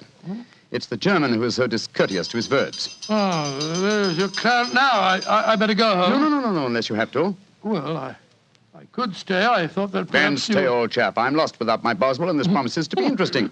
I told Mrs. Hudson to let the masked visitor come upstairs unannounced. Come in. Good evening, sir. You received my note? Yes, indeed, sir. Come in, won't you, and sit down. This is my friend and colleague, Dr. Watson. You may say anything before him that you can say to me. Whom have I the honor to address? You may address me as Count von Kram. How do you do, sir? You must excuse this mask that I wear. The august person who employs me wishes his agent to be unknown to you, and I may confess at once that the title by which I have just called myself is not exactly my own. I'm well aware of that fact, sir. You see, Mr. Holmes, the matter I am about to discuss implicates the great house of Ormstein, hereditary kings of Bohemia. That has not escaped me either, sir. In fact, if you will state your case, I shall be the better able to advise you. Your Majesty. How did you... Yes. Yes, I am the king. Why should I attempt to conceal it? Why, indeed? I shall remove the mask. There. Mr. Holmes, I have traveled incognito from Prague for the express purpose of consulting you. Then pray consult. Briefly, the facts are these. Some 5 years ago, during a visit to Warsaw, I made the acquaintance of the well-known adventuress Irene Adler. Irene Adler? We know of her, Your Majesty. Look her up in the index for me, will you, Watson? Yes, it's right beside you on the desk there. I imagined that the name would not be unfamiliar to you. Here we are. Abrahams, Acton Green, Hatchet Murders, Adler. Splendid, old fellow. Hand me the file, will you? Yeah. Thank you. Mm-hmm. Irene Adler, born in New Jersey in the United States in 1858, contralto. Mm-hmm. Prima donna Imperial Opera of Warsaw. Mm-hmm. Retired from the operatic stage, living in London. Quite so. And here's a recent notation. Your Majesty, as I understand, became entangled with this young person, wrote her some compromising letters, and is now desirous of getting those letters back. Precisely so, but how did... Was there a secret marriage? None. No legal papers or certificates? No. Then I fail to follow, Your Majesty. If this young lady should produce her letters for blackmailing purposes, how is she to prove their authenticity? There is the handwriting. Well, that could be a forgery, Your Majesty. But it was private notepaper. Stolen. My own seal. Imitated. My photograph. Bought. What? We were both in the photograph. Oh, dear. That's very bad. Your Majesty has indeed committed an indiscretion. Did you inscribe the photograph, Your Majesty? Yes, Dr. Watson, I'm afraid I did. Gracious me. Mr. Holmes, it must be recovered. Perhaps if you were to pay enough, the photograph might be bought. She refuses to sell. Stolen, then? 5 attempts have been made. Twice burglars in my pay ransacked her house. Once we diverted her luggage when she traveled. Twice she has been waylaid. There has been no result. Oh, dear. It's quite a pretty little problem. It is a deadly serious one to me. Your Majesty, what does Miss Adler intend to do with the photograph? To ruin me. Oh, how? Well, I'm about to be married to the second daughter of the King of Scandinavia. She is the soul of delicacy. A shadow of a doubt as to my conduct would bring the matter to an end. And Irene Adler threatens to send the photograph to your fiancée, I suppose. Yes, and she will do it. Rather than let me marry another woman, there are no lengths to which she would not go. None. Are you sure that she's not already sent it, Your Majesty? I am sure. Now, why, Your Majesty? She said that she would send it on the day my betrothal is publicly announced. That day will be next Monday. Splendid. Then we have still 3 days yet. Your Majesty will, of course, stay in London for the present. Certainly. You will find me at the Langham Hotel, registered as Count von Kram. Just 2 questions before you leave, sir. What are they? Is the photograph large or small? Quite large. And it was in a heavy frame. I see. And what is Miss Irene Adler's London address? Briony Lodge, Serpentine Avenue, St. John's Wood. Thank you, Your Majesty. Good night, and I trust we shall soon have some good news for you. I am placing all my hopes in you, Mr. Holmes. Good night. Good night, Dr. Watson. Good night, Your Majesty. Fascinating problem, Holmes. I wish I could help you with it. You can, my dear chap. Huh? I shall be glad of your company. Oh, splendid. What's our first move, Holmes? Well, a good night's rest, I think.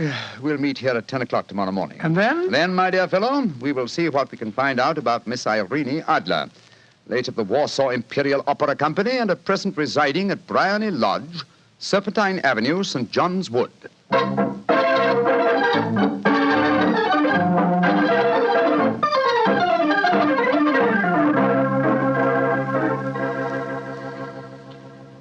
Well, Holmes, a cursory examination of Briony Lodge didn't prove very illuminating. No, a bijou residence that represents the essence of dignified suburbia, but tells us very little about its owner. I think a visit to the local public house might prove more instructive. Come on, old chap. I see the door to the Coach and Horses inviting us from across the road. Well, our disguises shouldn't cause any suspicion, Holmes. That's why I suggested them. In the character of a couple of stable hands, I felt that we might inspire confidence. This is a horsey neighborhood. There's a wonderful sympathy and Freemasonry among the fraternity. There we are. Better let me do most of the talking. Yes, I will indeed. I'm sure that your accent will be more convincing than mine. Let's go in, shall we?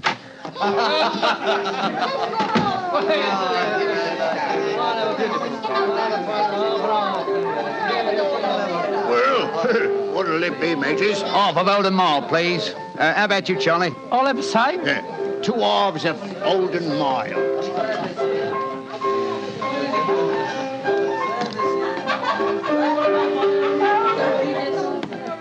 Well, here you are, mateys. That'll be a tenner. Have a drink with us, Governor. Oh, don't mind if I do. I'll have a Guinness.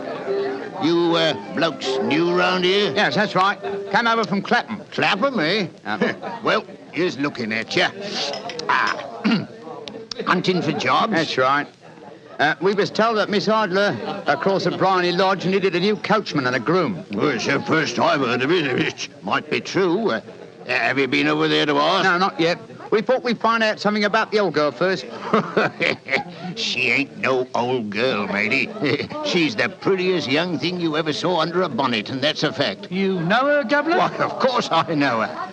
Used to drive her carriage, I did. Before I came to work here. Oh, what's she like? Oh, nice little lady, as you'll find, chum. Work you hard? No. She lives quiet like. Goes out singing at concerts once in a while. The rest of the time, it's money for jam. She goes out for a drive in the park every day at 5 and comes back to dinner at 6:30. The rest of the time's your own. She ain't married, you say? No. But she's got a bloke what comes to see her all the time. He's a barrister. Nice gentleman. Mr. Geoffrey Norton is his name. Good-looking fella. Wouldn't be surprised to see him get spliced. Sounds like a cushy job to me. Come on, Charlie. Let's get over to the house and see what's what. Much obliged to you, chum. Well, good luck, mateys, and thanks for the Guinness.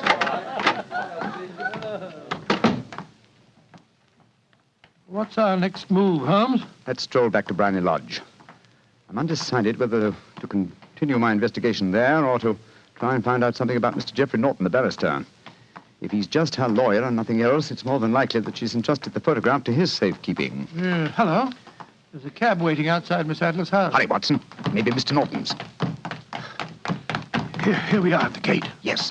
Here comes a man hurrying down the pathway. Quick. Flatten yourself behind this post. Listen. Where to now, Mr. Norton? Drive like the devil. First to Gross and Hankey's in Regent Street, and then to the Church of St. Monica in the Edgware Road. Half a sovereign if you do it in 20 minutes. Right, y'all, Mr. Norton. Up in. Try and signal the cab, Watson. We must follow him. Well, here comes one. Oh, no, it isn't. It's a private carriage. Miss Adler's, no doubt. Here she comes down the pathway. Back behind the post again, Watson. Where to, Miss Adler? The Church of St. Monica's, John. And half a sovereign if you reach it in 20 minutes. The game's afoot, Watson. Quick. We must get a cab and follow them. Here comes a hansom. Hi, cabby! Here! You blokes got enough money to take a cab? Here's a half sovereign for you, my man. Right, you are. Where to, Governor? The Church of St. Monica in the Edgware Road, and another half sovereign for you if you get us there in 20 minutes.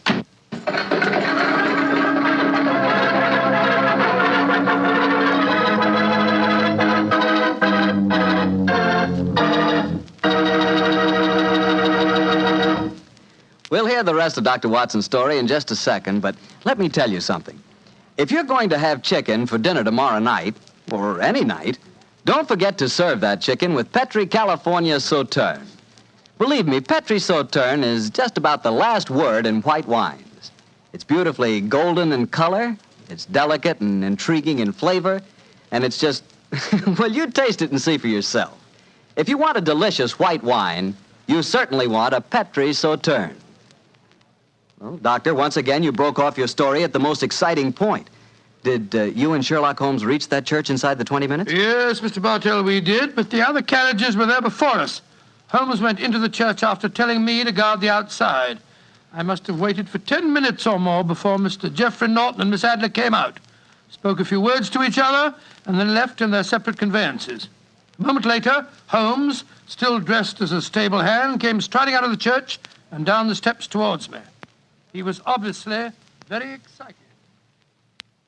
What? Have they left? Yes, in separate cabs. I overheard him say that he was going back to his office, and she said, I shall drive out in the park at 5 this evening. Splendid, old fellow. Then come on. We can return to Baker Street. What happened inside the church, Holmes? They were married. Married? Of course. The ceremony would have been illegal if it had been performed after noon. That accounted for their wild dash to the church. Jump into the cab. Where to now, Governor? 221B Baker Street. Oh, so they got married, eh? Yes, and it may amuse you to know that I acted as witness at the ceremony. Oh, you did? But how did that happen? Their own witness had failed to appear, and I was dragged into the breach. The bride gave me this sovereign as a memento. I think I'll wear it on my watch chain in memory of the occasion. What an amazing situation. Things begin to look better for the king, don't they? Yes. Now that she's Mrs. Norton, the chances are that she won't want to expose His Majesty after all. I hope so, Watson, I hope so. But we can't afford to take any chances. I think the time is right for us to come to closer grips with the lady.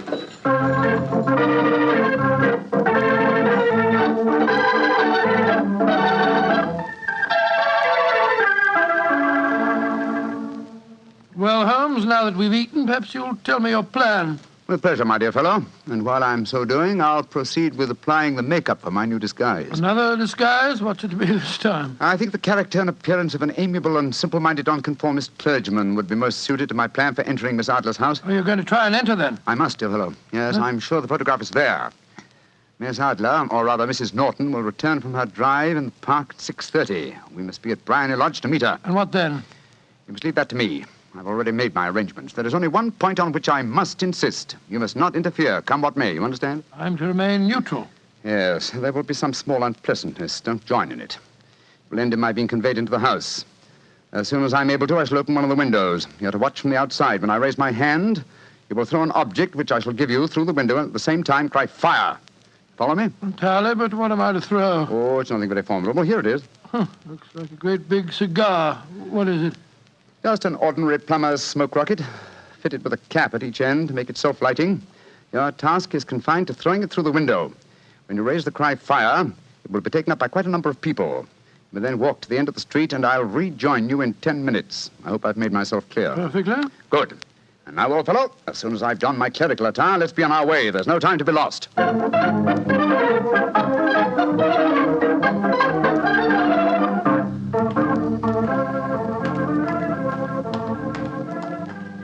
It's nearly 6:30, Holmes.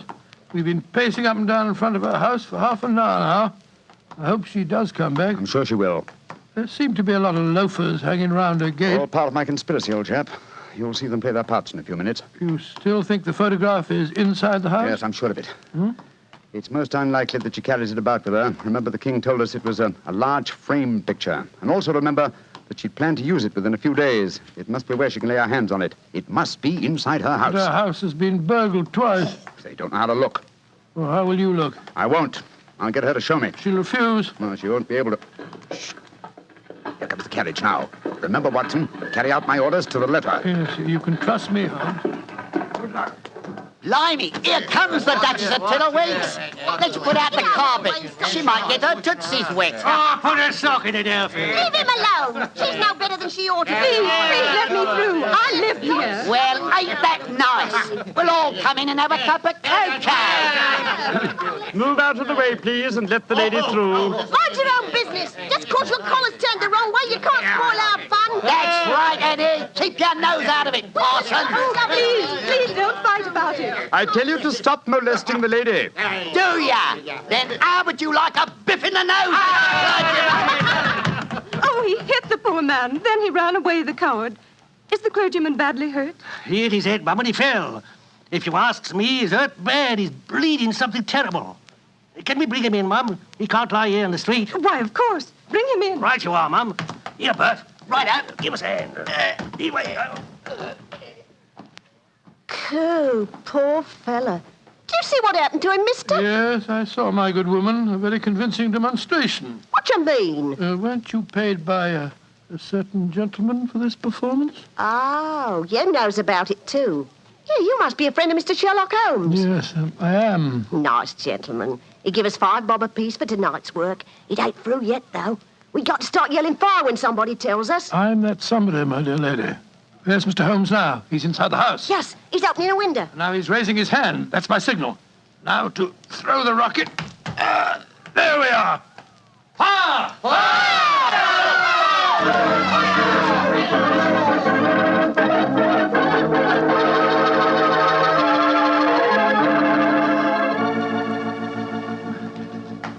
Holmes, there you are. You have the photograph? No, but I know what it is. She showed me, as I told you she would. I'm still in the dark. There's no mystery, old chap. When my accomplices started the round the street, I had a little moist red paint in my hand. As my good friend Alfie pretended to strike me, I clapped my hand to my head and fell down. It's an old trick. Yes, I understand that, but how did my throwing the rocket help you? It was all important, my dear fellow. When a woman thinks her home is on fire, her instinct is at once to rush to the thing she values most. A married woman grabs her baby. An unmarried reaches for her jewel box. In this case, of course, it was the photograph. Where was it? In a recess in the living room, just above the right-hand bell pull. I caught a glimpse of it as she half drew it out. When I made it known that the fire was a false alarm, she replaced the photograph.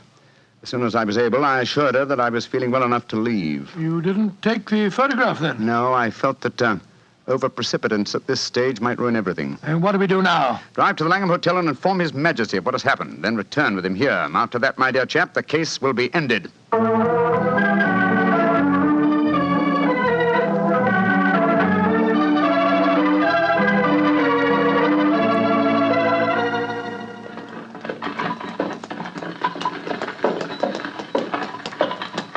This is Brownlee Lodge now, Your Majesty. I'm all impatience. You're certain this photograph will still be there, Mr. Holmes? I have every reason to believe so, Your Majesty. I must confess, this is going to be something of an ordeal. Then I suggest that you let me do the talking, Your Majesty. I think I know how to handle the lady.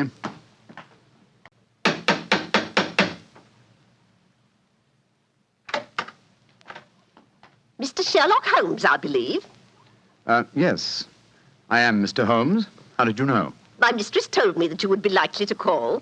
She has left for the continent with her husband. You mean she's left England? Never to return. Then the papers, the photograph.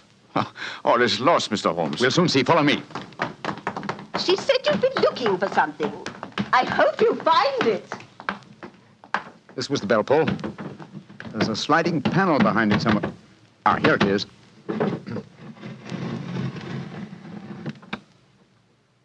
Is the photograph there, Mr. Holmes? There is a photograph, but it's a photograph of the lady alone.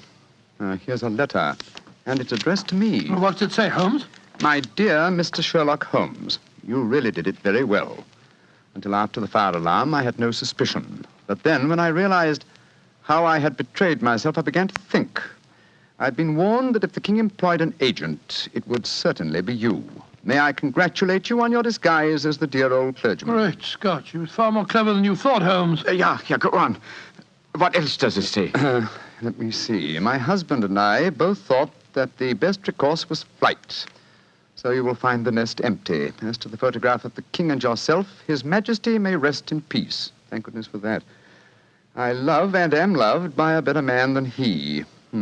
I leave another photograph, however, that he might care to possess. And I remain, dear Mr. Sherlock Holmes, very truly yours, Irene Norton, née Adler. What a woman, Watson. What a woman. What a magnificent woman. She fooled me completely. But, I'm sorry, Your Majesty. I've been unable to bring your business to a more successful conclusion. On the contrary, my dear sir, nothing could be more successful. I know that Irene's word is inviolate. The incriminating photograph is now as safe as if it were in the fire. I'm glad to hear Your Majesty say so. I am immensely indebted to you. Now, pray tell me in what way I can reward you. This beryl ring that I wear, I should be proud Your Majesty has something that I should value even more highly. You have but to name it. This photograph. Irene's photograph? But certainly. However, you must let me give you something more substantial. Oh, no, Your Majesty. This is something I shall treasure all my life. This and a golden sovereign I received from the lady's hand. They will remind me that I was once tricked by a woman. A woman that I shall never forget.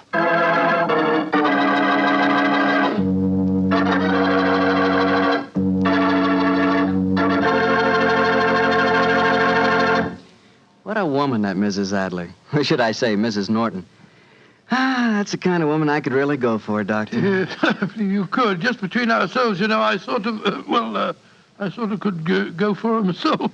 She was intelligent. Yeah, she was rich. Beautiful. That's the kind of woman you want sitting next to you in front of a cozy fire on a nippy fall night. Just the three of you. The three of you? Mm-hmm. You, she, and a glass of Petri port. Mr. Bartelli. Why not? That Petri California port is some wine.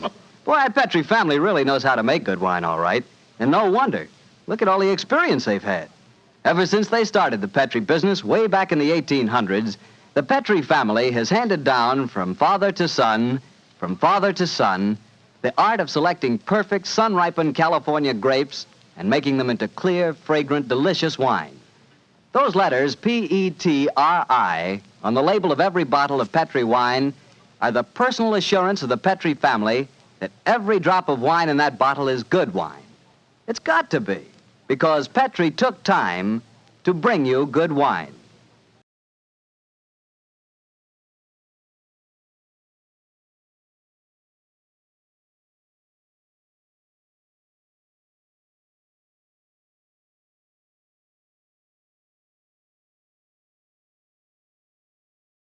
Good evening, Doctor. Good evening, Mr. Bartell. Draw up your usual chair. Thank you. That's it. Well, did you enjoy the Christmas holidays? Well, I've had a whale of a time, thank you, but I don't think I can face a turkey or a mince pie for at least another year. How about you, Doctor? Oh, I had a very pleasant week, too, my boy. Parties, visitors, and a flattering number of Christmas messages to be answered. Oh, say, you got a new pipe. Is that a Christmas present? Yes, new pipe, new tobacco pouch, and a pound of my favorite tobacco. All of them sent to me from London by an old client and a friend of mine, Sir Ian Dunbar. An old client, huh? Well, do you mean he was one of your patients, or was he someone that you and the great Sherlock Holmes helped? The latter, Mr. Bartell. As a matter of fact, it was receiving this gift that reminded me of the story I've decided to tell you tonight. A story in which Sir Ian Dunbar played a prominent part. And how did it begin? The day before New Year's Eve in 1899. Sherlock Holmes and I sat in opposite corners of a first-class railway carriage as we sped towards Edinburgh in the Flying Scotsman. What took you and Sherlock Holmes up there, Doctor? It started off as a holiday visit, Mr. Bartell. My old friend Sir Walter Dunbar had asked Holmes and me to spend a few days with him at Dunbar Castle, about 20 miles outside Edinburgh.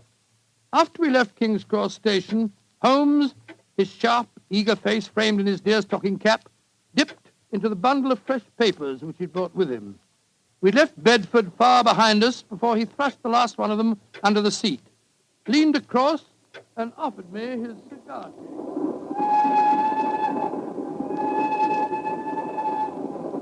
Care for a cigar, Watson? No, thanks, old fellow. I'll stick to my pipe. Flying Scotsman's living up to its name. We're going splendidly.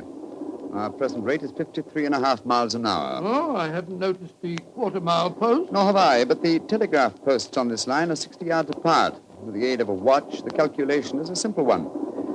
Watson, my dear fellow, we have several hours ahead of us. Tell me more about Sir Walter Dunbar. I have a feeling that he's in some kind of trouble, but you haven't wanted to talk about it. Well, it's not exactly trouble, Holmes, but there's a strange problem that confronts the Dunbars. A problem that'll be settled at midnight tomorrow. Oh, indeed. Night of New Year's Eve, eh? Yes, exactly. But to really appreciate the story, I have to begin by telling you of the death of old Sir Thomas Dunbar. The father of the present baronet, I suppose. Yes, he was severely wounded at Waterloo, though he managed to last out long enough to get back to Dunbar Castle. The story goes that as he lay there on his deathbed, he told his wife of his plans for their unborn child. Dinna grieve, lass. I'll fetch the baronetcy home from Waterloo. What if I fetch the mortal wound as well? Oh, hush, lass. I'm no afraid to die. All that niggles me is that I shall ne'er see the child you bear. The Sir Wattle Scott no coming yet. Can he visit the deathbed of his old friend? Who's there? Is that you, Sandy Murdoch? Aye, Thomas. It's me. Aye. I'm leaving an unborn son behind me when I die.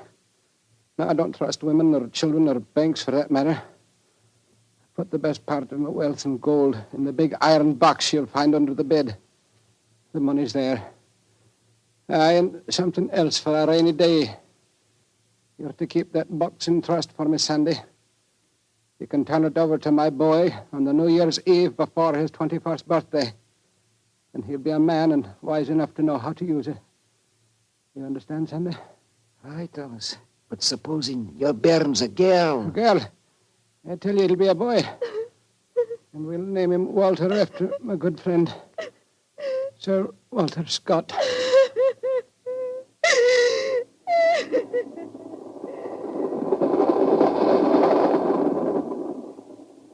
Very interesting story, Watson. And that child, of course, is the gentleman we are going to see now, Sir Walter Dunbar. Exactly. And the first baronet was a friend of Sir Walter Scott, while his son can boast of your acquaintance. Why, it's a family singularly rich in literary friendships. That's not very funny, Holmes. To continue, I suppose you can guess what happened. Sir Thomas carefully drew up a document to specify the New Year's Eve before the baronet's 21st birthday. And the poor child was born on February the 29th. It was a leap year. Oh, so poor Sir Walter is still waiting for his iron box full of gold. Yes, he'll be 84 next year, and yet legally, with only one birthday every 4 years in the eyes of the law, he'll at last be 21. A most amusing situation, though I'm afraid Sir Walter finds it far from entertaining. The lawyers must have been extremely scrupulous in abiding by the letter of the document. Yes, old Sandy Murdoch is dead now, of course. But he, too, is a great-grandson, William Murdoch, who still handles the Dunbar estate. He'll be at the castle tonight to formally hand over the iron box. I'm delighted you accepted the holiday invitation of Sir Walter. My dear fellow, I've needed a rest, but I've always loathed too strict a one. This situation may pose a nice little problem for me. Problem? Yes, I'm reasonably certain that the aged Sir Walter Dunbar will not get his iron box full of gold on this New Year's Eve either. But we shall see, old fellow. We shall see.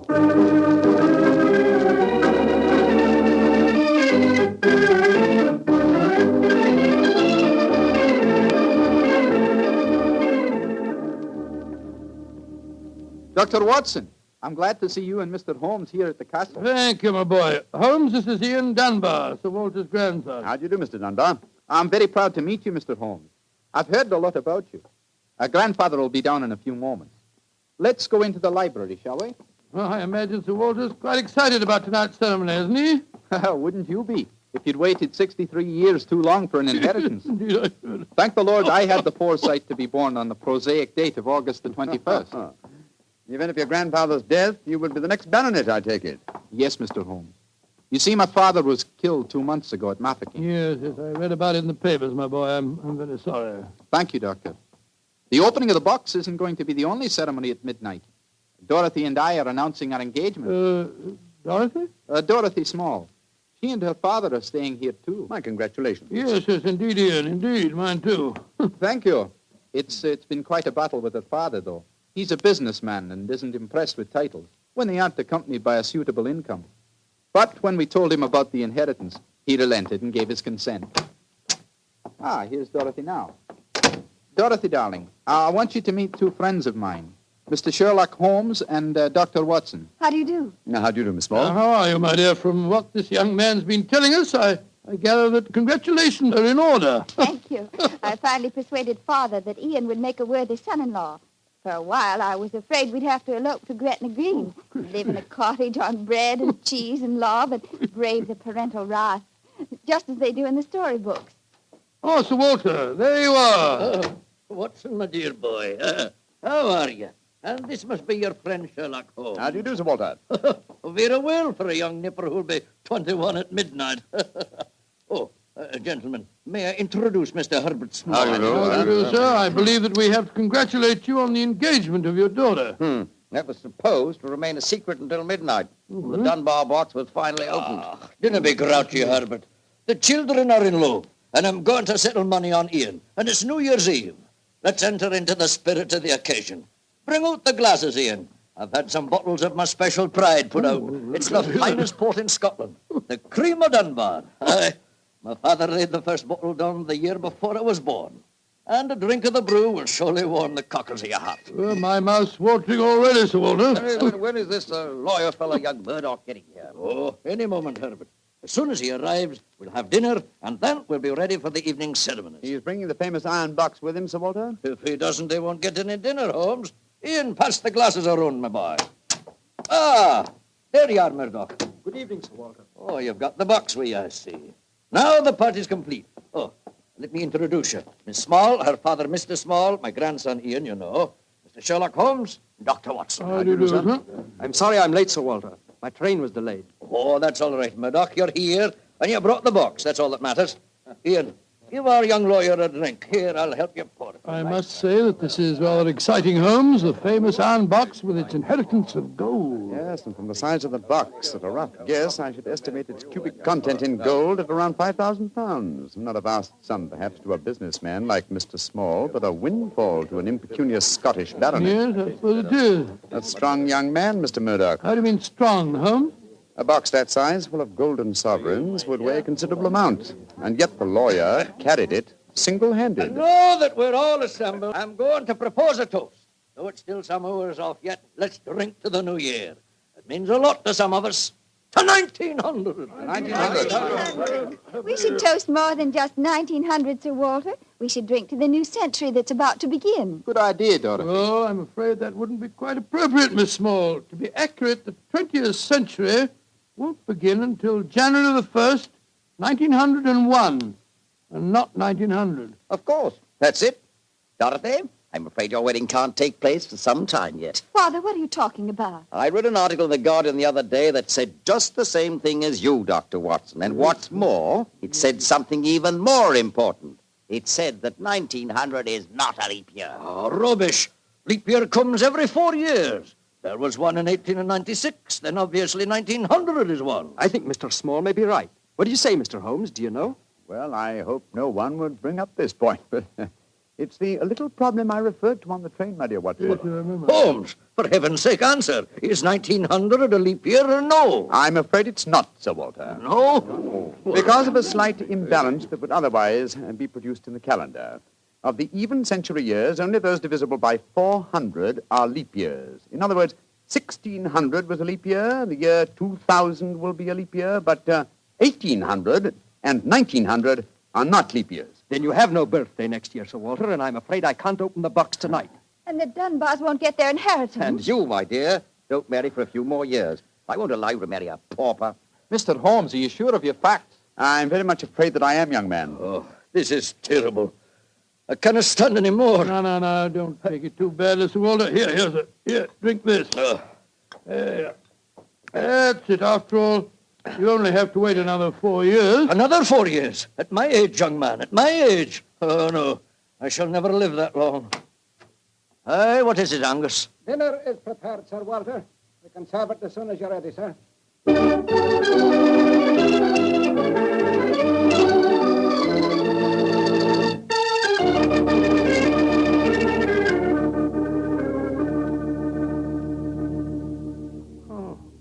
What a miserable meal, Holmes.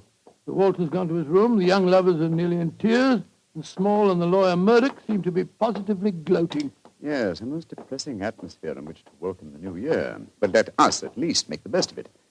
I think I'll go and have a talk with Sir Walter. And you, my dear chap, why not try and cheer up the young folks? Some of your experiences in India may make them take their minds off their trouble. Yes, quite an idea. I'll join you in the library. Call me if you want me, Holmes.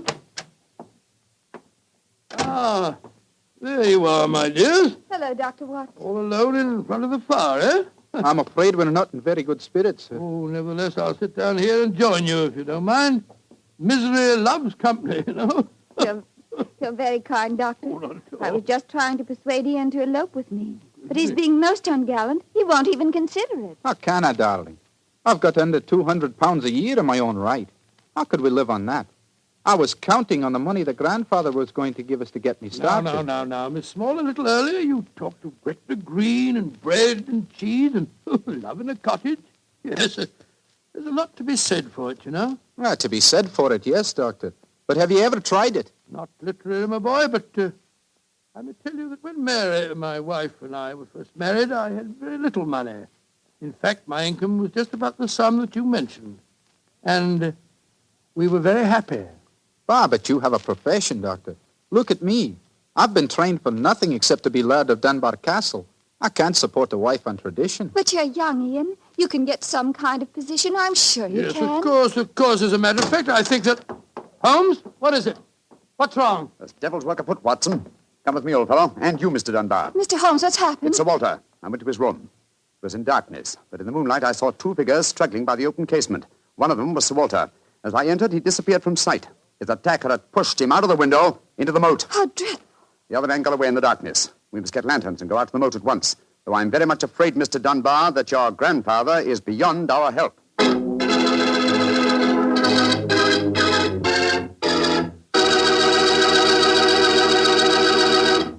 Dr. Watson will be back in just a second, so I'd just like to remind you that if you want to serve a wine over the holidays that you're sure the ladies will enjoy, serve Petri California Muscatel. Petri Muscatel is a golden wine with a wonderful flavor. The flavor of big, plump Muscat grapes. And you know what a flavor that is. I'm sure you'll find that Petri Muscatel is the favorite wine of all women, just as Petri Port is the favorite wine with men. And incidentally, if you're not sure which to get, Petri Muscatel or Petri Port, don't buy one, buy two. Get them both, and you'll be sure to please everyone. Now, to get back to our story, someone had pushed poor old Sir Walter out of his bedroom window and into the moat below. Isn't that right, Dr. Watson? Yes, Mr. Bartell. Of course, we grabbed lanterns as fast as we could and rushed outside, but it was a hopeless task. The water was 8 or 10 feet deep, and it seemed obvious that the elderly Sir Walter wouldn't have a chance of saving himself. But we searched on, the flicker of bobbing lanterns and the scurrying figures in the frosty moonlight, forming a weird, fantastic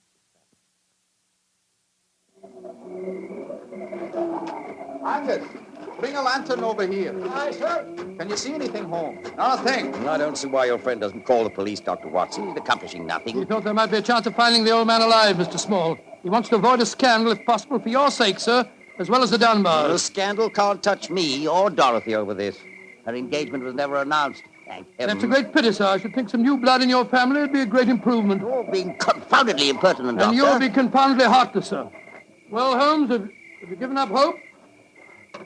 I'm afraid we'll never find him without dragnets and grappling hooks. Have to call the police. What time is it? Sir Ian, you know the time? What did you call me, Mr. Holmes? Sir Ian. By Jove, yes. It does seem a bit premature, Holmes, but of course you're right. If your poor grandfather's dead, Mr. Dunbar, you're the baronet now. And the time, Sir Ian? It's 11:45, Mr. Holmes. A quarter of an hour to the new year.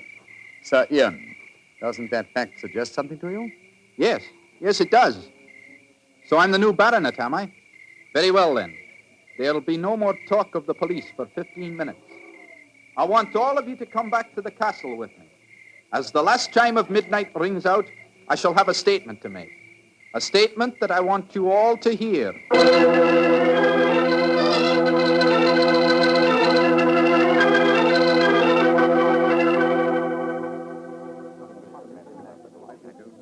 What you brought us all back here for, Holmes? There's something very funny going on.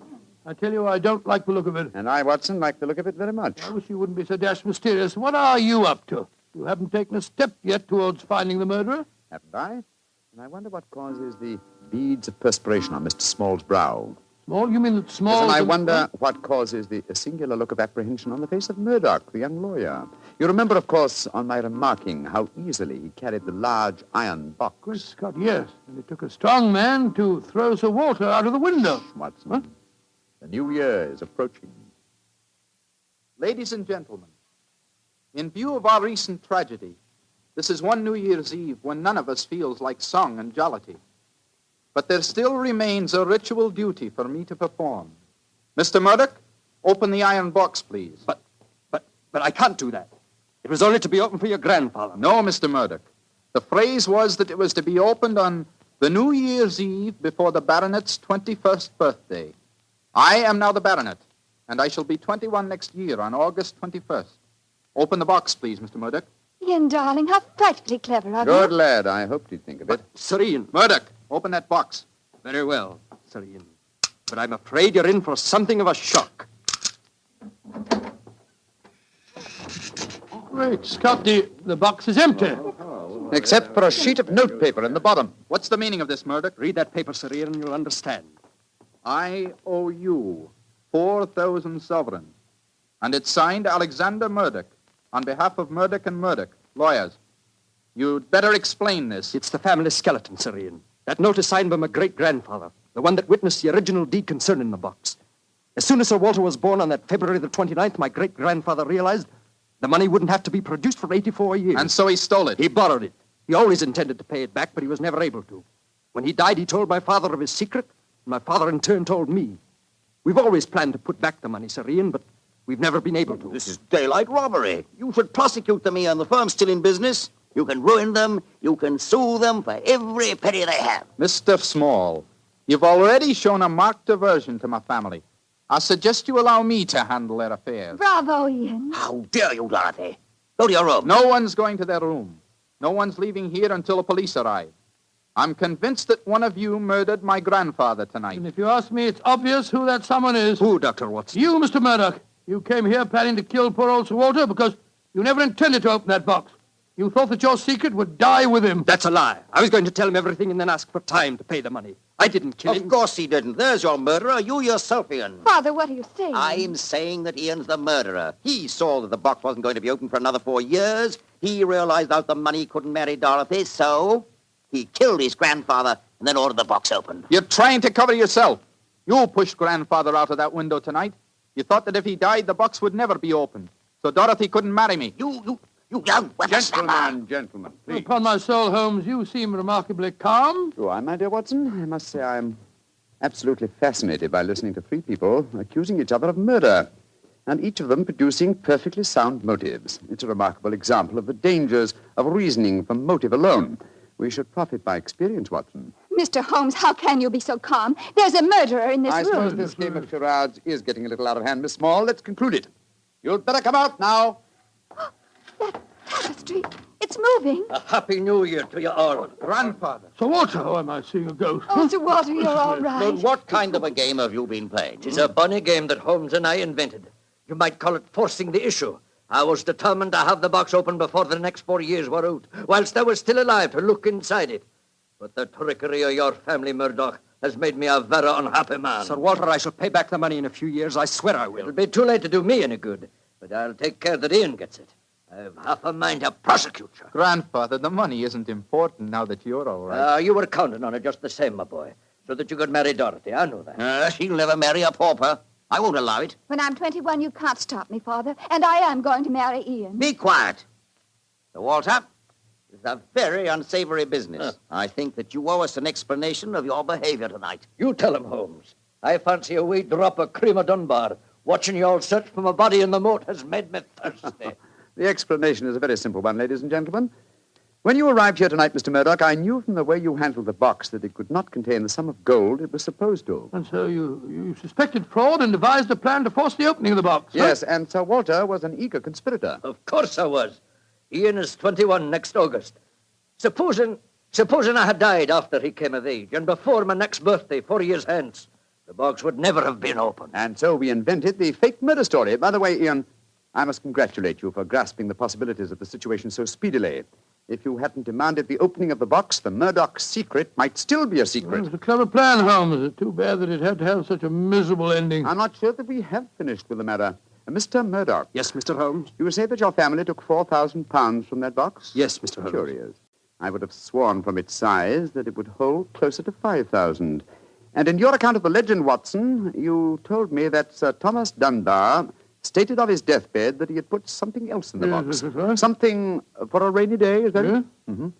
Did the Murdochs find that extra something? No, Mr. Holmes. They found nothing but the gold. Oh, that's very odd. I think I'll take a closer look at that box, if you don't mind. Since this seems to be a night of telling secrets, I think you might as well know, Father, that if you don't give your consent, I shall elope with him. Oh, bravo, my dear, bravo. No such thing. I admire your resolution, young lady, but I hardly think it will be necessary. What do you mean, Holmes? Permit me to show you all the treasure of the Dunbars. What have you found, Holmes?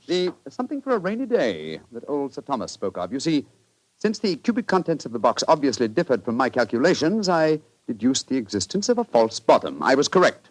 And in that space, I found this. Oh, it's a manuscript.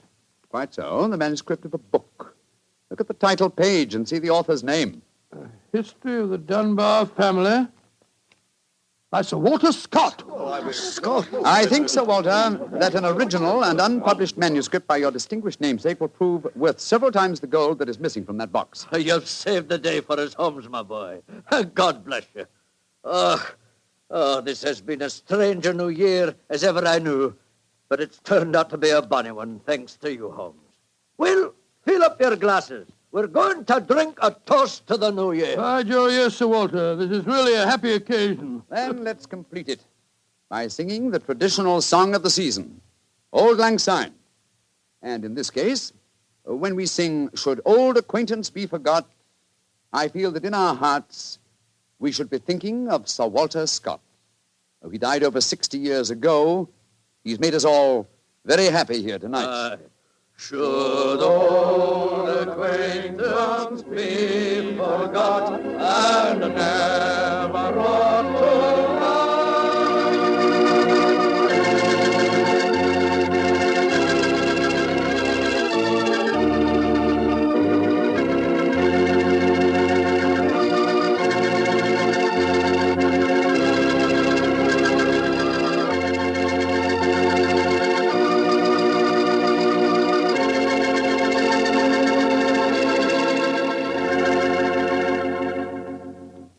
Doctor, that turned out to be a very happy new year for all concerned. Yes, that's one new year that I'll never forget. Well, I sure hope you'll always remember this one, too. Oh, just a second, my boy. That calls for a glass of port. Fine. Well, to a happy new year, my boy, for you and for our many friends listening in. And to you, Doctor. Oh, thanks, boy. That's good. Doctor, this has indeed been a pleasant association for me. Oh, I'm glad to hear. You're the best storyteller I've ever known, and the Petrie family makes the best wine I've ever tasted. I hope that, just as they've been making wine for generations in the past, the Petrie family will continue to make fine wine in the future. And Mr. Bartell, I know that you'll always be here to tell us just how good that Petrie wine is. Well, I hope so, Doctor. And I hope you'll always be right here beside me to tell another swell story about Mr. I hope Holmes. so too, my boy. Oh, and incidentally, Doctor, what new adventure are you planning to tell us next week? Next week, Mr. Bartell, I'm going to tell you a weird story. It starts with a series of murders on Hampstead Heath and ends with a battle to the death in a burning waxworks. I call it the strange case of the murderer in wax. Tonight's Sherlock Holmes adventure was written by Dennis Green and Anthony Boucher and was suggested by an incident in the Sir Arthur Conan Doyle story, The Silver Blaze. Music is by Dean Fossler. Mr. Rathbone appears through the courtesy of Metro-Goldwyn-Mayer, and Mr. Bruce through the courtesy of Universal Pictures, where they are now starring in the Sherlock Holmes series.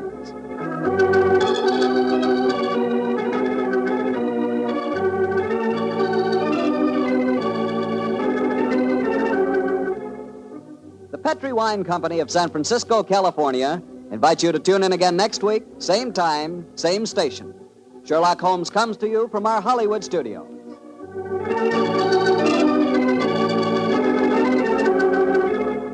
This is Harry Bartell saying good night for the Petrie family.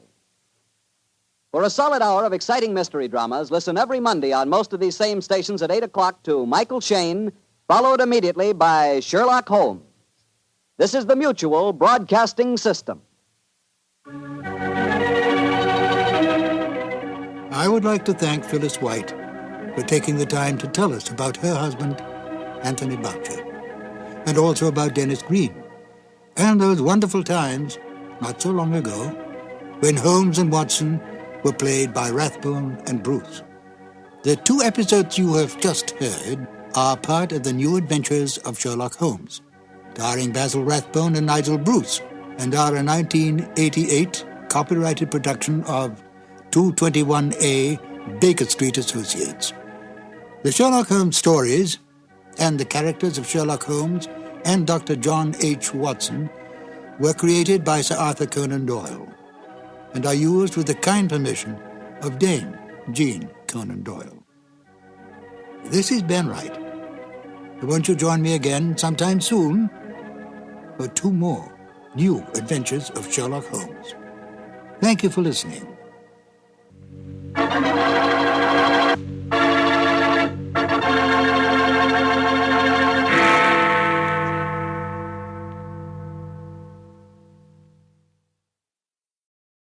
This episode from the life of Sherlock Holmes will be transmitted to our men and women overseas by shortwave and through the worldwide facilities of the Armed Forces Radio Service. Petri Wine brings you Basil Rathbone and Nigel Bruce in the new adventures of Sherlock Holmes.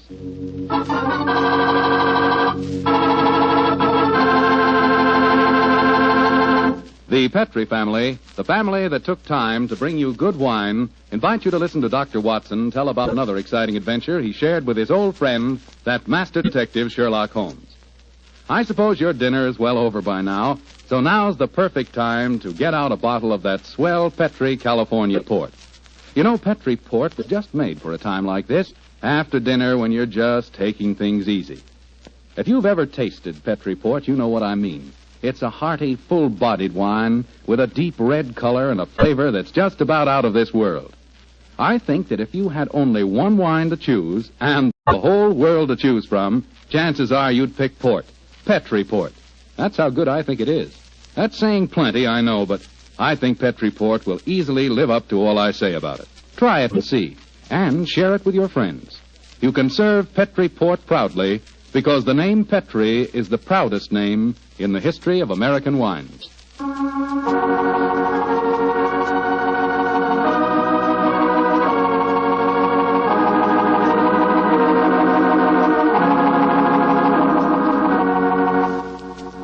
And now let's visit our old friend, Dr. Watson. I'm out here on the patio, Mr. Foreman. Come on out and join me. Admiring the sunset, eh, Doctor? Yes, my boy. It's a particularly beautiful one. Where are the puppies this evening? Asleep on a favorite tweed coat of mine that's just come back from the cleaners. And you hadn't the heart to move them, I suppose. No, I hadn't. Little fellows looked so comfortable. In fact, I sometimes wonder if these... But you come here to listen to a dissertation on the behavior of dogs? Well, it is getting near story time, Doctor. Yes, of course it is. Well, just let me get my pipe properly lighted. Ah,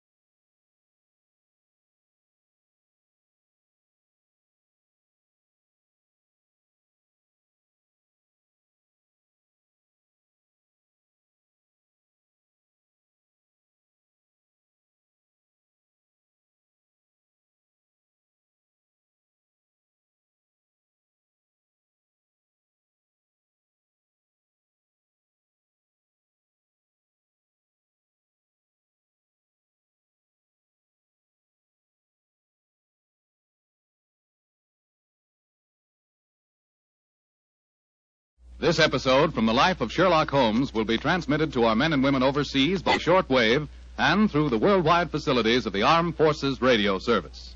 Petri Wine brings you Basil Rathbone and Nigel Bruce in the new adventures of Sherlock Holmes.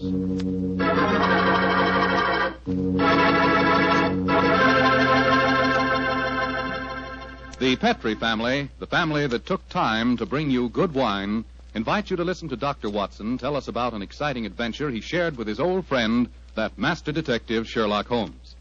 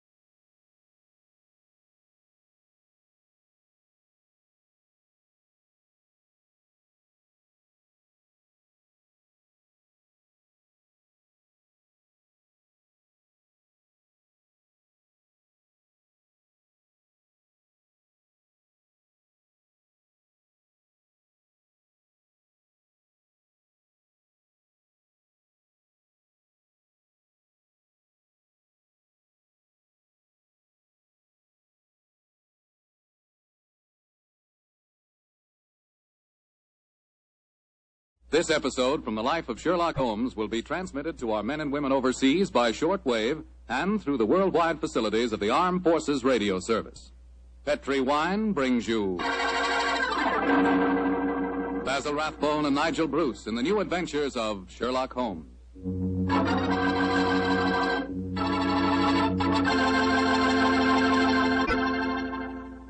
The Petri family, the family that took time to bring you good wine, invite you to listen to Dr. Watson tell about another exciting adventure he shared with that master detective, his old friend Sherlock Holmes. And say, I want to tell you about a little present I've got for you. A present, and it's free. It's a swell recipe calendar printed in full color, and it's good for 2 years, 1945 and 46. But best of all, this calendar not only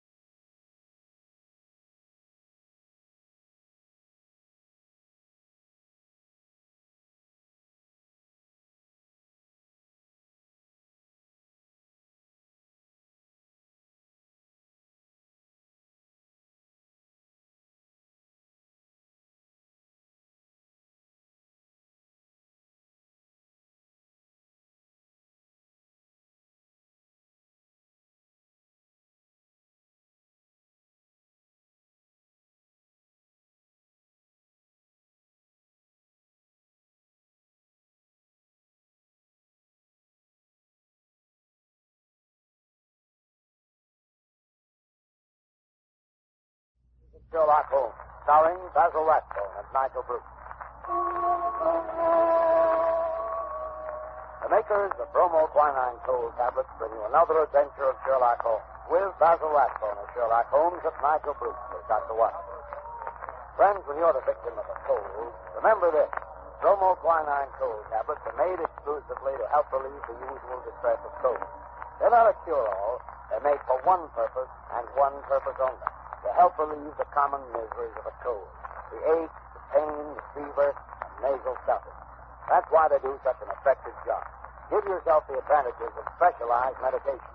When a cold attacks, take bromoquinine cold tablets as directed, and only as directed. Now, here we are again in our habitual armchair in front of Dr. Watson's fireplace, waiting for the good doctor to put down the evening paper. Oh, I beg your pardon, Mr. Manning. I didn't see you come in. I was reading about your latest American gang shooting. Yes, crime seems to be riding high, wide, and handsome in most of our big cities, I'm afraid. What a pity we haven't got Mr. Sherlock Holmes on the job. This is just what I was thinking. But on the other hand, these gangs of racketeers have sprung up since he retired. Perhaps he wouldn't know how to handle it. Rubbish. I can remember just one case we handled back in '94. It was concerned with Giorgiano, the worst gang leader New York ever had. They didn't call it racketeering in those days, but it amounted to the same thing. Kidnapping, blackmailing, bombing, terrorizing innocent people. By during the course of that particular case, Giorgiano had one man taken for a ride, as you call it. Yeah, that sounds interesting. Why don't you tell us about it? Well, it's a bad story. Let me see. It was in November in the year 1894. Holmes and I were sitting in our rooms in Vegas. Well, I thought you said this story was about the head of a New York gang. Yes, so I did, Mr. Manning, so I did, just to interrupt. Even famous gangsters have been known to travel about from time to time. Well, as I was saying, Holmes and I were sitting in our rooms in Baker Street, and our housekeeper, Mrs. Hudson, ushered in a friend of hers, a landlady who kept lodgings in Great Orm Street. Holmes invited her to sit down. The poor woman was obviously harassed and kept sucking away at the fringe of her cape.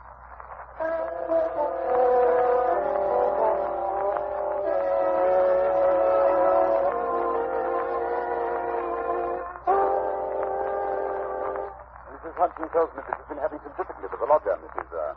Warren, Oh, that's thank my you, name, thank sir.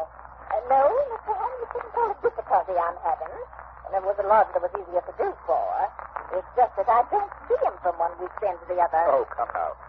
That's nothing to be uneasy about. My best to Mrs. Warren. If I were your lodger, there would be many occasions when you wouldn't see me for weeks at a time. I work a good deal at night, you know, and do my sleeping by day. Oh, no doubt, Mr. Holmes. This is different. He never goes out, not even at night. I've waited up to find out. I never see his face, not even when he pays his bills. Not a sign of him ever seen for the last 3 weeks. And how do you know he's still there? Like he's trying to get away from something? Oh, it frightens me, Mr. Holmes. I can't sleep for fright. When did this lodger first come to you? 3 weeks back it was. He asked me to turn to my 50 shillings a week. You see, there's a fine sitting room and bedroom all complete like at the top of the house. Yes, indeed. Go on. Well, Mr. Holmes, he said to me, I'll pay £5 a week if I can have it on my own terms. He took a £10 note out of his pocket then and then and gave it to me 2 weeks in advance. Then he says he's to be left entirely to himself and never for any excuse are we to disturb him. So he took the rooms and hasn't been out since. Oh, yes, sir. What? But I thought you said that he... Just what it was, sir, that first night. He went out and returned very late. He was all in bed, but I heard him walking up the stairs. And his door shut and locked. Always keeps it locked. And I ain't seen him since. But his meals. How does he get his meals? Well, when he rings, I take a tray up and leave it on a chair outside his door. Then when he rings again, up I goes and takes the tray away empty. If he wasn't anything else, he writes it on a slip of paper and puts it on the tray. I see. Have you brought any of those bits of paper with you? Yes, Mr. Holmes. There's been 3. Good. Here they are. Uh-huh. When today? Most interesting.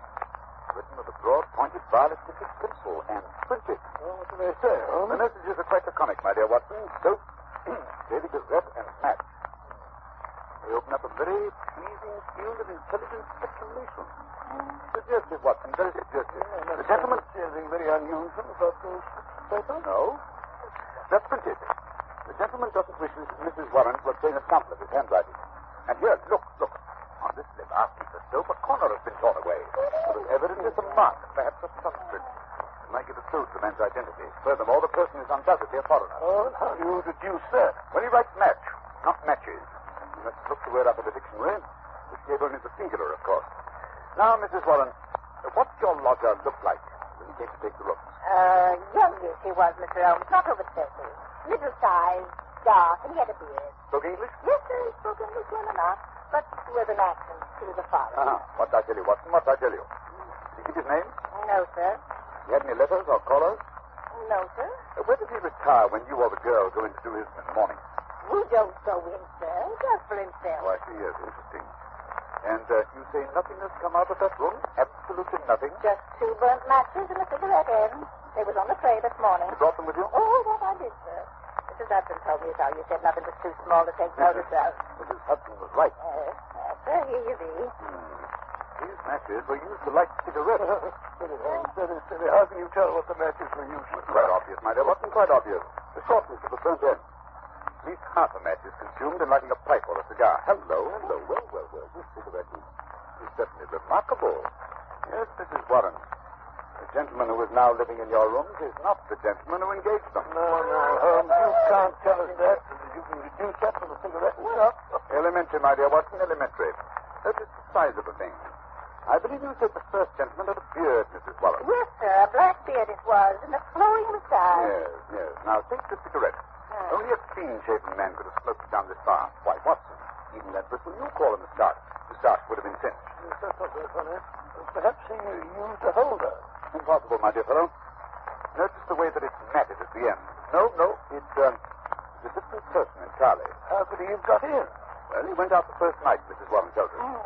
But did the same man return? I think not. I think it was the second chap who came back. The one for whom the first man took the room. Perhaps they both returned.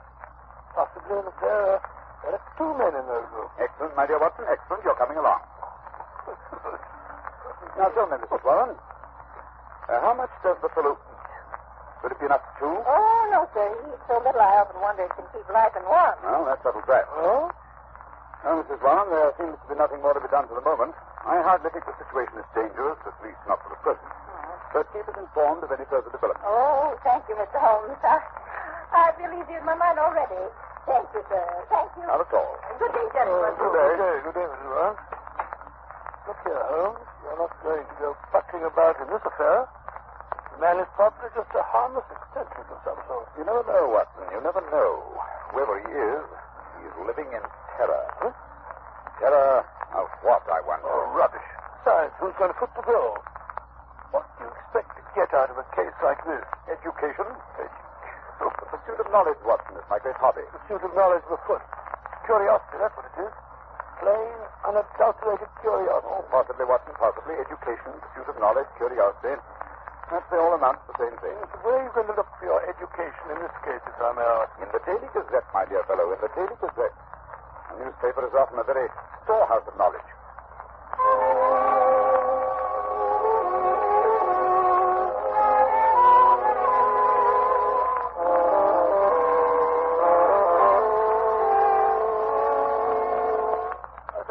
Every time I look at you, you have your nose buried in a copy of the Daily Gazette. Why the fondness for that yellow rag? Yeah. The Daily Gazette is the paper Mrs. Warren's mysterious lodger asked for, remember? Well, what of it? What can you discover from a common newspaper? The answer is nothing. Nothing at all. Here it is 4 days since we heard of that mysterious gentleman, Mrs. Warren. What have you unearthed? Nothing. Absolutely nothing. No, you're wrong as usual, my dear Watson. I've unearthed nothing. We interrupt this program to bring you a special bulletin from the NBC newsroom in New York. President Roosevelt will address the joint session of Congress at noon tomorrow. We return you now to the adventures of Sherlock Holmes. My keep his enemies to the hiding place of the mysterious lodger. How would you go about keeping in touch with him? Just learn now. Through the papers, my dear fellow, through the agony columns. And since Mrs. Warren's lodger received only 1 paper, the notices must appear in that. See now, but how can you tell which notice is the one we're after? By elimination, Watson. By elimination. Take this paper, for instance. The edition which appeared 2 days after the lodger took up his residence with Mrs. Warren. The agony column, huh? Let's have a look. Dear me. What a collection of groans, cries, and utter nonsense. Oh, perhaps, my dear Watson, perhaps, but nevertheless, an invaluable hunting ground for the searchers after education. Well, go on. The first one reads, surely Jimmy will not break his mother's heart. That's very certain. Listen to this. It's the lady who fainted in the Brixton bath. Disregard that. The lady doesn't interest me.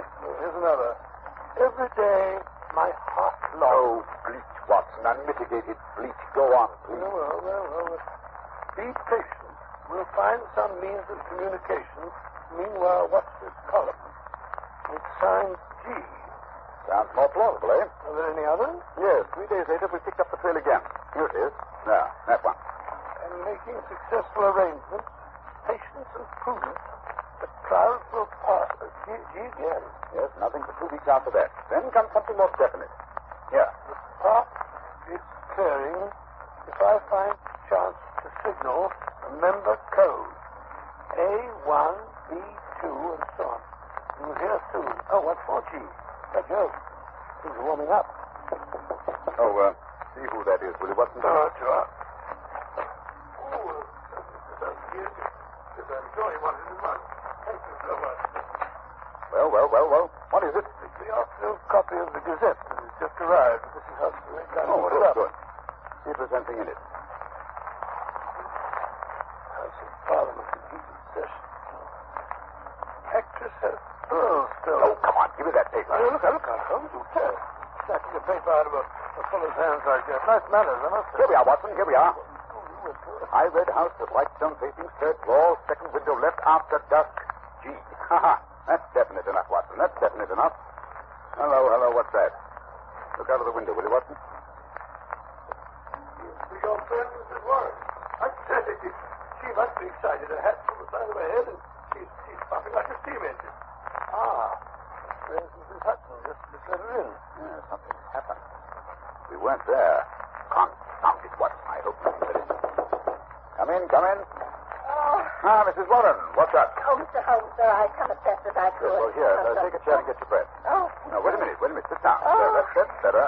Now then, what's happened? It's a police matter, that's what it is. I'll have no more of it, and I won't. I'll pack in my bag of baggage. I'm at the end of my patience, I am. When it comes to knocking my old man about... Mr. Warren, well, tighten him up anyway. Who did that? Well, that's what we want to know. It was around 11 this morning. There was a fog, you remember?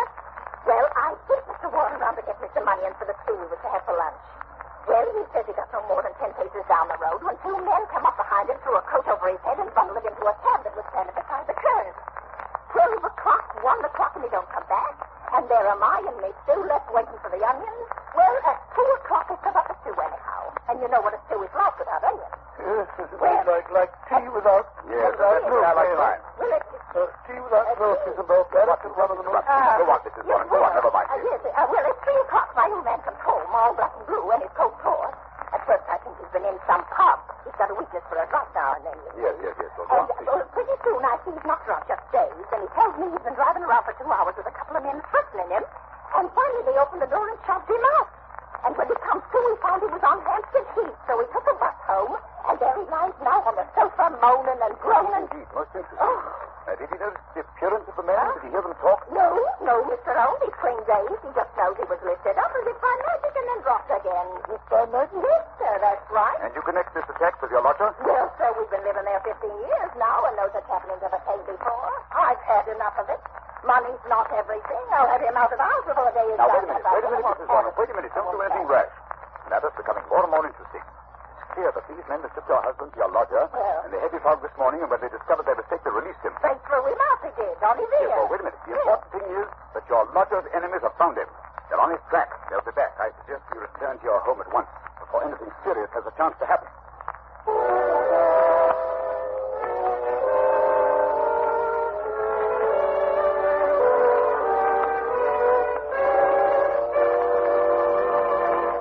Just a moment, we'll rejoin Sherlock Holmes as he endeavors to solve the mystery of Mrs. Warren's lodger.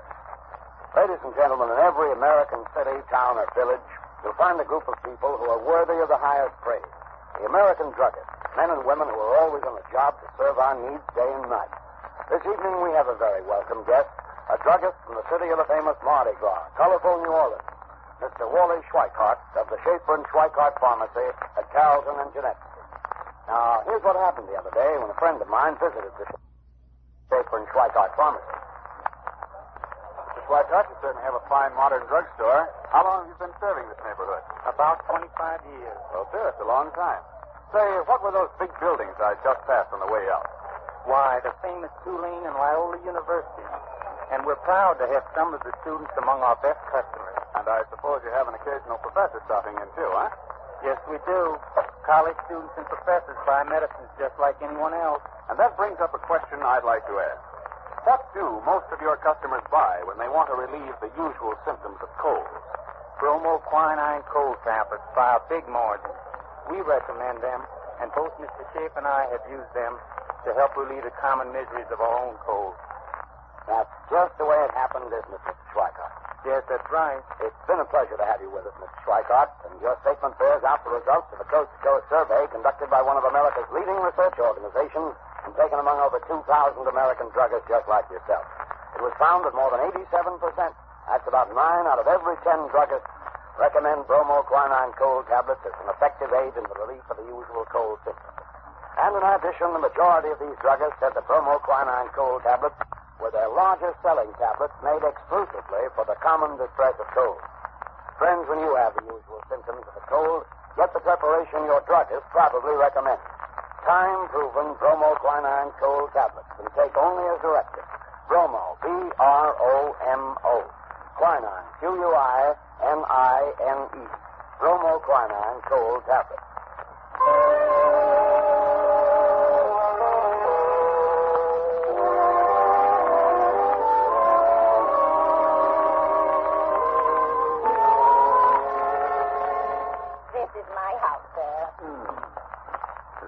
Very tidy indeed. Starched curtains, polished doorknobs. I do my best, Mr. Holmes. Now, where'd I put my keys? Those windows on the top floor where the lamp is lit. Those are the lodgers' rooms, I take it? Yes, sir. Oh, here's the key. You slipped inside the linen and the bag. Will you come in, gentlemen? Holmes? Oh, the door's open. Come on in.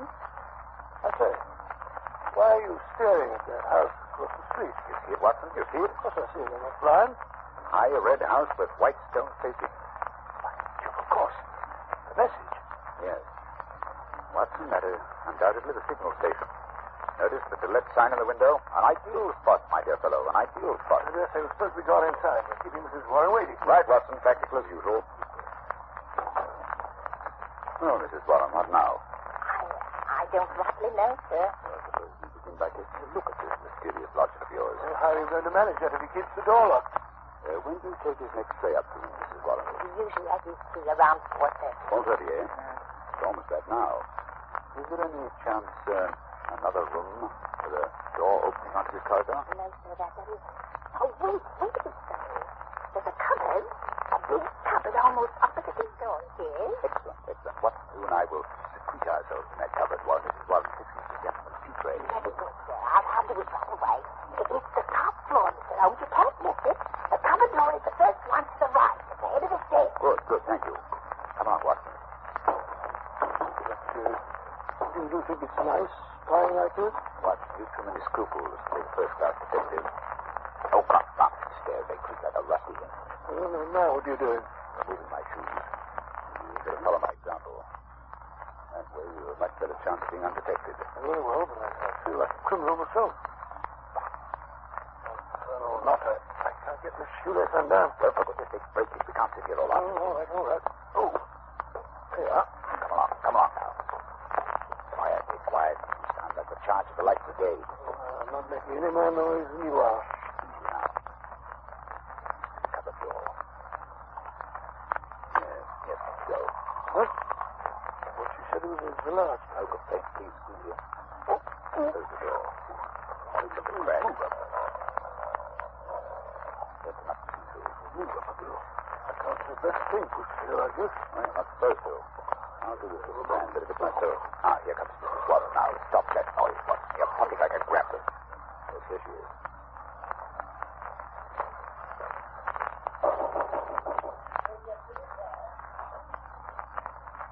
Slipped on chair. Going away. At the door now. So, the face. By thunder. Well, I'm dashed. What is it, Holmes? What's happened? Something I did not foresee. Follow me downstairs quickly, Watson. My own excitement. Who was it? Who opened the door? Remember, I deduced the substitution of lodgers, Watson? Yes. What I did not foresee was that we should find a woman, no ordinary woman, Watson. No, of course not. Dark, young, handsome, with a face etched with terror. Terror? Do you think she saw us? I think she suspected our presence. Well, what do we do now? We'll put on our shoes. They're going to spend the next few minutes on the front doorstep. Why? You remember the message said that G would communicate with the lady at dusk today?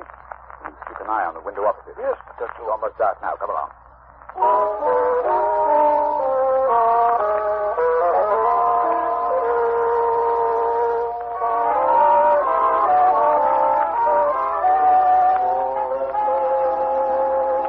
Holmes, we've been here for half an hour.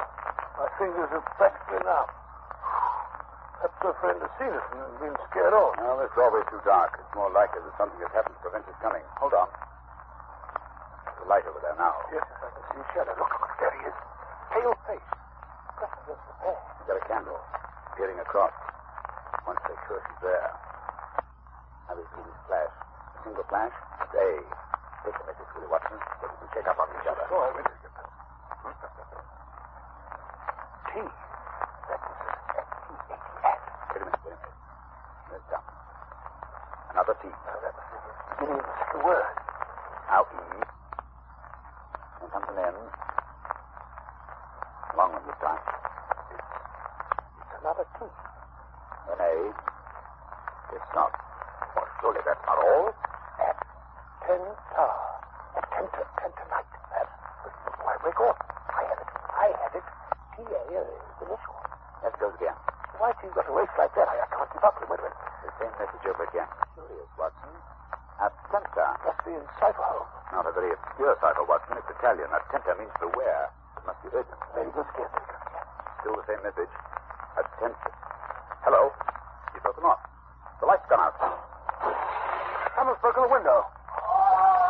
What's that? Quick, Watson. We must get in there. Something violent is happening.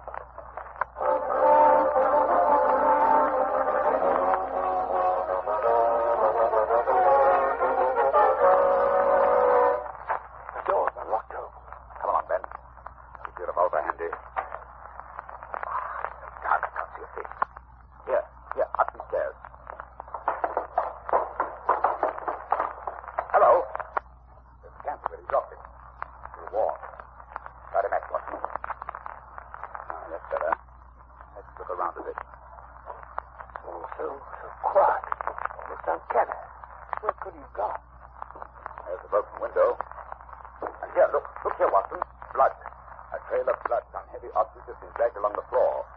Use this cupboard door. Open it, Watson. Is it open? Oh, very well. Holmes, look. On the floor, a man. On his back and covered with blood. Look, there's a knife. A knife sticking straight up. Driven blade deep into the body. A terrific blow. Give me that candle. Let's have a look at him. Yes. There. Look at the red circle drawn on the floor under his head. A halo in blood. Holmes, what are you doing with that candle? Finishing the message. I think it will be helpful. Let's get to the root of this mystery. I must find out how he got there. You knew this man? Then you recognize him? Naturally, Watson. It's Black Georgiano, the head of the most terrible band of criminals in America. By Georgiano. Gee, Georgiano. Then it must be he who sent the message.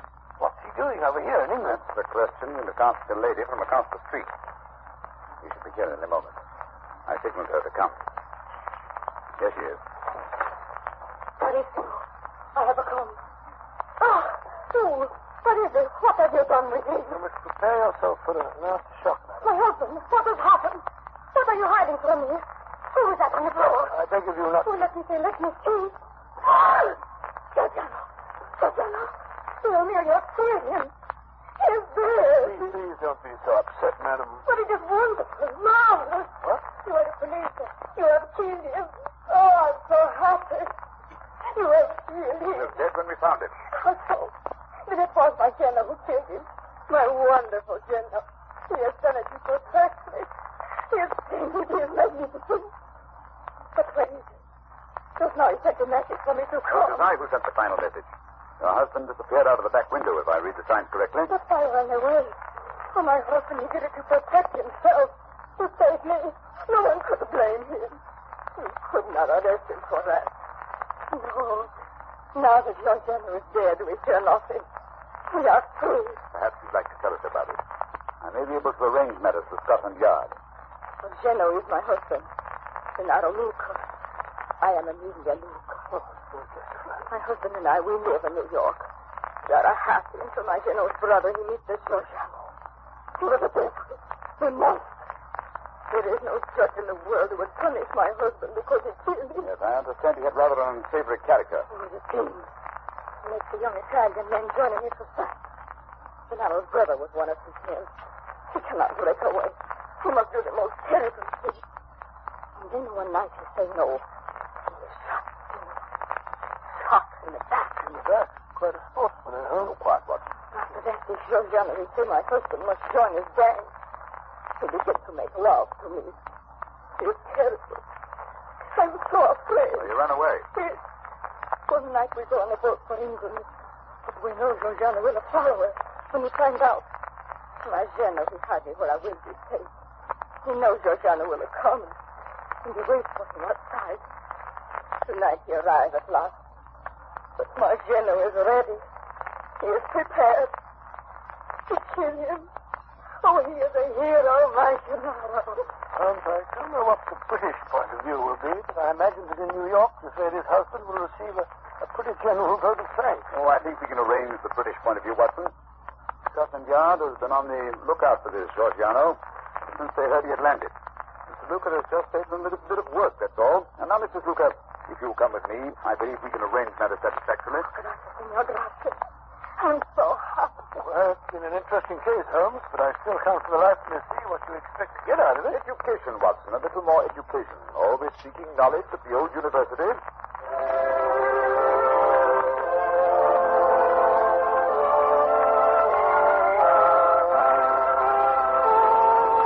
In just a moment, Dr. Watson will be back to tell us about next week's story. Ladies and gentlemen, when colds are prevalent, act wisely. Don't neglect the cold. Rest and avoid exposure. Remember, if neglected, even a so-called light cold may lead to more serious illness. But if a cold attacks with its headache, pain, nasal distress, and fever, take bromoquinine cold tablets. They go right to work to help relieve the usual miseries of a cold. They're specialized medication, and they work internally. They bring prompt relief, grateful relief, and they are time-proven. They're known and sold everywhere to help relieve the common discomforts of cold. Yes, you can take them with confidence. So when you have the usual symptoms of a cold, get busy and take bromoquinine cold tablets. Use only as directed, and be sure to get the real thing. Look for the letters LBQ on the tablet, and always ask for them by name. Bromo, B-R-O-M-O. Quinine, Q-U-I-N-I-N-E. Bromoquinine cold tablets. Now, Dr. Watson, what about next week? Well, next week I think I'll tell you an adventure that took me on a wild goose chase halfway across the continent of Europe. A case which Holmes solved by opening a coffin.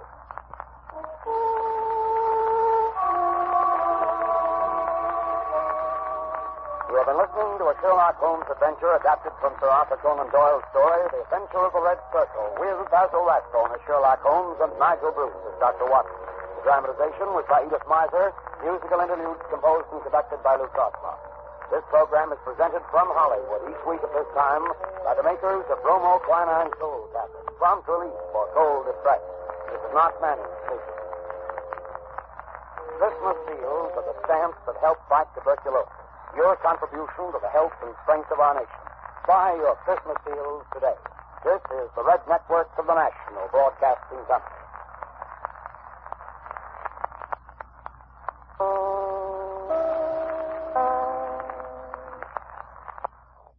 Petri Wine brings you Basil Rathbone and Nigel Bruce in the new adventures of Sherlock Holmes.